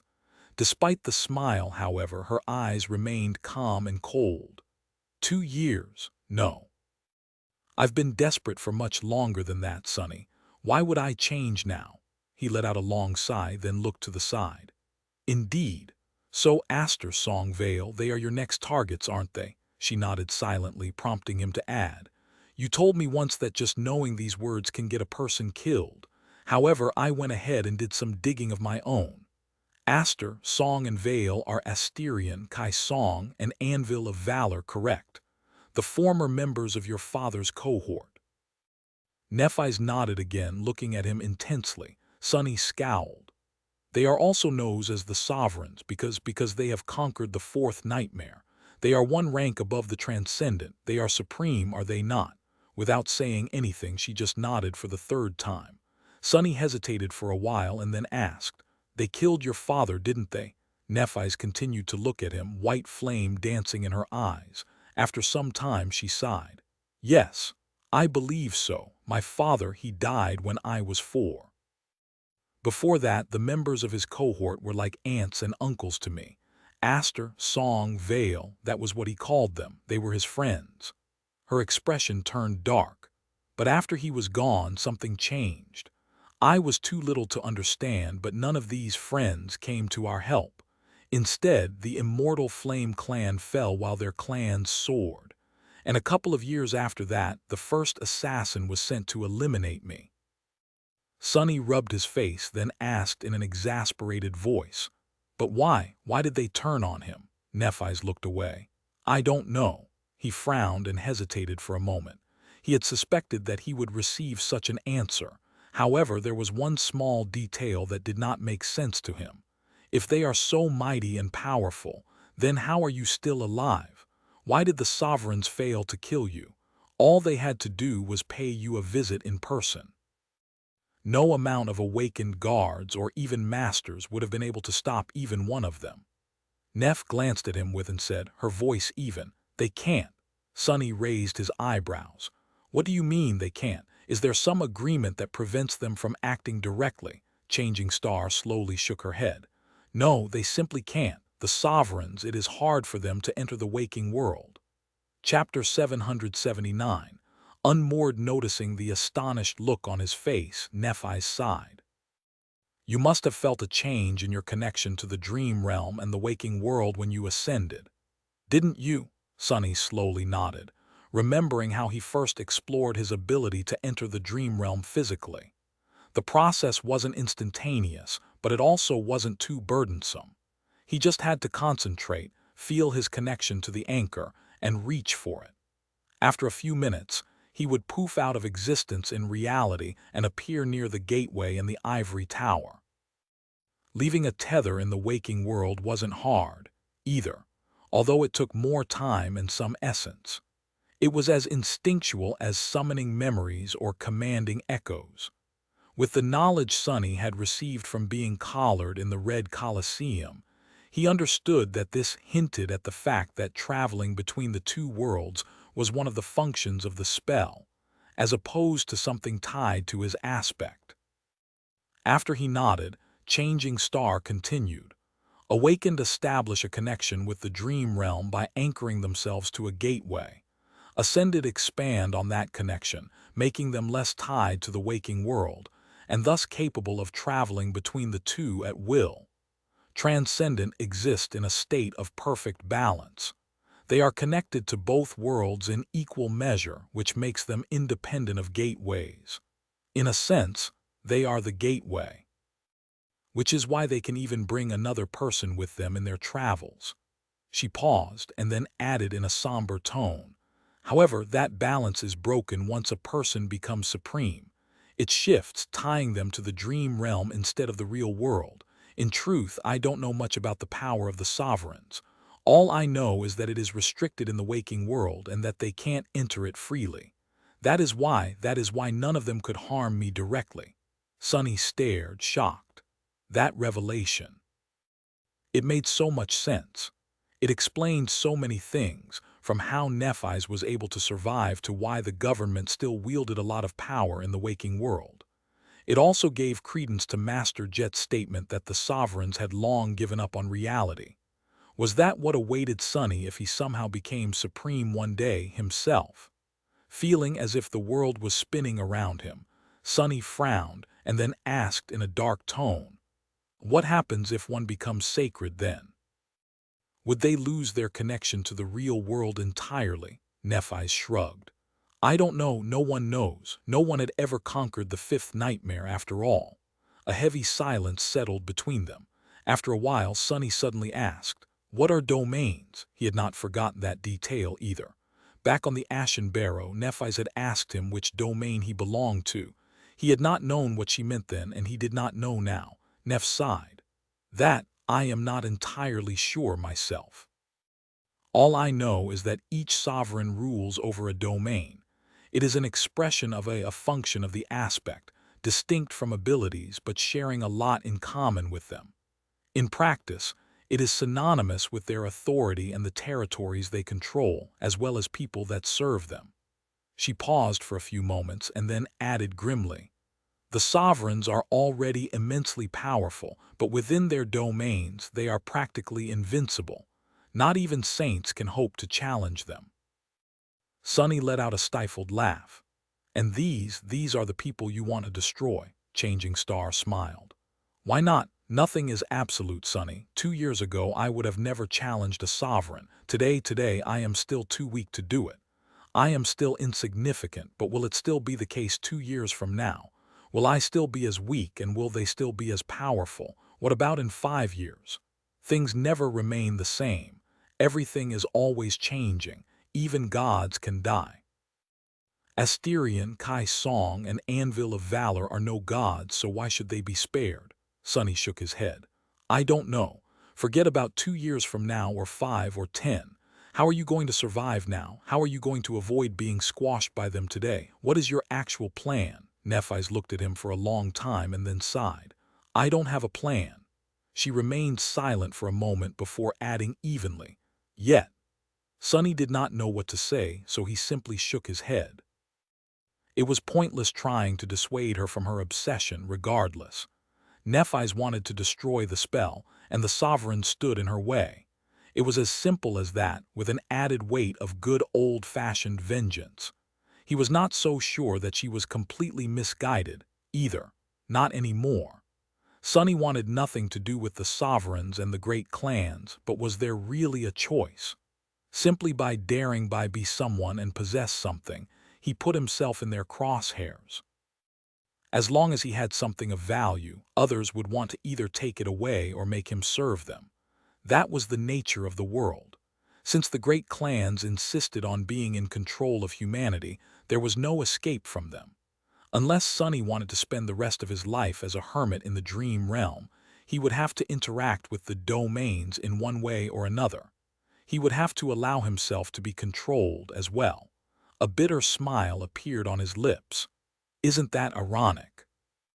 Why was it so hard to gain even a tiny bit of freedom in this damned world? Sonny wanted to become strong to be free, but the stronger he became, the more formidable powers wanted to subjugate him. Now, it seemed that the only choice he had was to either give up or become even stronger still, stronger than anyone and anything, which was more or less exactly what Nephis was trying to achieve, even if for a different reason. He sighed and then waved a hand dismissively. Anyway, I'm tired of this conversation. Want to spar? Chapter 780. Friendly spar. Sonny and Nephis stood opposite each other, holding training swords. Both felt more than a little disturbed by how much this scene resembled their bitter confrontation at the very top of the Crimson Spire. Of course, today, the situation was completely different. They were just going for a friendly spar, not a battle to the death. There were no stakes in this training fight, no emotional investment, no complicated mixture of regret, fury, and resentment. So why did Sonny feel as though he had to prove something? Forcing himself to relax, he glanced at Nephis and attacked. Their swords met with a deafening clangor.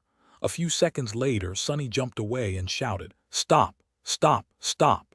Changing Star froze while he looked around, breathing heavily. Sonny gritted his teeth and spat a muffled curse. Damnation! His idea to have a spar might not have been the wisest one he ever had. Yes, the underground dojo was designed specifically to allow Awakened to train their powers. It was isolated, reinforced, and heavily armored, able to transform into an impregnable bunker in case a gate opened nearby, and a tide of nightmare creatures flooded the district. The interior was furnished with heavy plates of armor-grade ceramic alloy and supplied with training equipment meant to withstand the rigors of Awakened power. However, Sunny and Nephi's weren't awakened anymore. They were full-fledged masters, and abnormal ones at that. The alloy sword in his hand was shattered. A few plates on the floor were broken. If this continued, the repair bill for the dojo was going to really sting Sunny's wallet. More than that, Nephi's was not exactly at her best. She had just returned to the waking world yesterday. Before that, she had been a sleeper, which meant that she had no experience of controlling soul essence whatsoever, let alone doing it with intricate precision and efficiency of a master. She had never even done it crudely as an awakened. Sunny could tell exactly how chaotic and unrestrained the flow of her essence was, because Shadow Dance now allowed him to sense the movement of the mystical energy through the bodies of his opponents. Sure, every master had an instinctual understanding of how to augment their physicality with essence, but it still took some time to get used to it, and even more to master it. However, every ascended before changing star enjoyed having the experience of making the first steps on that long and arduous road as an awakened. In fact, by the time awakened reached ascension, controlling essence was as natural to them as breathing. Not so much for Nephi's. Her return as a master might have been miraculous, but it also deprived her of a lot of things that people who did not break the natural order of things usually enjoyed. She was out of her depths. As Changing Star stared at the broken sword in her hands with a deep frown, Sunny waved a hand in the air and forced out a smile. That, you'll have to spend some time learning how to guide your soul essence. After that, you will have to spend even more time relearning how to fight with its help. I had years of practice already, so fighting at full force won't do us any good. He thought for a bit and then said, "All right, let's try this again, but without using any essence at all. It will be a pure test of skill, sure." Nephi's had one more core than him. But with all things considered, if both of them neglected using essence or augmenting themselves with their abilities, the gap in physical prowess should not have been too overwhelming. Once again, they stood opposite each other and concentrated. Each discarded their broken weapons and took new ones. A moment later, they clashed. This time, things went better. However, not by much. One of the problems was their battle techniques. Due to Shadow Dance and his familiarity with Nephi's, it didn't take Sunny long to sense the core of her style. It had changed a lot and matured over the past 2 years, but so did his mastery of his aspect legacy. Although Sunny could not master the style yet, he attuned himself to its flow and cadence enough to be able to predict some of Neph's moves with a good degree of precision. The problem, then, was that Changing Star herself could do more or less the same. Her ability to discern, predict, and control patterns of combat was not based in affinity to shadows, and was sufficiently different from it, but achieved a similar result. It was the product of her talent, training, and incredible combat intelligence. As the result, Sunny was able to somewhat predict what Nephi's was thinking of doing, while she could predict what he had predicted her actions, and change her approach on the fly, which he would also discern, and so on. It was very confusing. Sunny had never found himself in a battle that demanded so much mental gymnastics before. He was not even entirely sure what was happening. There had to be a solution for this predicament, of course, but he had no time to come up with one yet. However, that was just half of the problem. The other half was that Neph's essence control was so rudimentary and bad that she couldn't even prevent herself from instinctively using it. As the result, Sunny had to endure sudden outbursts of speed, strength, and agility that were too chaotic to predict. Because he was holding himself back, handling this pressure was rather troublesome. At some point, Changing Star overdid it during one of her strikes, causing her second training sword to shatter as well. The jagged end slid forward and bit into Sunny's cheek. Drops of blood fell to the floor. Sunny jerked back and grimaced, feeling that the left side of his face was seriously torn. The wound was bad enough to cause blood weave to shed a few drops. It was nothing that he wouldn't be able to heal quickly, of course, but it still hurt. Before he could say anything, Nephi suddenly reached forward and placed a cool palm on his torn cheek. In the next moment, a brilliant white radiance illuminated the underground dojo. His pain instantly disappeared, replaced instead by relief and gentle warmth. He felt. He felt as though he was being cleansed by something pure, precious, and sacred. A pristine white flame. Standing close to each other, the two of them froze for a moment. Neff's hand rested on Sunny's cheek, which was swiftly healing. The soft radiance emanating from her skin reflected in her calm gray eyes. Beneath that calmness there were pain and suffering in them. Sunny moved slightly, wishing to say that she didn't have to do this. Before he had the time to speak, however, something unexpected happened. The white flames suddenly sipped under his skin and then engulfed him. Chapter 781. The brightest light. Sunny shuddered, thinking that he was caught on fire, but then froze. Somehow it did not seem like the white radiance was harming him at all. It just enveloped his body, making his skin shine with a suffused glow.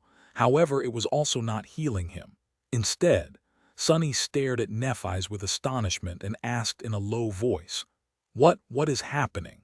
From the confused look on her face, she did not do whatever it was that had happened on purpose. Changing Star took an involuntary step back, removing her cool palm from his cheek, and briefly glanced at her hand. The white glow was gone from it. I don't know." Sunny opened his eyes wide and looked down on his shining body. Very strangely, he felt empowered. In fact, his condition was very similar to how he felt when one of his shadows was wrapped around him.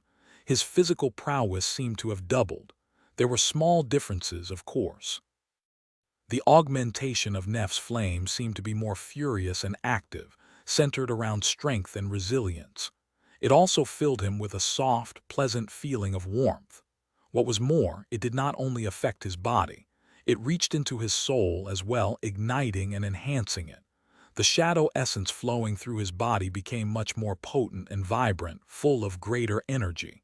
Sunny blinked. Did Nephi's just augment him with her aspect ability? Since when can you augment other people?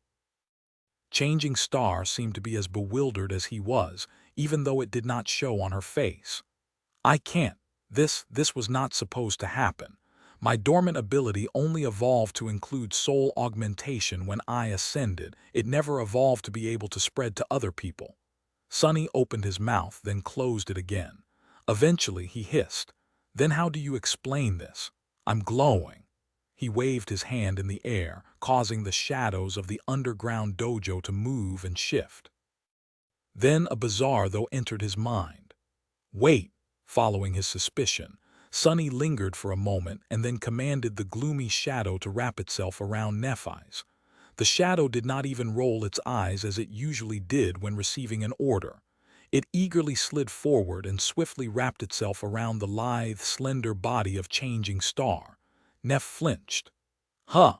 She studied her arms with wide eyes. Her ivory skin had turned gray, as if covered by dark film. Then she made her hands into fists and frowned. "I feel stronger." The two of them remained silent for a few moments, processing the implications of this unexpected discovery. Usually, Sunny felt a lot of negative emotions every time he thought about the innate ability of his aspect, Shadow Bond, which tied him to Changing Star's will. On this occasion, however, his curiosity and greed for power briefly overpowered his resentment. If Shadow Bond allowed Nephi's and him to augment each other to this degree, what else would they be capable of? Neph seemed to come to the same conclusion. They glanced at each other, understanding the other's thoughts without having to say anything. Sunny hesitated for a moment, then said, "It causes you pain to use your ability. We can stop now." She slowly shook her head. No yet." With that, Sunny simply nodded and commanded the gloomy shadow to return and wrap itself around his body. At the same time, he ordered the other three to do the same. Changing Star, meanwhile, concentrated for a moment, causing the white radiance suffusing his skin to grow many times more intense. Sunny let out an audible gasp.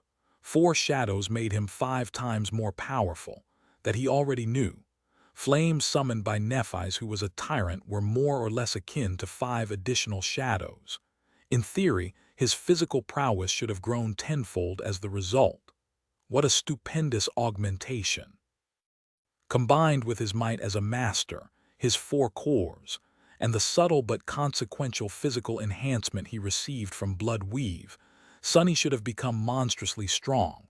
But in reality, the effect was even great. The shadows and the brilliant light seemed to resonate with each other, making the sum greater than its parts. Sonny turned into a silhouette shrouded in broiling darkness. That darkness, however, was permeated with blinding white light. The light made the darkness deeper, while the darkness made the light much more stark and radiant. He looked like an abyssal spirit of the starlit void. He felt powerful, immensely powerful, powerful enough to face a saint in a fight. He looked at the training sword grasped in his hand and easily made the reinforced alloy shatter in his grip. He did not even have to exert a lot of his strength. Deeply stunned, Sonny whispered, "Scary." A few moments later, Nephi sighed and recalled her flames. Sonny allowed his shadow to slid back to the floor. Changing Star looked at him and asked, her voice unsure, "How did it feel?" Sonny remained silent for a while. Eventually, he forced out a pale smile and said, "Like a dream." They stayed in the dojo for the entire night, experimenting with the strange and frighteningly powerful application of their unnatural bond. There were many things they had to explore, even though it was too dangerous to test the limits of this new power here. The last thing Sonny wanted was to completely wreck the foundation of his home. It wouldn't have been fun if the whole building suddenly collapsed. Still, there were a lot of things that they have discovered. First, both Sonny and Nephi's could be enhanced by the white flames and the shadows. All of this might could be concentrated on one person, or shared between them in any proportion they chose. Mixing any light into the shadows, or even one shadow into the radiant light, made the end result more powerful. Secondly, the same could be done to their memories. Pouring all of their power into the cruel sight, for example, made it somewhere around 15 times deadlier. This scale of enhancement went well beyond the confines of its rank, making the somber spear as powerful as a transcendent weapon. Applied to an armor, the augmentation was just as strong. However, doing so would have been a bit wasteful. Memories had no souls, and as such, the part of changing Star's flames that made a person's soul more active and resilient was wasted on them. It did, however, affect shadows and echoes. Sonny and Nephi's tested the full augmentation of their combined aspects on Saint first, and then on the echo of a 6-armed ascended demon that changing Star possessed. The result was as frightening as what Sonny had experienced himself. As the dawn painted the world in shades of pale violet and lilac, the pair was still cooped up in the underground dojo. Although neither spoke, their eyes were full of thought. Both understood what their discovery meant. Each of them bore a divine aspect. Each was immensely powerful when compared to other ascended. When two bearers of divine aspects combined their power, however, imagining what they could do was indeed a bit scary. After a while, Sonny glanced at his communicator and flinched. "Crap. It's morning already. I am going to be late for my lecture." He looked at Nephi's, suddenly realizing how tired and spent she looked. Using her ability so much must not have been easy. She simply nodded. "You can go if you wish. I'll rest for a while." Sonny hesitated for a moment, then nodded and used Shadow Step to jump to his closet on the 2nd floor of the house. A few minutes later, he was already running out of the door, wearing civilian clothes that Kai had helped him pick a while ago. Changing Star was left alone. Chapter 782. Grand Teacher. On the way back from school, Rain couldn't think about anything else except for the news that she had heard from her classmates. At first, she had dismissed them as a wild rumor, but then her inquisitive nature forced her to check the respectable government portals to make sure. A minute of research revealed that the rumors were true. Changing star of the immortal Flame clan, the lost hero of the Forgotten Shore, had ascended and returned to the real world. She was alive. Can't be. By now, the news were spreading across the network like wildfire. Rain could tell that many of the passengers riding the train with her were thinking and talking about the same thing. Everyone looked shocked and excited. She did not pay other people any attention, however. There was only one thought on her mind. She had to tell Sunny. Her friend and mentor was a member of Changing Star's cohort, after all. More than that, from the hints she had received from Effie and a short conversation she had had with Sunny, Rain knew that there was much more between the two than simple camaraderie. He had basically admitted as much. Sunny will be so happy. Despite the fact that she was not supposed to have the next lesson with her young tutor for a few days, Rain decided to bring him the news personally. And right away. She simply couldn't wait. Of course, in all her excitement, she had failed to account for the fact that if the news were indeed true, Sunny would have been one of the first people to learn of it. Full of anticipation, Rain rushed from the tram station to her mentor's house, opened the door and walked inside. Throwing her backpack into the corner by habit, she took off her shoes and shouted, "Sunny, Sunny, are you home? You won't believe." Then, however, the teenage girl froze with her mouth wide open. As she watched in stunned silence, the curtain hanging over the entrance to the guest bedroom parted, and a tall, incredibly beautiful young woman walked into the living room. Suddenly, it seemed as if sunlight pouring through the windows became a little bit brighter. The young woman was slender and graceful, with flawless ivory skin and striking gray eyes. Her face was calm, aloof, and strangely mesmerizing. What shocked Rain much more, however, was that the beautiful stranger's skin glistened with moisture, as if she had just left the shower. She was wearing nothing but one of Sunny's black shirts, leaving her long legs mostly bare. And her hair was of a strange silver-white color. The silver-haired young woman walked toward the kitchen, then stopped and looked at Rain. A hint of confusion appeared on her face. She hesitated for a moment, then said, "Hey." Rain raised a trembling hand and pointed a finger at the stranger's head. Her teeth chattered as she forced out, You're. The beautiful stranger raised an eyebrow and remained silent. Rain finally managed to finish her sentence. "You're Changing Star." The last daughter of the immortal Flame clan tilted her head a little, then shrugged. "Yes, I am. Who are you?"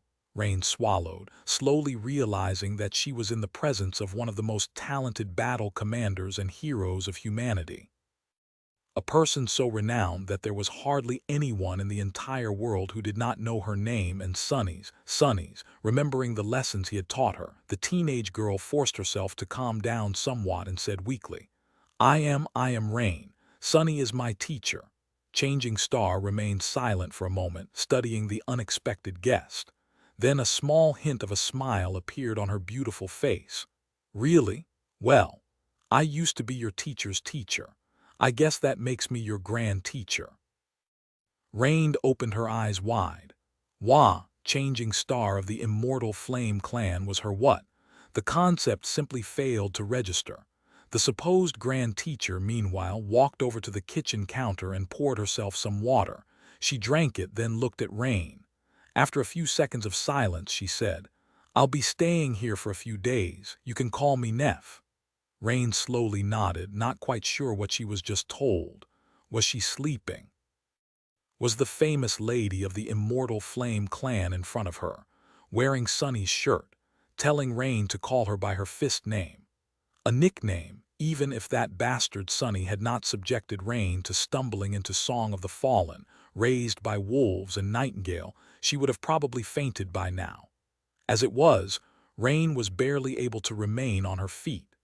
Lady Changing Star, Neff, looked at her attentively and then suddenly asked a strange question. "Rain, does your home have a big window and a lawn?"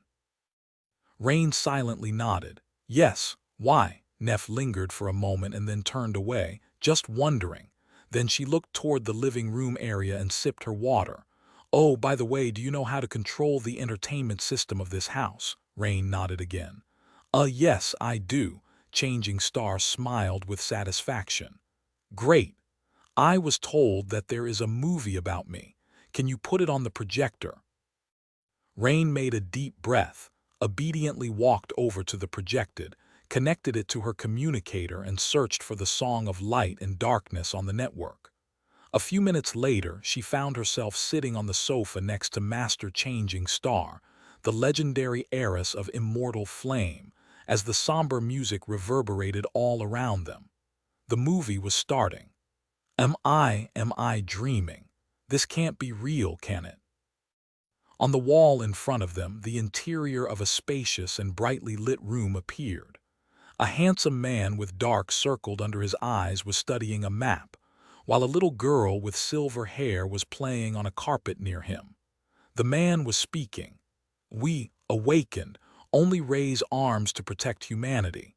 Sitting next to Rain, Nephi sighed and palmed her face. Chapter 783. Captive audience projected onto the wall. A languid jade beauty with a slim waist and long eyelashes was traversing a labyrinth of crimson coral, her voluptuous figure barely covered by a flimsy seaweed attire. A teenage boy of about 13 years of age was scurrying along as he shouted, "Are you crazy?" Sitting on the sofa near the real Changing Star, Rain felt like sinking into the earth. As the movie went by, her cheeks slowly turned bright red. The daughter of the Immortal Flame clan, on the contrary, became increasingly more deadpan and devoid of emotion. By now her face was so still that it seemed paralyzed. Rain awkwardly cleared her throat. Come to think of it, the actress they chose does not look like you at all. You are much prettier." Nephi's shifted and briefly glanced down. Then she said evenly, "Thank you." After a while she added, "Why would they cast a child to play Sunny? What a strange decision." Only a complete fool could mistake him for a young boy. Rain let out a nervous laugh. Yeah, definitely." She looked away in utter embarrassment and then forced out, "And what is up with that stupid catchphrase? That does not sound like something Sunny would say at all." Changing Star moved, suddenly becoming a little more lively. "Oh no, that actually happened. A lot." The movie, meanwhile, continued. The three sleepers braved the wilderness of the Forgotten Shore and eventually reached the Dark City. The brief moment of liveliness passed, and instead, Changing Star seemed to grow more rigid and cold with each scene. Rain felt so uncomfortable that she could not bring herself to say anything. What kind of idiot directed that stupid movie? Meanwhile, a handsome young man with broad shoulders and a noble bearing appeared on the screen. Rain glanced at Lady Nephi's curiously, wondering how much of what was shown about her relationship with the heroic Hanley Castor was true, and how her apparent relationship with Sunny fit into it. Could it be that there had been an actual love triangle between them? Sadly, she failed to glimpse anything from Changing Star's stoic face. The movie progressed, slowly reaching its culmination. On the wall, the masculine face of the actor playing Sir Castor radiated courage and passion. Holding the grief-stricken jade beauty by the hand, he looked her in the eyes and said with passion, "Should I fall, do not cry for me, my lady. My life does not matter, but yours does. Immortal flame must never be extinguished. As long as it burns, humanity still has hope. The dreamers of the Dark City have hope. As long as you live, I can face 1,000 deaths with a triumphant smile." Rain shifted uncomfortably. "Is it me, or is it getting hot in here?" Not a single muscle moved on Changing Star's face. She looked at the projection with a deadpan expression. The projection, however, suddenly stuttered. Rain frowned. "Huh." In the next moment she thought that she smelled smoke. Turning around, the teenage girl noticed a thin stream of it rising from inside Sunny's expensive projector. "That's strange." Rain opened her mouth to say something, but before she could, the projector suddenly exploded. After the movie was suddenly and violently interrupted, Rain only stayed for long enough to help Changing Star clean up the debris of the malfunctioned projector. Then she found an excuse, grabbed her backpack, and hurriedly left. Who knew what was going to explode next? Once the teenage girl was gone, Nephi's was once again left alone in the empty house. She lingered for a bit, then went back into the guest bedroom and rummaged through Effie's closet. She had no clothes apart from the tracksuit that the academy had issued to her, which was soaked with sweat after the night she had spent with Sonny underground. There were memories, of course, but she had worn armor for the better part of the last 3 years. Putting on something mundane was strangely comforting. Leaving Sonny's shirt on, she found a pair of gym shorts to match it. Sadly, other articles of Effie's clothing did not fit her too well. She was going to have to do some shopping soon. Considering such matters again felt very strange. Eventually, Nephi's found herself back in the living room with nothing to do. She simply sat in silence for a while, trying to deal with the disturbing oddity of not being in danger. Then she shifted uncomfortably, looked around, and took out the state-of-the-art communicator the government provided to her. She stared at it for some time, then tentatively accessed the network. After a while, Neff found herself senselessly scrolling through popular clips. A few minutes later, one video caught her attention. A demonic figure in black armor and fearsome mask stood in a small clearing in the middle of a thick forest, a long blade of an odachi resting on his shoulder. The swordsman's white hair moved slightly in the wind. Something about him seemed odd.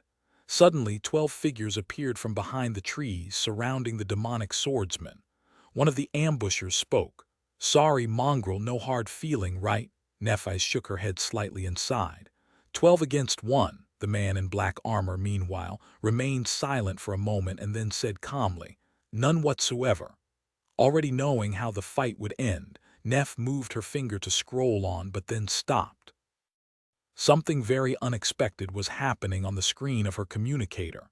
Instead of being instantly overwhelmed, the warrior dodged several attacks and dove through a stream of scorching fire, his black armor reflecting the crimson flames like the scales of an infernal monster. His gauntlet collided against the head of one of the enemies, instantly breaking the skull. White sparks slowly ignited in the depths of Neff's eyes. Interesting, she lingered, watching the brutal slaughter with a hint of excitement. After spending years fighting against overwhelming odds, Nephi's couldn't help but root for the lonesome swordsman. A few seconds later, she was fully engrossed in the video. Remarkable. Chapter 784. Single Hole. The second lecture had turned out to be a challenge for Sonny. Not because he felt unprepared to teach the less experienced awakened, but because all of them were very enthused and full of questions about Changing Star's return. The whole academy was abuzz. "Master Sunless, have you met Lady Changing Star? Is it true? Did she ascend? Are you going to join the Immortal Flame clan now? Can we join too?" Normally, that would not have been a problem. Sadly for Sonny, he could not refuse to answer any question due to his flaw, so it took some time and ingenuity to not let anything important slip while reining the students in. Eventually, he forced them to concentrate on the lecture. After the lecture was over, he had to take care of some administrative issues, as well as visit teacher Julius and assist the old man with a few tasks. Seeing that his assistant was very eager to leave, the elderly instructor did not keep Sonny long and soon let him go with a knowing smile. "Ah, youth." Sonny frowned a little as he hurried to the door. "What is that supposed to mean?" Throwing the confusion out of his mind, Sonny decided to not waste time and used Shadow Step to reach the train station as fast as possible. On the way home, he was deep in thought. After the night of experimenting and exploring their bond, he was very curious what else Nephi's and him could do. As far as Sonny understood it, Shadow Bond made it so that their souls were strangely considered to be two parts of a single whole, at least when applied to the function of their aspects. So, did that mean that he could pull Neph with him through the shadows when using Shadow Step? If he used a charm like Blood Blossom, would its effect be shared to her? If so, Would the boost granted to them remain the same or grow twice as weak? He had many questions like that, and answers to them could only be found through further experimentation. Sonny was very excited. Why wouldn't he? He was always resentful of his weakness, and of the fact that stronger awakened or powerful nightmare creatures could snuff out his life without too much trouble. Anything that could grant him more power to defend himself was a boon, and the memory of how powerful he had felt last night was still fresh in his mind. Of course, reality was not so simple. Firstly, any experiment would demand Neff to go through torturous pain. Secondly, he had not forgotten that this power came at a cost. The cost was his freedom. Nephi seemed to be reluctant to use the shadow bond to compel him to do her bidding, but he could not be completely sure of her intentions. Not until they talked openly about it. It was just that. He didn't want to have that talk yet. Talking openly about anything was the last thing he usually wanted to do. Later. I'll do it later. Neff was barely out of the nightmare. Sonny himself had not been in the best of shapes after ascending for a while. It was better to give her some time to balance herself. Soon, he was nearing his house. The security system automatically scanned his biometrics and unlocked the door. Opening it, Sonny walked inside and took off his shoes. Then he looked around and noticed Neff sitting on a tall stool near the kitchen counter, staring at her communicator with strange intensity. Her eyes were burning, and it seemed as if she had spent a lot of time without moving. She seemed to be so engrossed with what was happening on the screen that she did not even pay attention to his return. Clenching her fist, Neff suddenly spoke. "Come on, you can do it. She is good, but you are better." He blinked a couple of times, unaccustomed to hearing such enthusiasm in Changing Star's voice. She was usually far more reserved. And what did she mean? What was he supposed to do? Who was he better than? Ah, she must be talking to herself. But what the hell is she watching? Sonny took a few steps forward and looked over Neff's shoulder. A strange expression appeared on his face. On the screen, a ferocious swordsman in black armor was fighting against a graceful woman who wore a light metal armor and an elegant half-mask. Rose petals fell from above, carpeting a grandiose arena. A dark Odachi and a slender Estok clashed against each other, filling the air with the clangor of steel. Wait, isn't that my duel against Queen Bee? That was a memorable fight. He had barely won that one. Sonny blinked a couple of times, remained silent for a few moments, and then coughed. Hey, I'm back." Nephi's froze. She paused the video, hesitated, then slowly turned and looked at him with a startled expression. "Oh, hey." Sonny stared at her for a couple of seconds, then asked with a little smile, "What are you watching?" Nephi suddenly livened up and gestured at her communicator. I stumbled on a video of a very interesting fighter. Have you heard about that guy, Mongrel? He's incredible. I've been studying his fights for a few hours." Sonny scratched the back of his head and then said evenly, "Mongrel, yeah, I've heard a few things about him." "Incredible, you say? Do tell what is so incredibly about him in detail." Then he suddenly frowned and sniffed the air. "What's this smell? Crap, don't tell that the filtration system is glitching." Sonny looked around and then froze. His eye twitched. What happened to my projector?" A familiar deadpan expression appeared on Neff's face. She glanced in the direction where the expensive model of the projector had used to be, lingered for a moment, and shrugged nonchalantly. "Oh, a malfunction, I guess. How strange." Chapter 785. Solitude. As Sonny bitterly explored the damage done to his entertainment system by the strange malfunction, Nephi silently watched him from her stool. "Doesn't make sense. Gone. The projector is completely gone." It was so expensive.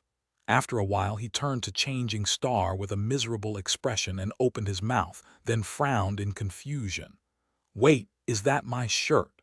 Neff shifted a little and then said, her voice even, "I don't have any clothes." Sonny stared at her for a few moments, then waved a hand and looked away, forgetting what he was going to say. "Never mind, you can keep it. We can also order a delivery of anything else you need. I am an incredibly rich entrepreneur, you know. He paused, then added with a bit of embarrassment. Well, I used to be rich anyway. These days, I pretty much spend everything on research. She tilted her head a little, then suddenly said, "The girl you're tutoring visited." "What?" Pretending to be nonchalant, Sonny glanced at Nephi's and answered in a neutral tone. "Oh, strange. We weren't supposed to have any lessons until a few days from now." Neff remained silent for a few moments, then looked away with a smile. "She is a bright kid. I'm glad you are teaching her." He studied her expression with a frown. "What up with that smile?" Finally, Sonny shrugged. "Well, money is money. My lessons aren't cheap." After that, he sighed, threw the destroyed projector out of his mind, and walked into the kitchen. "Are you hungry? I can cook something up. My culinary skills have improved a lot, you know, as you should have already noticed." It was a strange thing. Back on the forgotten shore, Nephi's had always been the one in charge of feeding the cohort.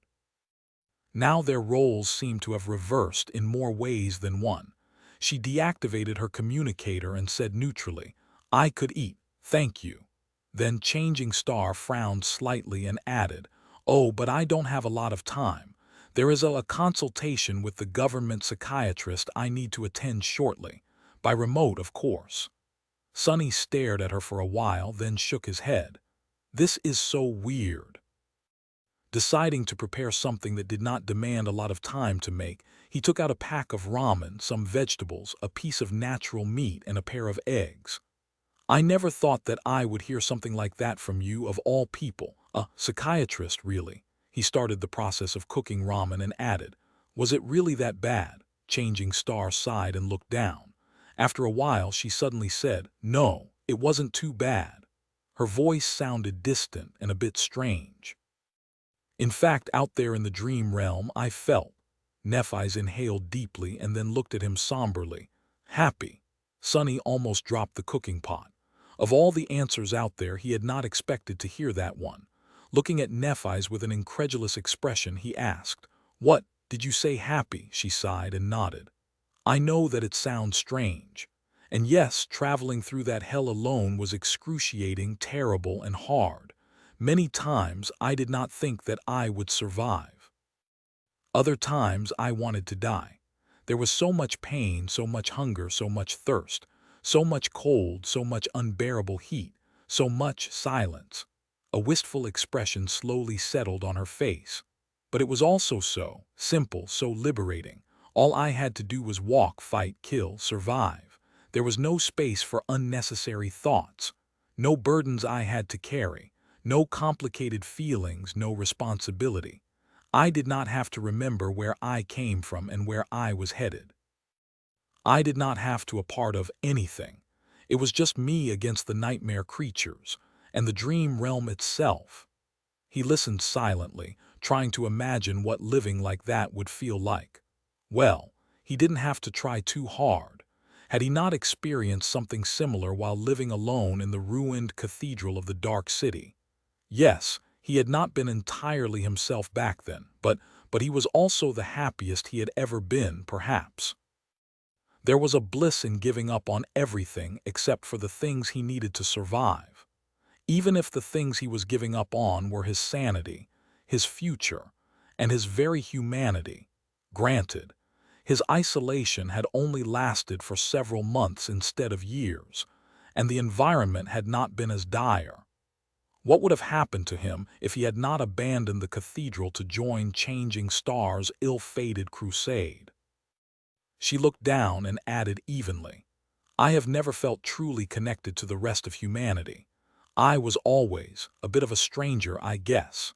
Out there in the dream realm with only nightmare creatures surrounding me, that connection grew even more ethereal. Sometimes I even felt like everything except for that desolate purgatory had been just a fleeting dream, a strange illusion that I had imagined. The dream realm, it seemed much more real. It seemed like a place where I belonged. With other monsters like me." She sighed, then looked at him and added, "So that's why I agreed to the offer to receive counseling. It is not because I feel fragile and on the verge of breaking apart. It's just that I'm afraid to lose what little humanity I have left. I never had a lot to begin with." After Neff was done speaking, Sonny stared at her for some time, then shook his head. "I don't think I have ever heard Neff speak so much." Placing ramen in the boiling water, he glanced at her with a frown. "Well, if you put it like that, I guess a little counseling would do you good. However, I can tell you right now and without a shadow of a doubt that you are not a nightmare creature. You're a human through and through. Believe me, I would know." A pale smile appeared on Changing Star's face. "Thank you for saying that." Sonny looked at her with an amused expression and then smiled. "I don't think you understand. I am not saying this because I consider you a human, or because I feel like you are a human, or because I believe that you are a human. It's just a fact." He pointed to his eye. "I have special eyes, remember. From that attribute of mine, I have seen what people look like and what nightmare creatures look like inside." He peered into Neff's soul and grimaced, almost blinded by the brilliant radiance of 5 flaming, incandescent suns that burned inside of it. There was no sign of the vile darkness that dwelled in the souls of the corrupted abominations. Cracking an egg on the edge of the pan, he looked at her and scoffed. "You don't look anything like a nightmare creature, that's all." Chapter 786. Lifeline. Soon, 2 bowls of delicious steaming ramen were on the table in front of them. Sonny had never invited anyone to taste his ramen, but he was quite pleased with the result. His past of only eating synth paste seemed so distant that he did not even want to remember it. Both dug in and finished their portions in record time. Sonny drank the last of the fragrant broth and let out a delighted sigh. Nephis acted more reserved, but he could feel that she was very satisfied too. Putting the bowl away, Changing Star smiled slightly and looked at him. A hesitant expression appeared on her face. A few moments later, she suddenly said, "Be that as it may. While I was lost and wandering the dream realm, slowly forgetting what it felt like to be human, there was one thing I clung to that reminded me that all my prior life had not been just a dream." "Do you know what it was?" Sonny thought for a bit, then shrugged. "I don't know. A memory, your sword Dreamblade." She lingered for a few moments, then slowly shook her head. "No, it was you." Sonny froze and stared at her with surprise. "Huh," Nephis smiled slightly. "Your runes." Although I could not know what was happening to you, Cassie, and the others, I could still feel connected to you through the runes. I could see that you were still out there, alive and doing incredible things. The new memories you received told me a little about what kind of enemies you fought. The speed at which your aspect legacy progressed told me how hard you were working to sharpen your battle skill. As long as I saw the runes, I knew that I had not imagined the past, and did not feel as alone. She shifted and then added, "When I was bored, I liked to imagine what exactly happened to give you a sudden influx of fragments, what the nightmare creature that gifted you a memory looked like, how you defeated it. Things like that. Oh, and I was bored often. While my journey was often full of hardship and dread, it could also be terribly monotonous sometimes. So that was pretty much the only way I could entertain myself." Changing Star looked at him, lingered for a moment, and then said, "I know it was not really something that you did consciously. Still, I wanted to say thank you. You helped me a lot, Sonny. You made it easier for me to keep going. I won't forget that." He stared at her, suddenly uncomfortable. Then he looked away in embarrassment and cleared his throat. Are you sure that you have not received counseling already? I mean, that doesn't sound like you. Very, enlightened. Anyway, you're welcome, I guess." Nephis smiled and did not respond. Sonny remained silent for a bit and then forced himself to say, "Actually, I spent a lot of time staring at your runes as well." He looked at the floor. "Granted, I was not exactly going crazy from isolation like you. Well, except for a short stretch of falling into a bottomless abyss all alone, I guess. But the point is, to be honest, I am unsatisfied with the fact that you are so far ahead of me. Every time you gained a soul fragment, it urged me to try and get two. The stronger you grew, the more I wanted to become stronger as well. A large part of those things I gained was because of you. I guess you too kept me going, in a sense." He fell silent and then glanced at Nephi's with a slightly bitter expression. "Of course, no matter how hard I tried, I had never managed to catch up to you. Every time I fell short. It did not feel nice at all. But it also forced me to try harder, I guess." She studied his face for a few moments and then shook her head. "It is much easier for me to gain soul fragments, you know that. Even though I am still ahead, I suspect that you have fought and slain much more nightmare creatures than I have. In fact, I know you did." Sonny smiled. "Who cares? It's not a competition where you get rewarded for the effort. Only the result matters. In the end, a person is either strong or they are weak. The stronger ones will always trample those who are weaker. Isn't that how the world works?" Nephi's looked down, then slowly shook her head. "You are wrong. I think results matter, yes, but it's not like how you got there doesn't. Every victory you achieve teaches you a lesson. Every defeat you suffer teaches you even more. I guess it all depends on what you call strength." Sonny grimaced. "Well, let me ask you a question. Can you say that I am stronger than you?" Changing Star stared at him with an even expression. Several seconds passed by, but she remained silent. A dark grin appeared on Sonny's face. He sighed and then collected the empty bowls to clean them. "Effie doesn't seem to think that I am. According to her, I lack conviction. I don't even really know what conviction is and where does one find it, but even I can't honestly say that I am stronger than you. That should tell you something, considering, you know, my clear conscience." Nephi's lingered for a few moments and then suddenly said in calm tone, "You are stronger than you think you are." Sonny put the bowls into the sink and turned on the water. Standing with his back to her, he stayed quiet for a while.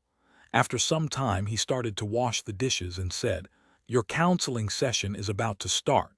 You should hurry." She looked at his back for a few moments, then silently stood up and went away. Sonny was left alone in the kitchen. He finished washing the bowls, put them on the drying rack, and wiped his hands with a towel. Then he glanced in the direction of the guest room, shook his head, and scoffed.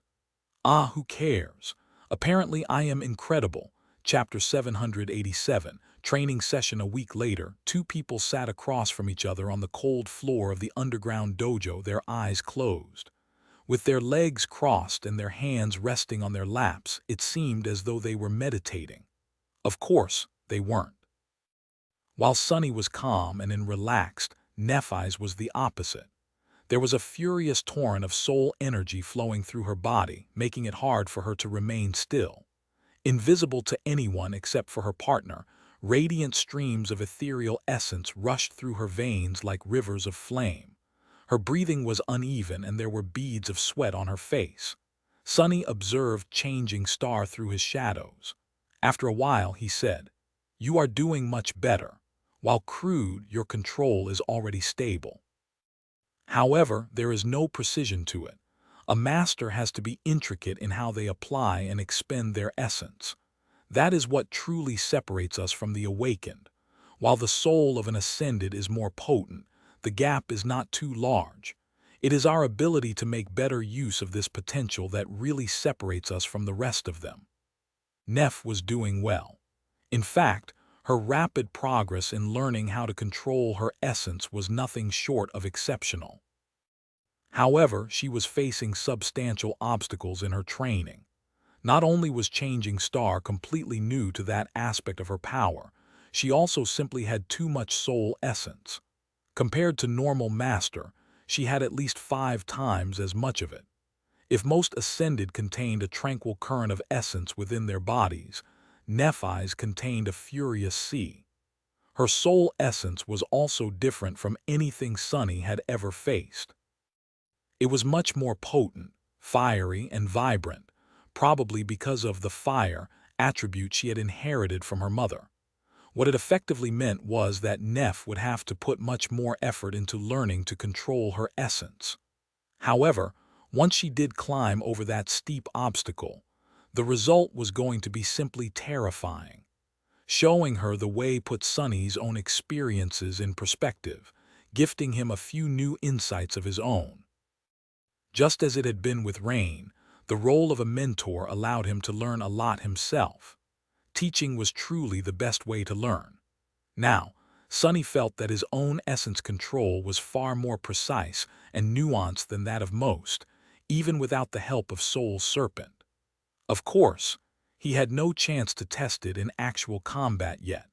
He was also growing more and more sour about the fact that both blood weave and bone weave were purely corporeal in nature.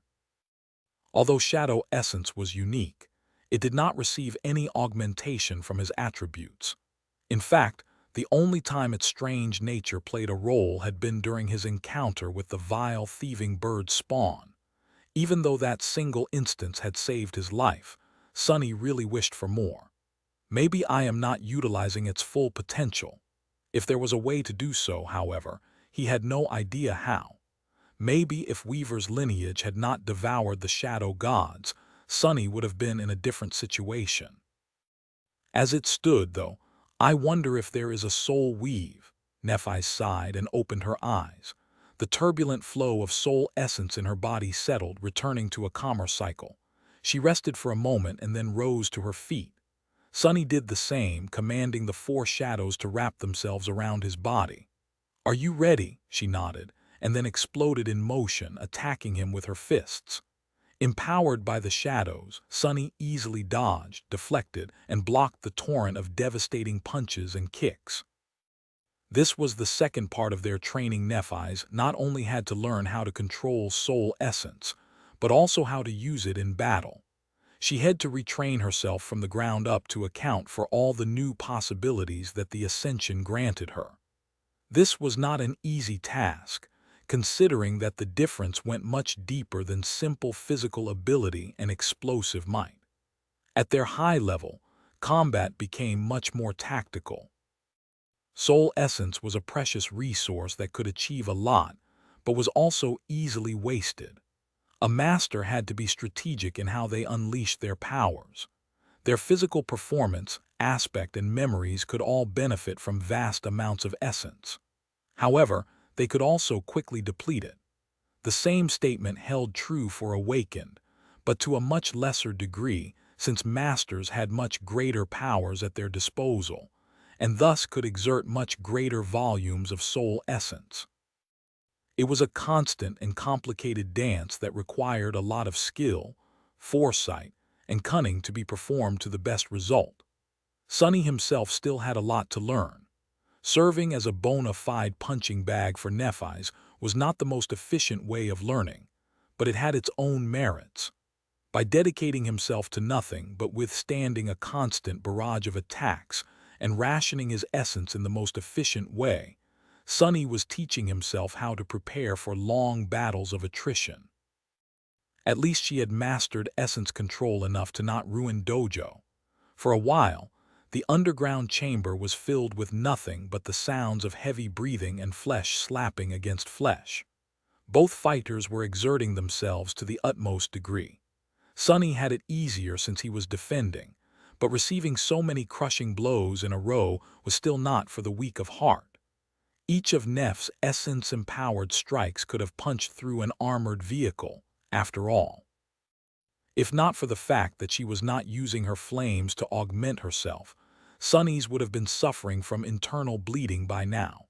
Having nearly indestructible bones was a big advantage, but it did not make him invincible. Their furious clash lasted until Nephis exhausted most of her essence. Determined to launch one last attack, she stepped closer.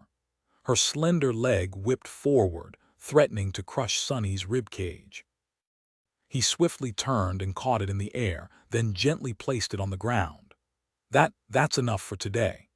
Since this had been their routine for the entirety of the last week, neither said another word. Both fell to the floor, spent and utterly exhausted. Their breathing was hoarse and their clothes were soaked with sweat. Damn, I need a shower. However, the idea of standing up seemed too cruel right now. Sunny turned his head to glance at Nephis and judged that she was in an even more pitiful state. So they simply remained on the floor for a few minutes, laying side by side and trying to catch their breath. After a while, Sonny's communicator suddenly made a sound. Of course, it was not on his person. A clash of such intensity would have quickly destroyed the expensive device, so Sonny had left it on the lid of the Dreamscape pod.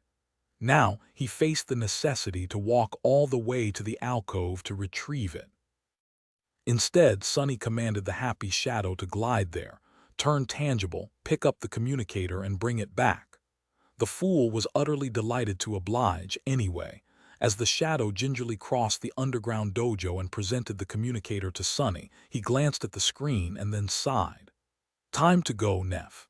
Cassie is on her way. Chapter 788. Cordial invitation. Sonny took a quick shower and went downstairs. By the time he came down, Nephi's was just exiting the guest room. She changed from the gym shorts and a tank top that she had been wearing for their practice session and put on some of the clothes they had ordered for her a few days back. Her silver hair was wet, glistening in the rays of sunshine that poured through the windows. Without having to say anything, Sonny went to the kitchen, opened a drawer, and took out a can of grounded coffee. Then he stretched his arm back. By then, Nephi's had already filled a pot with water and placed it into his hand. Soon the pleasant aroma spread through the house. By the time the coffee was ready, a PTV was in the process of parking nearby. Sonny dumped 2 spoons of sugar into his cup, left the one intended for Neph without any, and added cream to the third. Changing Star, meanwhile, was opening the door for Cassie. Soon, all three were seated around the table, enjoying their respective beverages. After a while, Sonny glanced at the blind girl and asked, "Well, what's the news?" She lingered for a bit, then pushed her cup away and produced 2 flat white squares. Sonny stared at them for a bit, confused. Then he blinked a couple of times. "Is that an envelope?" Indeed, that was what the white squares were. They seemed to be made out of paper, and each had a round piece of red wax attached to it. Sonny had only seen an actual paper envelope used in period dramas, so he was justifiably surprised to encounter one in real life. Taking one of the envelopes, he curiously studied it from different sides. How quaint! There was an image of a sword piercing an anvil etched into the red wax, so at least he did not have to wonder where the strange things had come from. Legacies. Amused, he furtively glanced at Nephi's to learn what one was supposed to do with a paper envelope, and then repeated her actions. Soon, a different piece of paper appeared in his hands. "Master Sunless, you are cordially invited." What is this? Even more confused than before, he turned to Cassie and raised an eyebrow. She was supposed to bring them an update on the situation with the government and Clan Valor, not some weird messages. The blind girl smiled slightly. "Basically, this is a gesture of goodwill." She paused for a moment and then added in a bright tone, "It is an invitation. Clan Valor is holding an annual ball in about a month. We are all invited to attend, which is usually considered a great honor. Not every master receives the privilege to brush sides with the most powerful representatives of the great clans and actual saints." Sonny blinked a couple of times. "Is holding balls some weird legacy ceremony? Wait, what kinds of ball are we talking about? Something like a football? Why do people hold it annually? And more importantly, why do we have to attend this ball-holding ritual?" Nephi silently covered her face with a hand and said, a hint of exasperation finding its way into her voice, "Sonny, a ball is a social gathering, usually accompanied by a dance. It is not a literal ball." He stared at her for a moment, then glanced at the piece of paper in his hand and coughed. "Oh, that makes more sense, I guess." Cassie listened to them speak with a strange expression, then tilted her head a little and said, "Of course, in our case, this invitation holds special meaning. It is a sign that Clan Valor is willing to be patient and wait for Nephi's to recover. It is also the indication that the final negotiation is going to take place during the ball, 1 month from now. This gives us time to prepare." This was a good piece of news, all things considered. Basically, it meant that now that the initial week was over, Changing Star had more time to get ready to face the representatives of Clan Valor. It also meant that the Great Clan was not going to do anything before that, giving her freedom to recuperate in peace. It was more or less an armistice. A bright smile appeared on Cassie's delicate face. But there is more. To show their sincerity, Clan Valor released the fire keepers they were holding hostage. Both are already back and resting in the immortal flame manor. This means that they are serious about building a good relationship with us, I think. Sonny let out a sigh. He was not really attached to the fire keepers. Still, they had gone through the Civil War in the Bright Castle and the siege of the Crimson Spire together. The fools also treated him as one of their own for some reason. He had felt a bit guilty knowing that some of them were suffering because of the terrible mess in the Night Temple. Effie, Kai, and Aiko were going very happy to hear the news too. However, it was not like Clan Valor to let go of leverage. Sonny glanced at Cassie and frowned. What are they scheming? The blind girl hesitated for a few moments, then shrugged. I am not entirely sure. However, I do have a suspicion. This sudden change must indicate that something important happened to shift the balance of power even more in favor of Clan Song. That is why Valor is willing to make concessions to ensure that Immortal Flame becomes their ally. Sonny suddenly felt a strong sense of unease. What could have happened to change the power dynamic between the two great clans so much? He took a sip of his coffee and then asked, "Well, so what now?" Cassie smiled. Now we are free to do anything we want for a month. The government is going to insist that Nephi's makes at least one public appearance, but they won't be too forceful in their demands, so we can do whatever." She turned to Changing Star and said, her voice full of warmth, "Neph, how do you feel about finally coming home? We can go to the manor right now, if you're ready." Chapter 789. Only forward Nephi's looked in the window and remained silent for a while. Her face was distant and still. After a while, she lightly shook her head. "No, not yet." Cassie seemed to be surprised by that answer. "No, but why?" Changing Star sighed. "The Fire Keepers, that is what people call the awakened who follow you, right? They all look up to me, do they not?" The blind girl silently nodded. "Of course, They have been waiting for your return ever since escaping the Forgotten Shore. Even though the Dreamer Army was an alliance of convenience, the bonds that were forged between its members are real. Their bond to you is real too." Sonny sipped his coffee with a strange expression. Neph, meanwhile, lingered for a moment and then said, "But they want more than just to welcome me back. They expect me to lead them like I did on the Forgotten Shore. Am I correct?" Cassie nodded once again. Neph looked away. "How can I lead them when I don't know where I am going? I need more time to figure things out before I face them." The blind girl remained silent for a while, then sighed. I understand. I think." Sonny, meanwhile, did not understand. Sure, on the surface, what Nephi said made perfect sense. She was not sure of what she was going to do, so she could not offer the remnants of the Dreamer Army guidance. She could not become their general again until she decided on the direction her soldiers had to follow. However, Sonny harbored doubts about the sincerity of this indecision. Nephi's had never been one to allow her hesitation to slow her down. More than that, she had spent 2 whole years alone in the dream realm. If he knew anything about her, he knew that she must have dedicated a considerable amount of that time to obsessively making plans of how to destroy her enemies once she returned. Of course, there was a lot of new information that became available to Neph after she came back. That had to change her approach a little, but should not have affected the core of it. So why was she hesitating? What was she struggling with? Sonny did not know and was not sure that he wanted to know yet. In any case, he was going to learn sooner or later. There was something else that bothered him, though. He glanced at Nephi's and Cassie and then said, his voice grumpy, "Aren't you two forgetting something? This is still my home. We only agreed that Nephis would stay here for a week. Shouldn't you at least ask me before deciding to leave her here for a while longer? He was not going to let Changing Star pull off an Effie that easily. Neff turned and looked at him with an unreadable expression. After a few moments of silence, she asked, "Sonny, do you mind if I stay for a couple more weeks?" He coughed and then glanced away in embarrassment. "Of course. Sure, no problem. Glad to have you and all that." See, was that so hard? Cassie remained for a bit longer to get Nephis up to speed about the state of the firekeepers and the renovations they were making to the Immortal Flame Manor, and then left.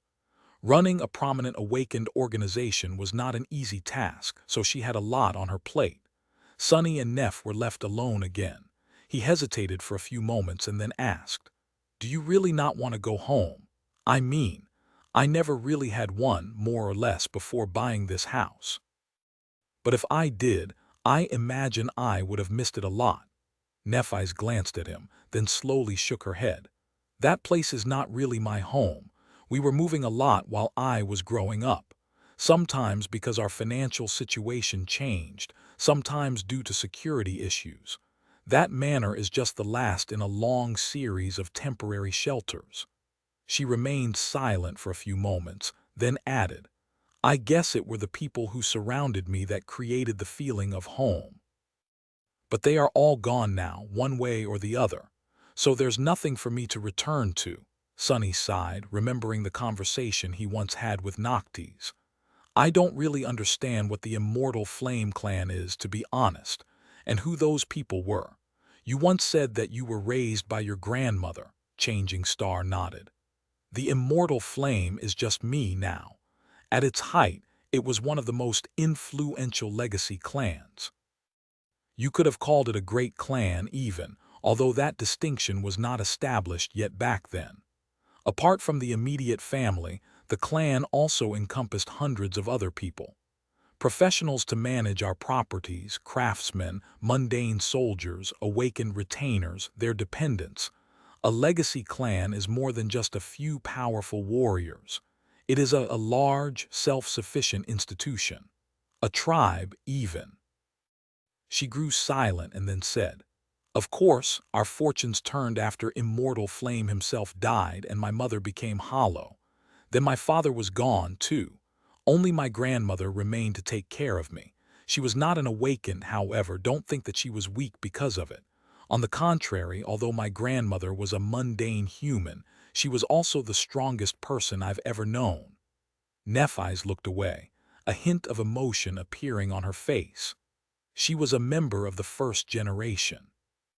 She was born during the darkest times of humanity, survived the bloody descent of the spell and the final convulsions of the old world order, then participated in the establishment of the new one. She was strong. She was also wise and kind. I couldn't wish for a better guardian.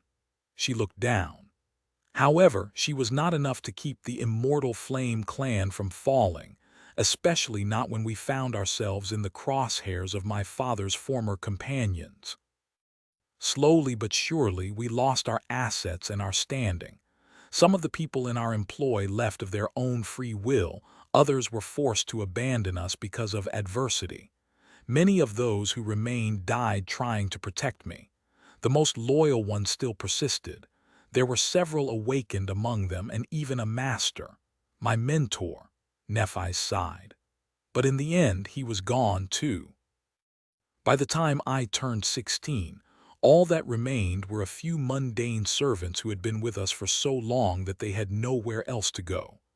After my grandmother passed away and I felt the call of the nightmare spell, I paid them a generous stipend from what little funds the clan had left and let them go. You know the rest." Changing Star remained silent for a while, and then added, "I remember walking through the manor before leaving it to comply with the third directive and surrender myself to the police. It was so strange, seeing it completely empty. My grandmother was gone. My mother was in the care facility. The servants had left. It was just me alone." She looked away. Suddenly, a pale smile appeared on her face. "Nothing held me back, so I wasn't sad to leave at all. There was only one direction left for me, forward. Sonny looked at her silently, a somber expression hidden in the depths of his eyes. Only forward. That was true for the both of them still. However, was it worth it to not be held back by anything if in return you had nothing to hold dear? Turning away, he sighed. Life was not that simple anymore. Chapter 790. Outing despite the fact that Nephi's had decided to stay with Sonny for a couple more weeks, or rather, that he had allowed her stay. Their routine somewhat changed. Because of the armistice with Clan Valor, she did not have to stay inside all the time anymore. So, while the two of them still continued having exhausting practice sessions every day, the intensity of the training diminished. On the first day after receiving the invitation to the ball, Nephi's had left to visit her mother. Soon after that, she made a strange request.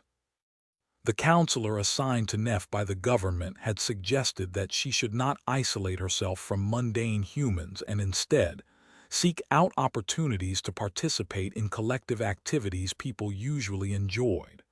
So she asked Sonny to help her figure out what it was that people did with their free time. Sonny was glad to help. The problem was, he had no idea himself. His life experience was richer than hers, but the knowledge of how people lived their lives in the outskirts did not exactly apply to their situation. After becoming a citizen and moving to a better part of the city, Sonny had spent all his time doing more productive things than relaxing. Who had time to relax? There were so many things he needed to achieve. As the result, they had to turn to other members of the cohort for advice. When they did, Effie enthusiastically volunteered to arrange an outing. Although Sonny had a bad premonition about her proposal, he found no polite reason to refuse the giddy huntress. So, a few days later, he found himself doing something that he had never thought he would ever do. Sonny was getting ready to go to a dance club. What am I even doing? This is so stupid. Standing in front of the mirror, he somberly looked at the pale young man that stared back at him. The young man was dressed in stylishly understated clothes that mixed black with different shades of dark gray. He was undeniably attractive, although not exactly masculine in appearance. The attractive young man, of course, was him, or his reflection, rather. Sonny studied it and frowned. Whatever, it's just a nightclub. I have fought saints and survived. I have conquered the Red Colosseum. I have faced a demon. How scary can a bunch of drunk mundanes be? Shaking his head, he let out a heavy sigh and went down to the living room. As he sat and waited with a dark expression on his face, an expensive PTV arrived and parked near the house. At that moment, Effie and Neff emerged from one of the smaller bedrooms on the second floor and started descending the stairs. Finally, what took you so? He turned and froze, unable to finish his thought. Standing on the polished steps, Neff looked different. Although she was famous across the world, most people only knew her by name. Very few had actually seen the renowned changing star of the immortal Flame Clan, mostly because she had yet to appear in public after her return from the Dream Realm. However, it was still prudent to mask some of her more recognizable features to avoid being mobbed by an excited crowd. For that reason, Sonny had lent her the autumn leaf. Using the cosmetic memory, Nephi's changed the color of her distinct silver hair. Now her hair was black and lustrous, falling to the middle of her back like a waterfall of finest silk. Contrasted against it, her calm gray eyes seemed even more striking. Her ivory skin seemed to glow despite the fact that she was not channeling the radiant white flames. What was more, Effie had been the one who chose and bought the clothes for the two of them to wear today. As the result, Nephi's was wearing a vibrant red dress that barely reached the middle of her thigh and left her shoulders bare. She looked stunning. Sonny gulped, then forced himself to look away. A few moments later, he finally was able to say something. That never thought I'd see you in a dress. One day. Nephi's glanced at herself, then shrugged with indifference. I like it. The style does not diminish my range of motion. I can move freely if something happens." Sonny hesitated and then glanced at Effie, who was wearing less flashy clothes, with suspicion. "How come you get to wear pants?" Effie grinned. "Why else?" "That's because I'm not a princess, doofus," she giggled and then did a spin. "What, you don't you think that my ensemble is flattering?" It was, maybe even too much so. Not knowing where to put his eyes, Sonny gritted his teeth and forced himself to stare at the wall. "This is going to be a long night," he cleared his throat and then said, "Yeah, you look nice too. Anyway, we should go. Our ride is already here." Effie giggled again, patted him on the shoulder, and headed for the door. Sonny and Nephi's followed. Soon, they entered the PTV and greeted the others.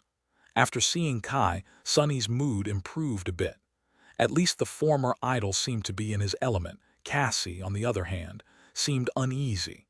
Well, no wonder. A club filled with thundering music was not the best environment for a beautiful, blind girl to be in. Of course, anyone who got the wrong idea was bound to learn that they made a giant mistake by approaching her with ill intent. Kai smiled at him from the driver's seat. "Sonny, you look great." Then he turned to Nephi's and Effie and smiled even wider, almost blinding them with his dazzling grin. "But not as great as the ladies do, of course." Sonny rolled his eyes. "Just drive, all right. Let's get this finished with as soon as possible." Kai winked at him, then looked at the road and sent the PTV forward. "Relax, Sonny. It's just a dance club. What's the worst that could happen?" Sonny and the gloomy shadow simultaneously shuddered. "Are you kidding me? Did you have to say that out loud?" Chapter 791. Human rituals standing at the edge of the VIP area that loomed above the dance floor of a popular nightclub. Sonny and Nephi's looked down at the undulating mass of human bodies below them with strange expressions. The music thundered and reverberated from all sides, making the whole space vibrate. The darkness was filled with flashes of light and glowing figures of elaborate moving projections. People were having the time of their lives. The club Effie had brought them to was an exclusive and luxurious establishment that only the members of the elite classes of human society could visit. The amount of credits being spent every minute on exotic alcoholic beverages and legal stimulants was nothing short of astronomical. The value of designer clothes, cutting-edge tech accessories, and precious jewelry present in the dance hall was almost revolting. The bestial excitement permeating the air was almost palpable. Staring at the mass of dancing humans in bewilderment, Sonny shook his head. What a strange ritual. Nephi's turned her head slightly and raised an eyebrow. "I know, right?" The members of the cohort were occupying a large part of the VIP lounge intended for the most distinguished patrons of the club. Even among the mass of elites, their status was a cut above the rest. Kai and Cassie were enjoying something called champagne at the table, while the other three moved to the edge to take a look at the main hall of the club. Changing Star peered at the dancing crowd and frowned. "Their behavior doesn't make any sense." Sonny nodded in solidarity. "Indeed." After a while, he added, "They're not even dancing, they're just rhythmically gyrating their bodies." It also appears that the proximity at which one is allowed to gyrate his or her body to other participants is representative of their desirability. Anyway, they all look incredibly stupid. Nephi's tilted her head a little. "It is not that simple, I think. This strange dynamic actually seems to be very nuanced. Just look at the women. They seem to be using their looks, physical coordination, and agility in order to attract the men. However, once men are attracted, the women act as if they are disinterested. Most of the time they truly are. Other times it is just a signal for the men to try harder." She grew silent, and then added with slight confusion, "The most startling part is that all this information, including the complicated evaluations based on obscure parameters and much more, is communicated absolutely non-verbally, and in a way that both men and women somehow seem to understand while chaotically jerking their bodies. It is like they all develop telepathic abilities." Sunny scowled. Anyway, these gyrations are clearly meant to illustrate one's high value as a romantic partner. And that is what this dance is, a venue for the dancers to seek out physically desirable partners. However, everyone acts as if it's not. In fact, most of these people are pretending that the exact opposite is true. He rubbed his chin, as if showing interest is in itself an admission of inadequacy and undesirability. Those who do manage to find partners do it through a series of obscure hints and silent signals. This is so inefficient. Why can't people just honestly state their goals and desires? They are all pursuing the same result anyway. Changing Star nodded thoughtfully. Effie, who was leaning on the railing near them, stared at the two of them with a perplexed expression. Then the huntress slowly shook her head. "You are both idiots, you know that." Sunny and Nephi's looked at her with surprise, their movement almost simultaneous. "What? Why, is this analysis wrong?" Effie let out an exasperated sigh. "They are just having fun." Gods, don't you know what fun is? Believe it or not, it's just pleasurable to let loose and move your body to loud music sometimes. Actually, you should try it. A very similar expression of subdued revulsion appeared on both of their faces. "No, thank you. I'd rather not," the huntress rolled her eyes. "As for that stuff about seeking partners, what's wrong with that? Other things can be pleasurable too, you know." Both Sunny and Nephi's blinked. "How frivolous." "Of course I do, don't I know it well?" Effie groaned and grabbed her head. "Hopeless, both of them." After a few moments she sighed, then looked at Nephi's and asked, "Well, anyway, this is a perfect example of what humans like to do. Is it working? Do you feel better connected to humanity?" Changing Star hesitated, then looked back at the mass of dancing people and remained silent for a while. Then she said, "It is strange to see so many people acting so carelessly. To be honest, all I can think about." Her face turned somber. Nephi's lingered for a moment as she studied the crowd with a dark expression. "Is how easy it would be to kill them all. They are just so unaware and unprepared. After long years of living in a state of constant pain and struggle, desperately trying to survive and fighting harrowing enemies almost every day, it must have been hard for her to come to terms with this strange, peaceful reality." Neff might have returned to the waking world, but her mentality was slow to adjust. It was still in the dreadful grasp of the dream realm. Mentally, Changing Star was still living in a nightmare. Effie looked at her with a dubious frown. "You would be surprised. This is an expensive club, so a lot of these people are awakened. In fact, I'd say that places like these have a higher concentration of awakened than pretty much anywhere else in the city, except for the academy. This club is better suited to resist a sudden gate manifestation than the headquarters of most legacy clans." Neff glanced at her with surprise. "Really?" the huntress grinned. "Of course. Not all awakened are obsessed with fighting like the two of you. They treat the dream realm as their job, not their whole existence. While they sleep, they perform their duties, man the walls, fight the attacking nightmare creatures, maintain their citadels, and so on. When they wake up, they go about their actual lives." Chapter 792. Blind Spot. Effie smiled, then gestured at the dancing crowd and added, "After they return from the dream realm, most awakened spend at least a part of their day training to raise their usefulness to the citadel and increase their chances of survival. Some have important jobs to perform in the waking world as well. Our infrastructure runs on spell tech after all." She shook her head. "But other than that, here's plenty of time to live and have fun. It doesn't have to be all work, without stop. Some might even say that not having any other interests is detrimental." The huntress looked at them and shrugged. "I mean, how can you be motivated to fight for this world if you never experience all the nice things that it has to offer? Maybe that is why your counselor told you to participate in mundane human activities, Neff. Awakened and especially masters like us need to anchor ourselves to humanity somehow. But there's no gateways here." Sunny took a sniff of the strange, sparkling liquid in his glass, then carefully tasted it. This champagne, or whatever it was called, was way too expensive for him to pass the chance of getting his money's worth out of it. Well, he wasn't paying today, but still. It was a matter of principle. Of course, Sonny had sworn off alcohol, but with him being a master now, there was no way for him to get drunk unless he wanted to. Not because of mundane drinks like this one, anyway. Unless he consciously willed otherwise, his body was going to treat alcohol as a weak poison and resist it. Tastes sweet, but also bitter. Very refreshing, though. How strange. Effie's words made him thoughtful. She was not entirely wrong. Sonny himself felt a bit ambivalent about the waking world, which had not been kind to him in the past. He only liked it better than the dream realm because it was safer and had nice things, like delicious food, comfortable furniture, and network dramas.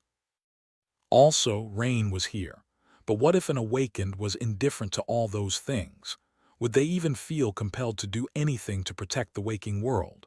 What was going to stop them from abandoning the mundane completely after they became a master or a saint, or a sovereign? Nephis, meanwhile, continued to study the dance hall. After a while, she said, "There might be many awakened here, but how prepared are they to fight against a flood of nightmare creatures? It takes a lot of courage to face an opening gate. Out of those who are courageous, how many are competent enough to make a difference? Not everyone is like Mongrel. Very few can stand their ground and fight." Effie gave her a strange look. "Huh, have you been watching a lot of videos on the network, Princess? You are quoting Mongrel now?" Changing Star shrugged. "I just find him admirable." The huntress suddenly grinned and said in a conspiratorial tone, "Neff, do you maybe have a crush on Lord Mongrel?" Sonny almost spat out his champagne. He turned slightly and threw a murderous glance at Effie. Nephis, however, remained nonchalant. She showed no reaction and simply said, "I just appreciate his skill and his integrity. At first, I was merely attracted by how beautiful his swordsmanship is. Flowing, unpredictable, supremely adaptable. I watched a few of his duels as well as his performances in the Dream Tournament. His dedication, versatility, and domineering attitude left a deep impression on me." Changing Star shook her head. "But those were just games. It was only when I stumbled on a clip of Mongrel single-handedly stalling several waves of nightmare creatures in front of a gate that I truly grew to appreciate his character. In my opinion, he is what a true awakened should strive to be. Someone who is not resigned to bowing down to the spell and is determined to resist it instead. His will, mastery of combat, and wisdom are commendable. It warms my heart to know that there are warriors like him out there." Sonny gripped his glass and forced out an awkward smile. "Hey, let's not go overboard about that Mongrel guy, shall we? He's not that great. I mean, he was not really alone at that gate. There were other awakened helping him. As for all that wisdom stuff, I am willing to bet that he did not mean any of the crap he said." Nephis looked at him with surprise. "I disagree. I think that Mongrel deserves all the praise. He is truly remarkable." Effie, meanwhile, were looking at them with a grin. Sonny suddenly got a bad feeling. Before he could say something, however, the huntress leaned forward and whispered into Neff's ear, "You do know that Sonny is Mongrel, right?" Sonny choked on his champagne. The exquisite glass cracked slightly in his hand. Nephis froze. Her face remained still as ever. However, despite the dim lighting of the nightclub, he could swear there was a hint of pink slowly appearing on her cheeks. Was she blushing? "Damned Effie, I'll kill her." Changing Star remained silent for a while, then said in her usual even tone, "Of course, I definitely knew that." She straightened her back and then added, "I was just commenting on his perceived accomplishments. Now, if you'll excuse me, I need to visit the restroom." She glanced at Sonny and Effie with a deadpan expression, then turned around and walked away. Her pace was calm and steady, not rushed at all. Effie waited for a few moments, then threw her head back and exploded in laughter. "Oh gods, doesn't make any sense. So inefficient, I can't with these two." Sonny glared at her with murder in his eyes. He remained silent for a few moments, then said softly, "Hey, Effie." She looked at him with a wide grin. "What doofus," he sighed, then rotated his shoulders a few times. "Do you have a will?" The huntress blinked a couple of times. "Sure, I made one before the second nightmare." "Why?" Sonny looked at her and smiled politely. "Oh, no reason. No reason at all." Chapter 793. Memories of the future. Effie wisely chose that moment to disappear and join the dancing crowd below. Sonny ground his teeth for a few moments, then shook his head and walked to the table, landing on a luxurious lounge chair with a sigh. Kai briefly glanced at him and smiled. "Where are Effie and Lady Nephi's?" Sonny stared at him for a few moments, then looked away. "Effie went to dance. Neff is in the bathroom. Also, will you cut it out with the lady stuff? The two of you spent months traversing the forgotten shore together back when we were returning from the Hollow Mountains. She is also younger than you. That is more than enough to drop the formalities, don't you think?" The archer coughed. "Oh, well, I'll try." He didn't sound very convincing, forcing Sonny to roll his eyes. "Anyway, what do we have here?" At some point, a waiter had entered the lounge and placed a tray of various foods on the table. While trying very hard not to throw reverent looks at the distinguished guests, knowing that there would be no chance for him to taste anything once Effie returned, Sonny used the opportunity to try a few.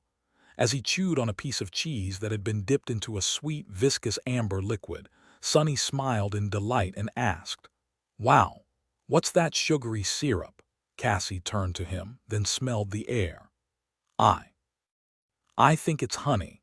Sonny blinked a couple of times. The word was familiar, but he usually heard it used as a term of endearment. Who knew that it had actually come from something this delicious? "What is honey, though?" The blind girl tilted her head a little, then said with a bit of surprise in her voice, "Well, it is. A sort of liquid that special insects produce by ingesting and regurgitating floral nectar, I guess." Sonny froze, grew a little pale, and slowly pushed the cheese plate away from himself. I see, good to know." With that, he gulped a mouthful of champagne and tried to discreetly rinse his mouth. Sonny was never picky about his food. He had even sustained himself on raw, rotting mimic meat for an entire month once.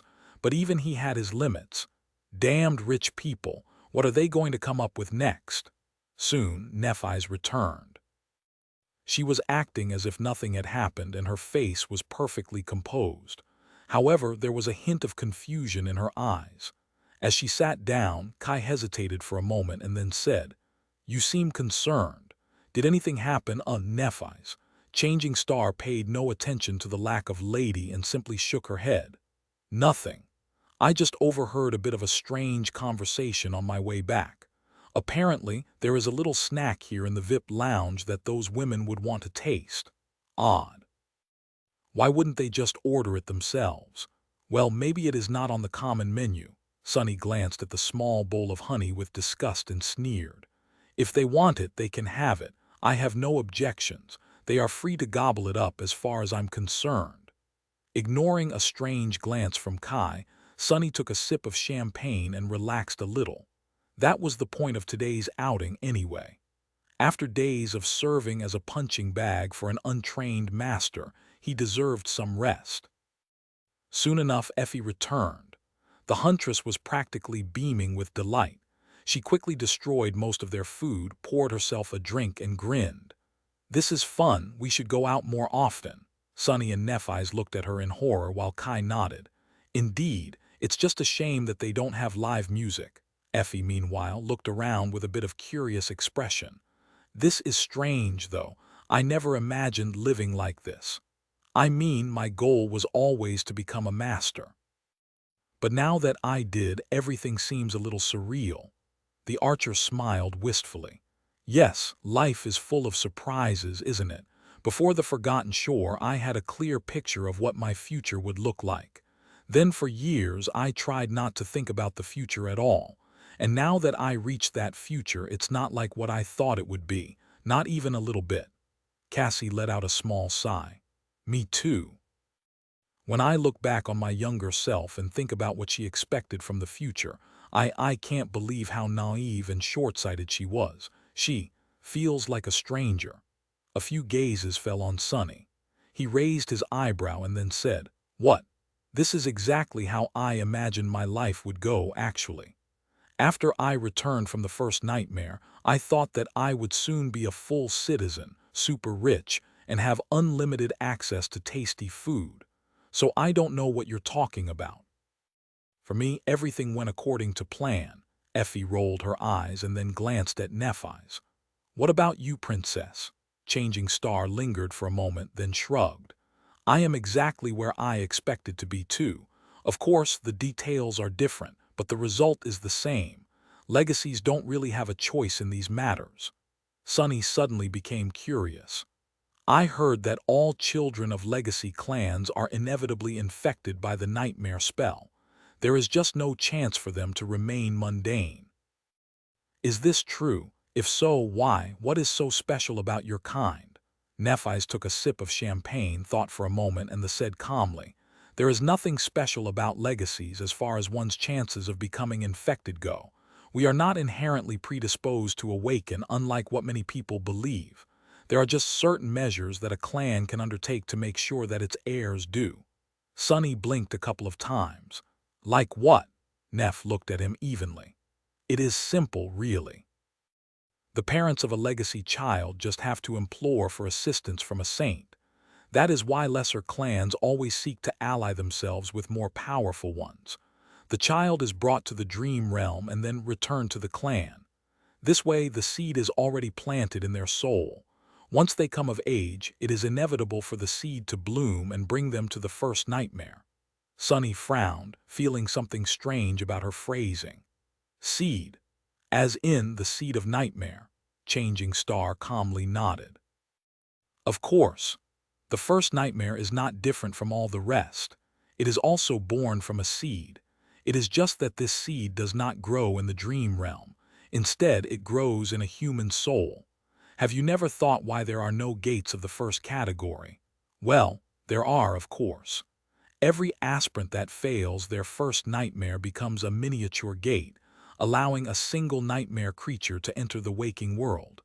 That is why their corpses turn into monsters. Chapter 794. Adulthood. The sudden revelation brought the mood down for a few minutes. Sonny silently drank his champagne, thinking about what Neff had just said. It made a lot of sense in a dark and disturbing way. It also shed some light on how the spell chose its victims. He doubted that a seed of nightmare, no matter how small, could bloom in just any soul. It probably required fertile soil to take root. Of course, in this ravaged world, there were plenty of broken and traumatized people whose souls could nurture a nightmare seed. It had been even more so 50 years ago, when the spell first appeared. Had the collective anguish and torment of those lucky few who had survived the dark times summoned it from whatever hell the spell existed in, ushering the rise of the first generation of the awakened and everything that followed? He did not know, and doubted that he would find out any time soon, if ever. Nevertheless, there was another interesting hint in what Nephi's had explained to them.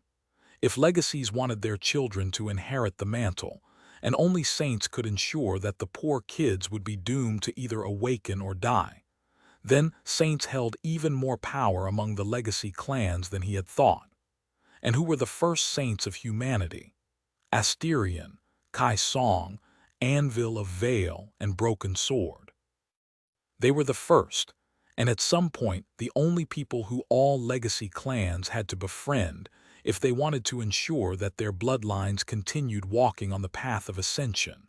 Was that perhaps the initial reason that had elevated the great clans above all the rest? Interesting. He was not in the mood to ponder the origins of power that the sovereigns held, however. Thinking about the great clans made him feel sour.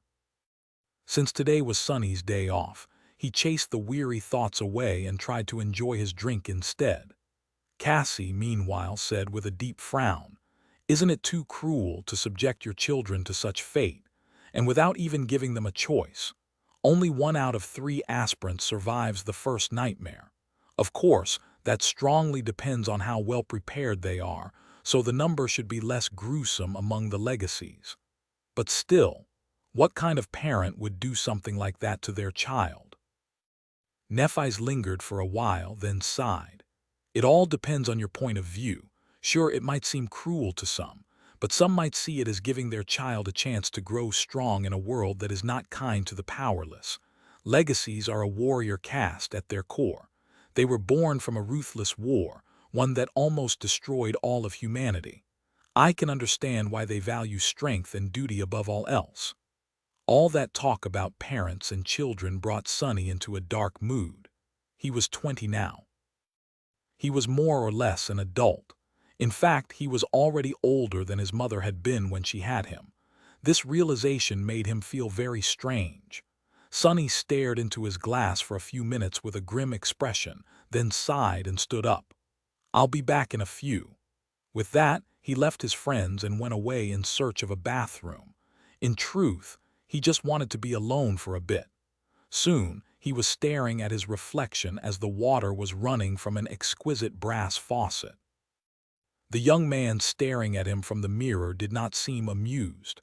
Sonny frowned, thinking about whether Mordred was hiding somewhere in the mirror. It had become a habit of his to consider such things from time to time. Luckily, this time, the Prince of Nothing seemed to be nowhere to be found. Sonny sighed in relief, and then left the bathroom to return to the VIP lounge. On his way, however, he encountered a small disturbance.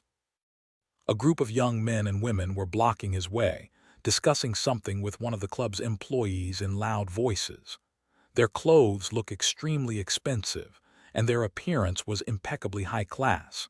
As he came closer, he heard the most extravagant-looking member of the group saying with outrage, "What do you mean, you can't let us inside?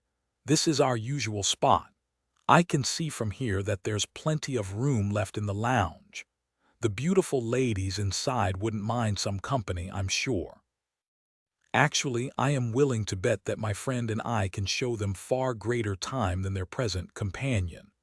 The hostess looked at him and said in an awkward tone, "Sir, I am very sorry, but the whole VIP lounge was reserved by the esteemed guests." The young man scoffed. "Esteemed guests? Do you even know who I am? I sincerely doubt that anyone in this ramshackle parlor of yours has more esteem than I." Sonny sighed, approached the group of young people, and patted the loudmouth on the shoulder. The young men looked down in confusion, then frowned. "I suggest you unhand me, friend. What do you want?" Sonny smiled. "Relax, buddy, I just want to give you a small piece of advice." He hugged the young man with one arm, turned him to face the VIP lounge, and pointed at Nephi's Cassie, Effie, and Kai, who could barely be seen from that spot. "Do you see these people? Do you know who they are?" The loudmouth scowled, then thought for a moment and asked with curiosity, "Oh, you know these beauties. Who are they?" Sonny's grin grew wider. "Well, let me tell you. They are all experienced murderers and killers. I once saw the tall one tear a fallen beast apart, devour its meat, and gnaw on its bones. The pretty guy next to her used to be nice, but after being burned alive and having his skin replaced with primitive grafts by an unlicensed medical practitioner, he developed some strange ideas. That delicate blonde girl is actually the most terrifying. There are 50 powerful awakened that follow her around like lost puppies and eat from the palm of her hand, all willing to obey her commands. Every one of them is a maniac. That stunning, incredible beauty next to her, boy, I don't even know where to start. She was contemplating killing everyone in this club just half an hour ago. Luckily, we managed to distract her." With each word, the young man grew paler and paler. His friends were suddenly silent, too. When Sonny was done speaking, the loudmouth nervously looked at the pale hand that was resting on his shoulder and asked in a small voice, And who might you be?" Sonny smiled brilliantly. "Me. Oh, I live with two of these girls. I have a nice house, you know, with very special facilities of the underground kind, if you know what I mean. The third, I had to spend almost a month locked in a cage with that one. Gods, that was rough. As for the skin graft guy, he drives me around." The young man turned slightly green, then gently moved Sonny's hand off his shoulder and backed away. IISC. Thank you very much for the advice, FR, sir. On second thought, we should be going. My oh my, look at the time. His group suddenly disappeared as if they had never been there in the first place. Sonny looked at the hostess and shrugged. Well, whatever. By the way, we're out of snacks. Could you bring us some more? Just no honey, please. Chapter 795. Moment of peace to Sonny's absolute shock. Nothing really happened for the rest of the night. There was no deadly brawl that forced the cohort to intervene. No emissary of the great clans arrived to crash the party. No gate opened right in front of the club. He had been fully prepared for something to go terribly wrong, but in the end, nothing did. How odd. The five masters simply had a good time listening to loud music, being served delicious drinks and food, and enjoying each other's company. Sonny did not know if this outing was helping Nephi's in a way that she had hoped it would, but he found it unexpectedly relaxing. Spending quality time with good friends was what normal humans were supposed to enjoy after all. However, he had never had such an opportunity as a mundane. Sonny had never really fit into any of the groups he had tried to become a part of in the outskirts. He had always existed on their periphery before being expelled from them, as if something about him caused a subconscious rejection. He did not really know what had changed. Maybe it were the people he was with, or maybe it were the circumstances that had brought them together. Most likely, it was Sonny himself that had become different. In any case, for the first time in his life, he felt safe and secure about his place. He felt as if he truly belonged with these people. That did not mean that they were connected at the hip, of course. In fact, the members of the cohort had plenty of differences and underlying conflicts that had the potential to push them away from each other. Even the phrase itself was not exactly accurate. At this point, they were not really members of a distinct cohort anymore. Even if all five chose to pursue the same goal together, which was rather improbable, masters rarely operated in groups. They were too rare and powerful for such an arrangement. Most ascended acted independently, only gathering together to face especially terrible threats. But that was all right.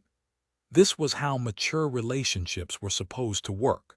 Sonny and his friends did not have to spend every waking minute together to preserve their bond. It was deep and tempered enough to remain strong even if each of them walked their separate path from now on. Still, the prospect of separation made Sonny feel wistful. He would have preferred for the five of them to stay together, at least in some capacity. However, the future was too obscure. Until the fateful ball, it was hard to say in which direction their lives would go. That was why this rare moment was so precious. Throwing all serious thoughts out of his mind, Sonny relaxed and tried to enjoy it as much as he could. Who knew when they would have a chance to spend such a peaceful evening together again, if ever? Steel was once again striking against steel in the underground dojo. Well, alloy was striking against alloy, to be more precise. For once, Sonny was not suffering on the receiving end of Changing Star's assault. The slender young woman was actually sitting on top of his inactive sleeping pod with her eyes closed, meditating as she controlled the soul essence rushing through her body. Instead, Sonny was defending himself against earnest, but amateurish attacks delivered by Rain. What a nice change of pace. The teenage girl was trying her best to get through his defense, but even when Sonny drastically toned down his speed and strength, her efforts were simply not enough. Despite her hard work, outstanding talent, and the swift improvement she had made, Rain was like an open book for him. Of course, he couldn't expect much from a mundane teenager. Still, her performance today was far from stellar. Sonny frowned.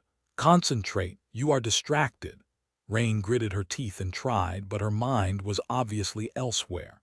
A few minutes later, he was forced to command her to stop and stared at his pupil without dissatisfaction. "Are you going to take it seriously or not? What is wrong with you today?" Sonny knew that he had lucked out with his student. Unlike most teenagers, Rain had never given him any trouble with regard to her diligence and motivation. It was only natural for her to try and slack off eventually, but he had already gotten used to his sister giving it her all during their lessons. Now, nothing short of excellence would do. Rain breathed heavily, then threw a furtive glance at the alcove containing the sleeping pod and the dreamscape pod. His cheeks turned slightly red. "Sorry, I can't. Lady Changing Star is here," Sonny scowled. "What about her?" The teenage girl looked at him with embarrassment and then said in a small voice, "You don't get it. She's watching." Sonny blinked a couple of times and then stared at her in confusion. "Her eyes are closed, and anyway, you can't fight properly because someone is watching." "Are you kidding me? Do you think that battles happen in private or something?" Rain shook her head. "It's not just someone, it's the Changing Star. She is, famous." Sonny scratched the back of his head. "I am famous too, but look at Nephi's. She is somewhat of my #1 fan, as it turns out. Yet she is practicing diligently without letting anything distract her. She is not starstruck at all." The teenage girl shook her head again. "It's different. I know that you are a big deal. I am also used to seeing Effie and Lady Cassia, even night. But Lady Nephi's is on a whole other level. She's not just a celebrity, she actually matters. She is one of the mostest people." Sonny glared at his little sister. "Actually matters, ouch." He sighed, then lowered his alloy stick and summoned the endless spring. "I guess we're going to have a different kind of lesson today." Sonny put a hand on Rain's shoulder and pointed at Nephi's. "You're a smart kid, Rain. Your father works for the government. You should be able to separate truth from propaganda. Sure, Neff is an extraordinary individual, and she achieved a lot of incredible things. But she is just a human. All that stuff that is clouding your head is just an illusion that other humans created to shove an uplifting narrative down the population's throat. You can't be that gullible and believe in things that aren't real." The teenage girl remained silent for a bit, then frowned. "But these things are real. Whether they are true or not, people believe in them, so they're real." Chapter 796. Real Deal. Sonny tilted his head a little. "What do you mean?" Rain glanced at him and shrugged. "It is because my father works for the government that I know this stuff. Well, let's say that millions of people believe that Lady Nephi's is the hero that is going to lead humanity to conquer the fourth nightmare. It doesn't matter if she truly is. As long as people believe it, she has influence over them. Her image might be an illusion, but that influence is real, which means that her power is also real. Do you understand?" He stared at her in bewilderment. "So, you are saying that just because someone decided to make Neff into a powerful hero and manipulated people into believing that she actually became one?" Rain nodded. "Think about it. If Lady Nephi's decides to appear in public tomorrow and appeal for people to take arms and join the government army, tens of thousands of new recruits will answer the call. Maybe even hundreds of thousands. How can something that can affect hundreds of thousands of lives not be real? So, she is different from a celebrity like Knight or a master like you. She is the real deal." Sonny scratched the back of his head. "Why am I getting schooled by my student? About lies and deceit of all things?" The worst part of it was that Rain made a lot of sense. Power was an elusive concept, so was the difference between the real and the unreal. It was easy to point at an object and say that it was real. One could see it, touch it, and break it. But what about less tangible things? Was friendship real? Or love? Or belief, for example? If belief in something could affect millions of people, cause them to throw themselves into a war, persecute a group of individuals, or build incredible miracles of architecture, it was indeed stupid to say that the thing they believed in was not real. Since it was able to exert influence on the real world, the object of their belief stopped being an illusion and became something different. Something like a deity. Sonny frowned. "What the hell am I thinking about?" I was supposed to discipline my lazy student, not go on a philosophical tangent about the nature of divinity. It did not apply to actual gods anyway. When they had been alive, the gods did not care about who believed in them and why.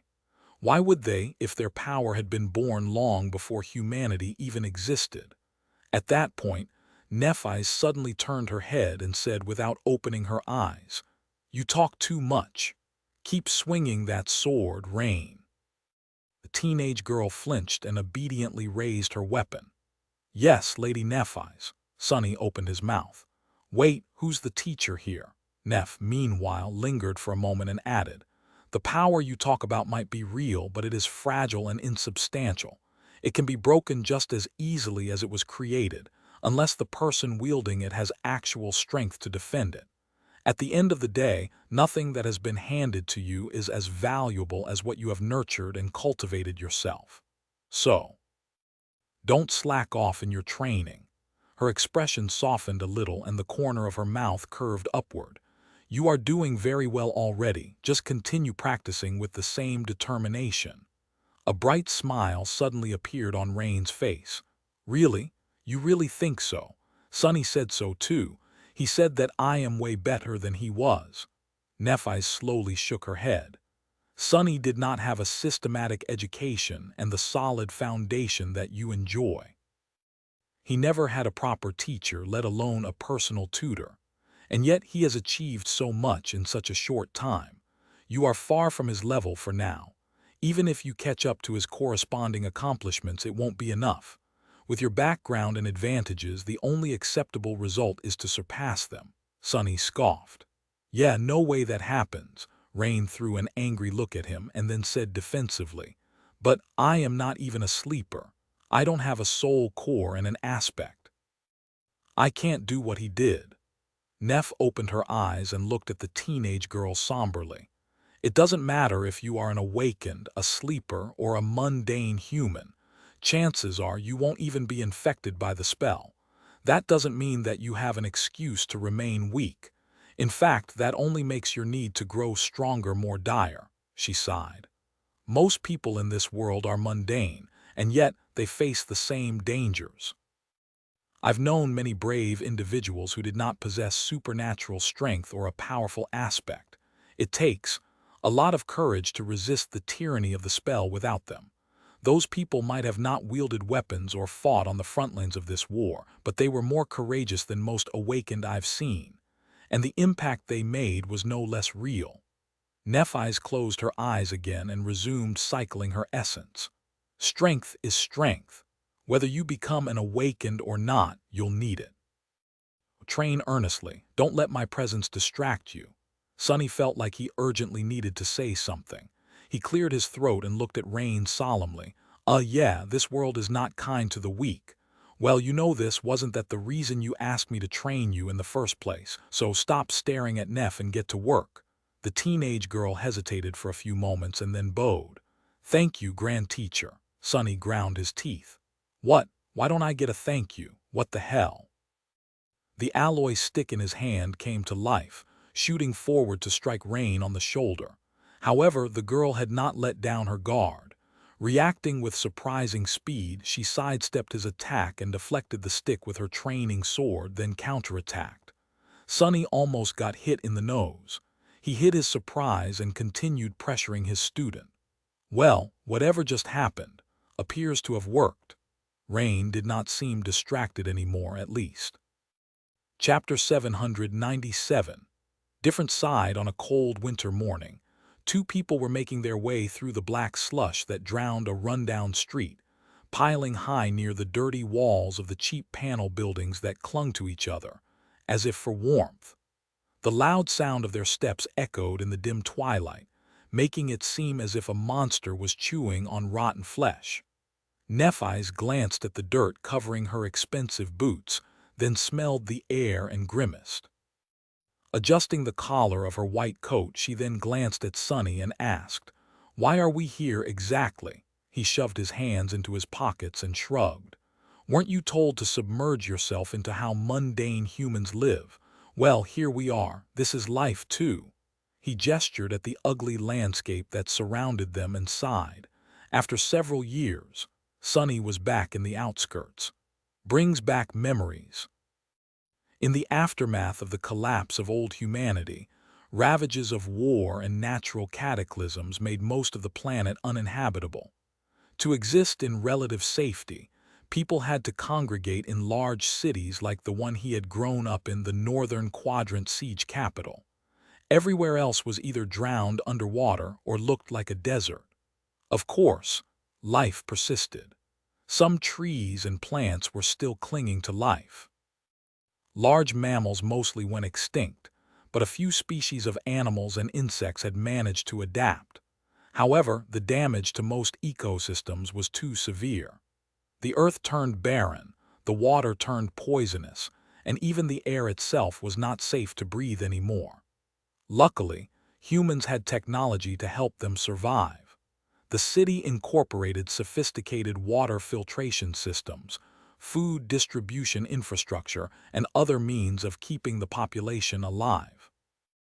It was surrounded by tall barrier walls that prevented excessive microdust, various toxins, stray remnants of weaponized bacteria, harmful radiation, and other hazards from getting into the air supply.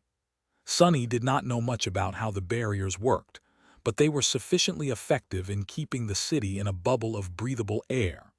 Of course, each district also possessed its own additional means of purifying the air even further. The problem, however, was that the barriers were stationary while the city was not. The human population across the planet had dropped, but here in NQSC it was slowly growing. As a result, the city grew too. It stretched further and further both into the sky and underground. Of course, it also sprawled horizontally. Eventually, the city had outgrown the circle of barriers.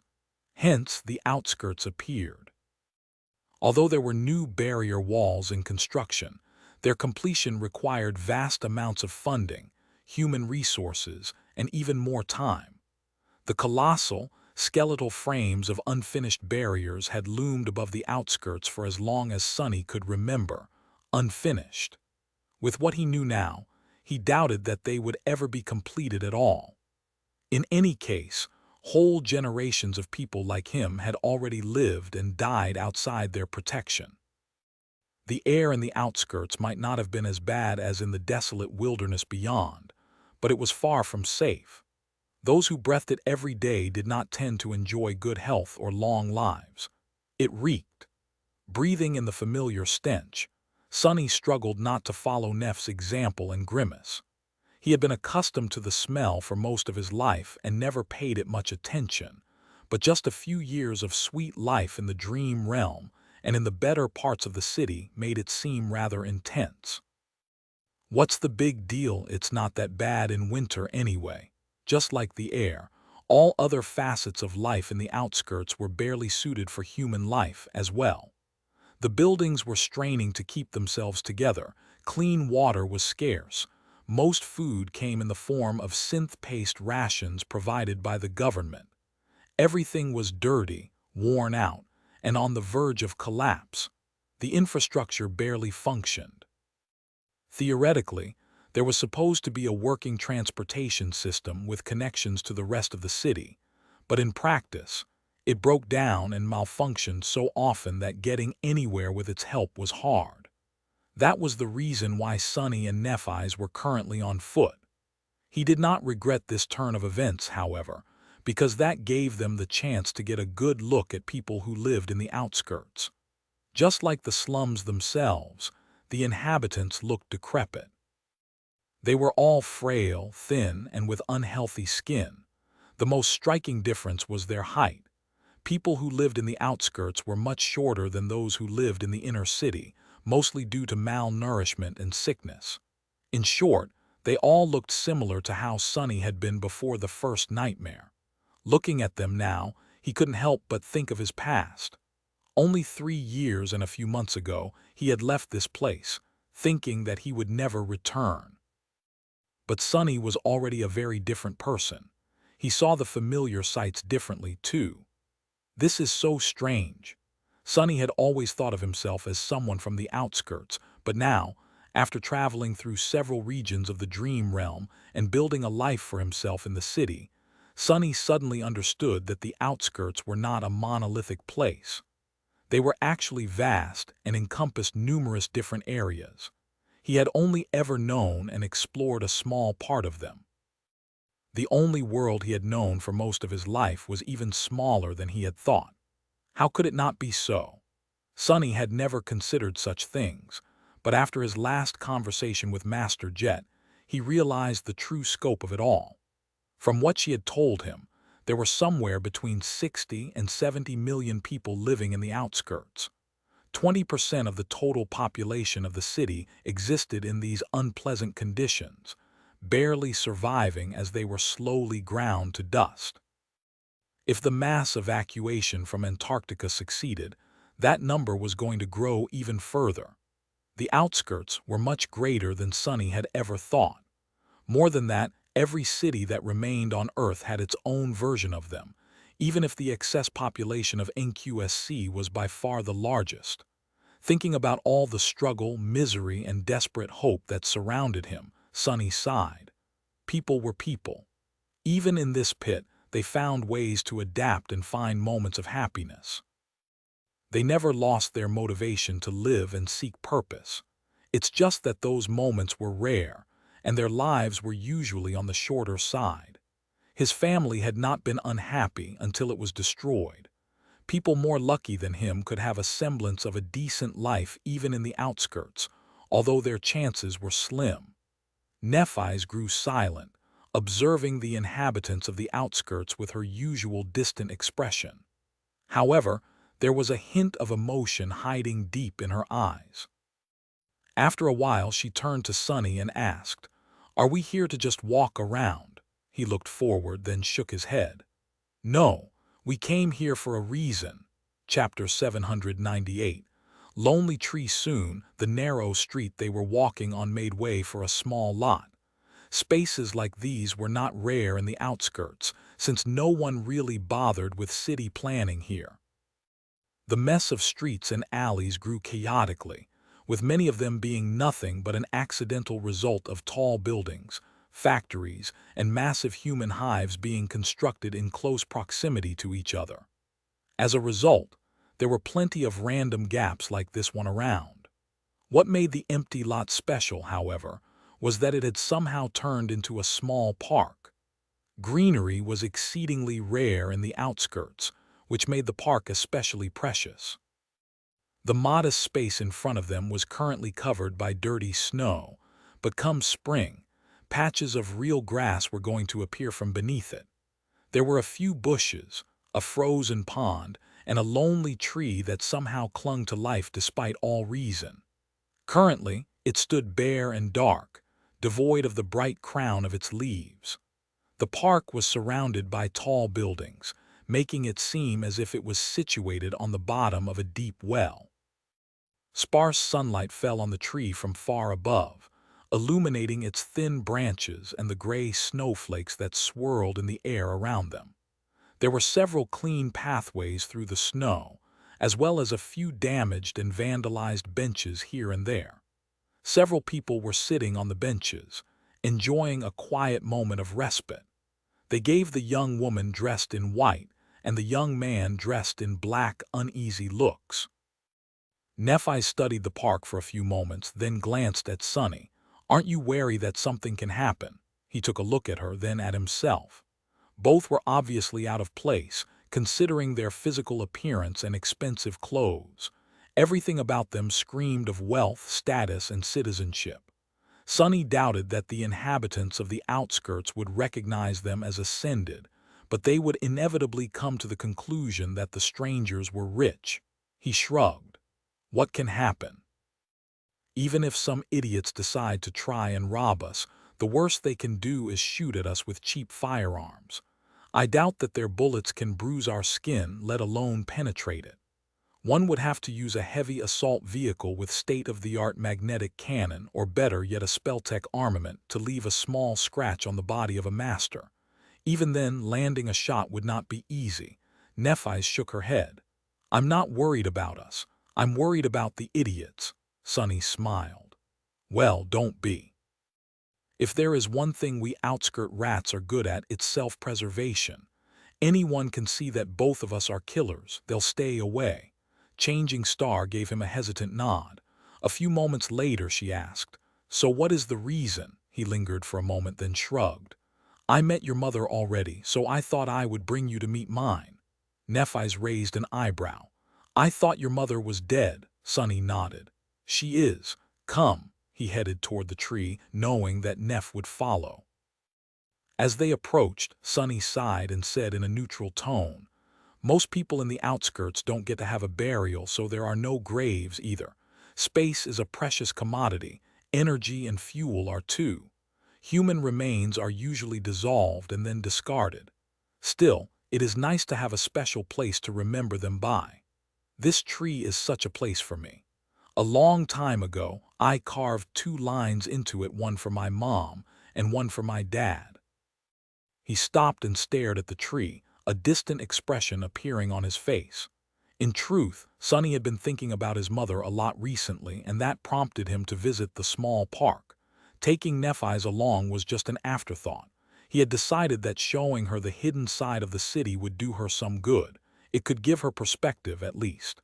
As they stood silently under the tree, Nephi studied it for a while and then suddenly said, "There are 3 lines." Sonny looked at her in confusion. "What?" Neph pointed to the bottom of the trunk. "There is a 3rd line." He stared at her for a moment, then turned away. "Oh, the 3rd line is for me. I added it before going away to face the first nightmare." Changing Star glanced at him, then asked in her usual even tone, "Were you not confident of conquering it?" Sonny laughed.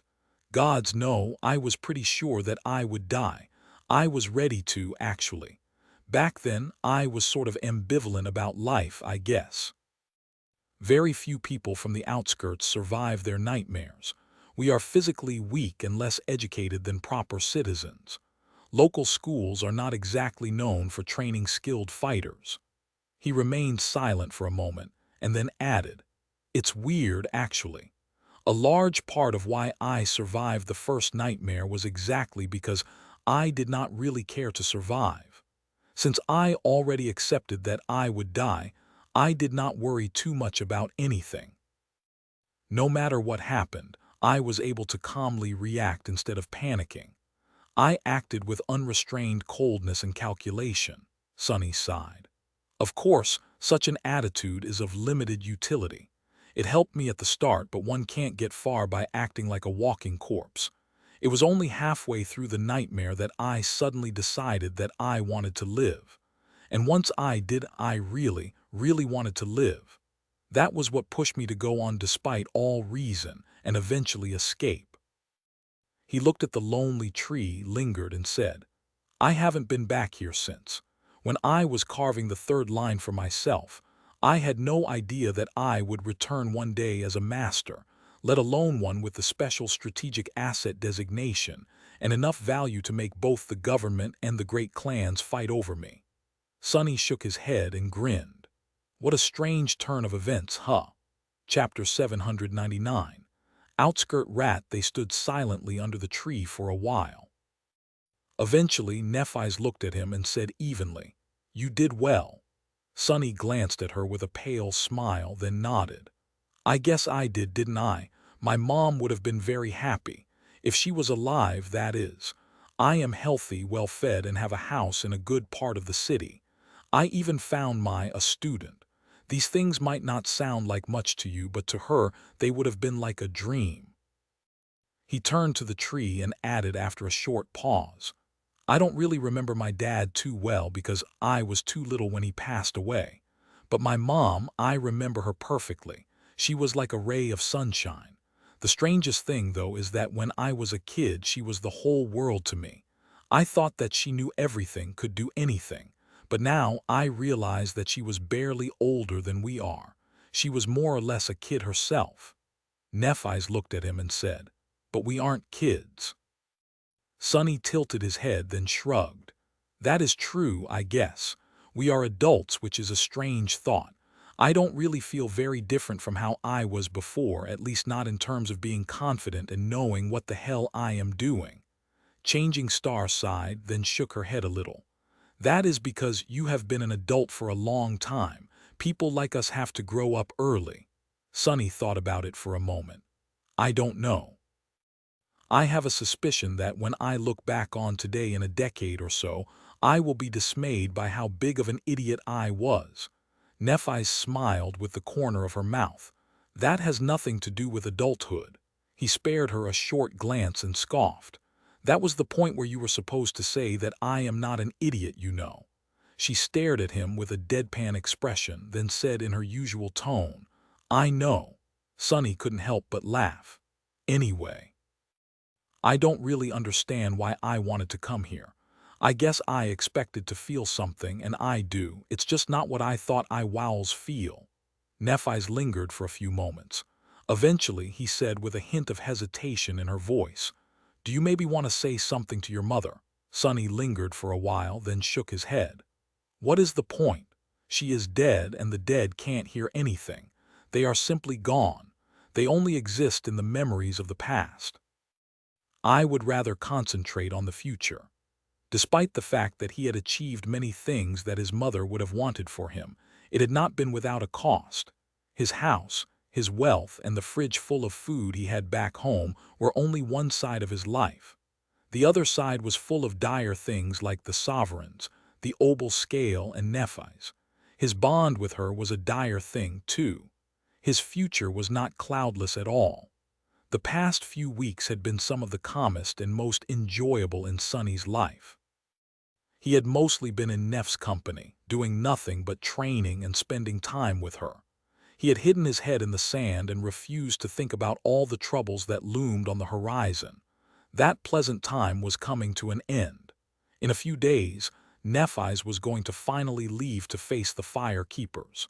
About a week after that, they were going to accept Clan Valor's invitation and attend their ball. After that, everything was going to change. Their futures were going to be decided on that day. Sunny found himself standing at a crossroad, not knowing where any of the roads actually led. Even worse, he was not the only one making the decision on what turn to take. All of it was so tiresome. He sighed, then walked over to the tree and touched it for a brief moment. "Hey, Mom, it's me. I am doing well, I guess. Rain is well, too. She looks like you very much. You would have been really proud of her." Sunny felt rather stupid at that moment, but at the same time strangely soothed. He hesitated for a few seconds and then thought, "Anyway, I don't think I will be able to visit again for a long time, not that you're really here. Oh, that young woman right there is Nephi's. She is well, it's complicated. In any case, I think you would have liked her. I have several other friends too, so I am in good hands. You don't have to worry about me." With that, he stepped back, looked at the lonely tree one last time, and turned away. "Let's go." As they walked away, Neff looked at him and asked tentatively, "Are you all right?" Sunny smiled crookedly and shrugged. "Of course. Why wouldn't I be?" She opened her mouth to say something, but at that moment several figures suddenly appeared from behind a corner, surrounding them. They were all dirty and disheveled, looking like typical outskirts thugs. The leader, a muscular man with a chemical scar on his face, pointed a kinetic handgun at them and grinned. "Not so fast, lovebirds. Rich kids like you really should think twice before coming to where you don't belong." Sunny silently palmed his face. "So why don't you give us your communicators and other valuables before something bad happens? Damn it, this is so embarrassing." Before the thug was done speaking, Sunny appeared near him, grabbed the barrel of his gun and squeezed gently, turning it into a deformed steel pancake. The muscular man stared at his weapon in shock, then suddenly let go of it and jumped back. "Awaken! Run!" The thugs all froze for a second, then paled and dashed away, disappearing as fast as they had appeared a few moments ago. Sunny was left standing with a broken gun in his hand. He sighed heavily, then threw it into a rusty trash container that stood a couple dozen meters away. The gun clanked against its edge as it disappeared inside. Unbelievable. The most disheartening thing about it all was that he knew the leader of the thugs. Growing up in this area of the outskirts, Sonny had run into this particular gang more than once, something being mistreated by them, something running small errands for the thugs in hopes of earning some food. And yet none of them had recognized him, instead mistaking Sonny for a rich city kid. He looked at Nephi's and cleared his throat. Sorry about that," she shook her head. "No need to apologize." Sonny hesitated for a moment, then shrugged and continued walking away from the park. I guess I am really not an outskirt rat anymore. Chapter 800. Facing the music, a few days passed in pleasant tranquility. Eventually, however, the time ran out. Nephi's gathered her things and left for the Immortal Flame Manor, leaving Sonny alone. It was a bittersweet feeling. Sweet because he finally had the house for himself once again. Bitter because, well, Sonny was not sure that he enjoyed his home being so empty anymore. Nevertheless, he had chosen not to follow her to join the rest of the cohort yet. Sonny felt like the looming ball was going to change a lot of things, and had to prepare a few contingencies. If the worst happened, there was a big possibility that he would be gone for a very long time again. There were several things he had to do, just in case. His lecture course at the academy had just started, but at this rate, it was under threat of ending prematurely. Sonny spent some time imparting his students with the best and most essential knowledge he could relay in such a short amount of time, but other than that, there was not much else he could do to prevent his academic reputation from potentially receiving a hit. Luckily, all masters led hectic lives. The administration was long accustomed to their star lecturers disappearing for months on end without much of a warning, so his case was not unique. His second worry was the brilliant Emporium. The memory store was already in a difficult position because of the invisible blockade that had prevented Sonny from visiting the dream realm and hunting down nightmare creatures for half a year. Their inventory was running low. In the past 6 months, Sonny had slowly shifted his business in the direction of selling memory versions of mundane items that he weaved. That was not a straightforward endeavor, however. Sure, the idea of having a toothbrush memory sounded pleasant. But he had to use a soul shard to create one.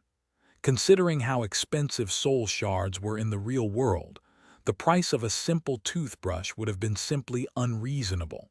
So, after thinking for a while, Sonny had come up with a strategy of shifting his focus from necessities and toiletries to luxury items.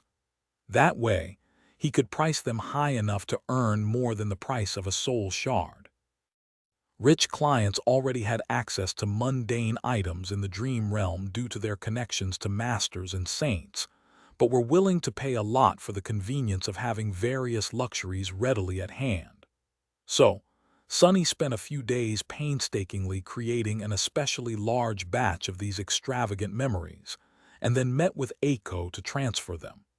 After thinking for a while, he gave her a strange set of instructions.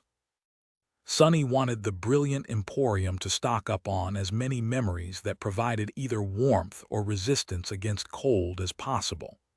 The second priority went to memories that could serve as a source of light, which were usually cheap and plentiful. He also told Aiko to sell every soul shard they had left. The reason behind this decision was simple: the approaching disaster in Antarctica. Once the government announced the voluntary mobilization, a lot of people were going to need to equip themselves for the harsh realities of polar night.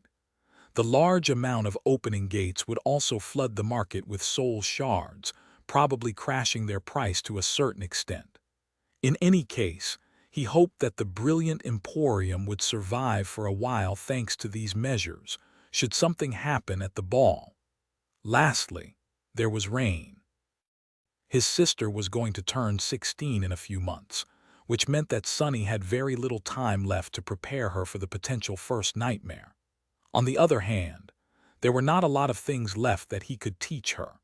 Of course, Rain still had a lot of room to improve, but at that stage, Sunny's presence was only of marginal use.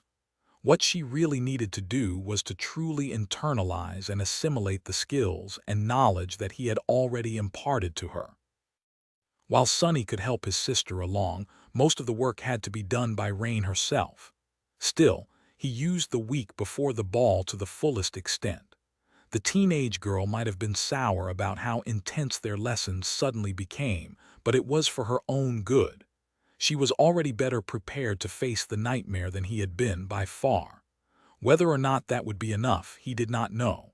Other than these three things, there was not a lot for Sunny to do. He prepared his home to go into conservation mode in case he did not return from the ball. He restocked the covetous coffer with various supplies for a long expedition. He fought against Saint to clean the rust off his battle instincts. He tinkered with his memories for a bit, trying to improve them. All of these preparations might have been for nothing, but Sunny was more willing to be wrong than to be unprepared. Finally, the fateful day came. Wincing at the thought of how much money he had spent on that thing, Sunny donned a stylish black suit and briefly looked at himself in the mirror. The bespoke attire had been made by a luxury establishment that serviced many prominent legacies and incorporated the most rare and durable materials, many of them coming from the dream realm. The suit was made in the style that many awakened preferred, existing somewhere between the modern fashion and the more antiquated aesthetic that memories adhered to. It was elegant and fitting, including a stylish half-cape and tall leather boots. Even though Sunny had said a few strong words to Kai during the fittings, now that he looked at himself, he could not deny that he looked rather good. Sunny lingered for a few moments, then sighed. "Let's face the music, I guess." With that, he briefly circulated essence through the coils of Soul Serpent, wrapped 3 of the 4 shadows around his body, and walked outside. His carriage, in the form of a luxury PTV, was already waiting.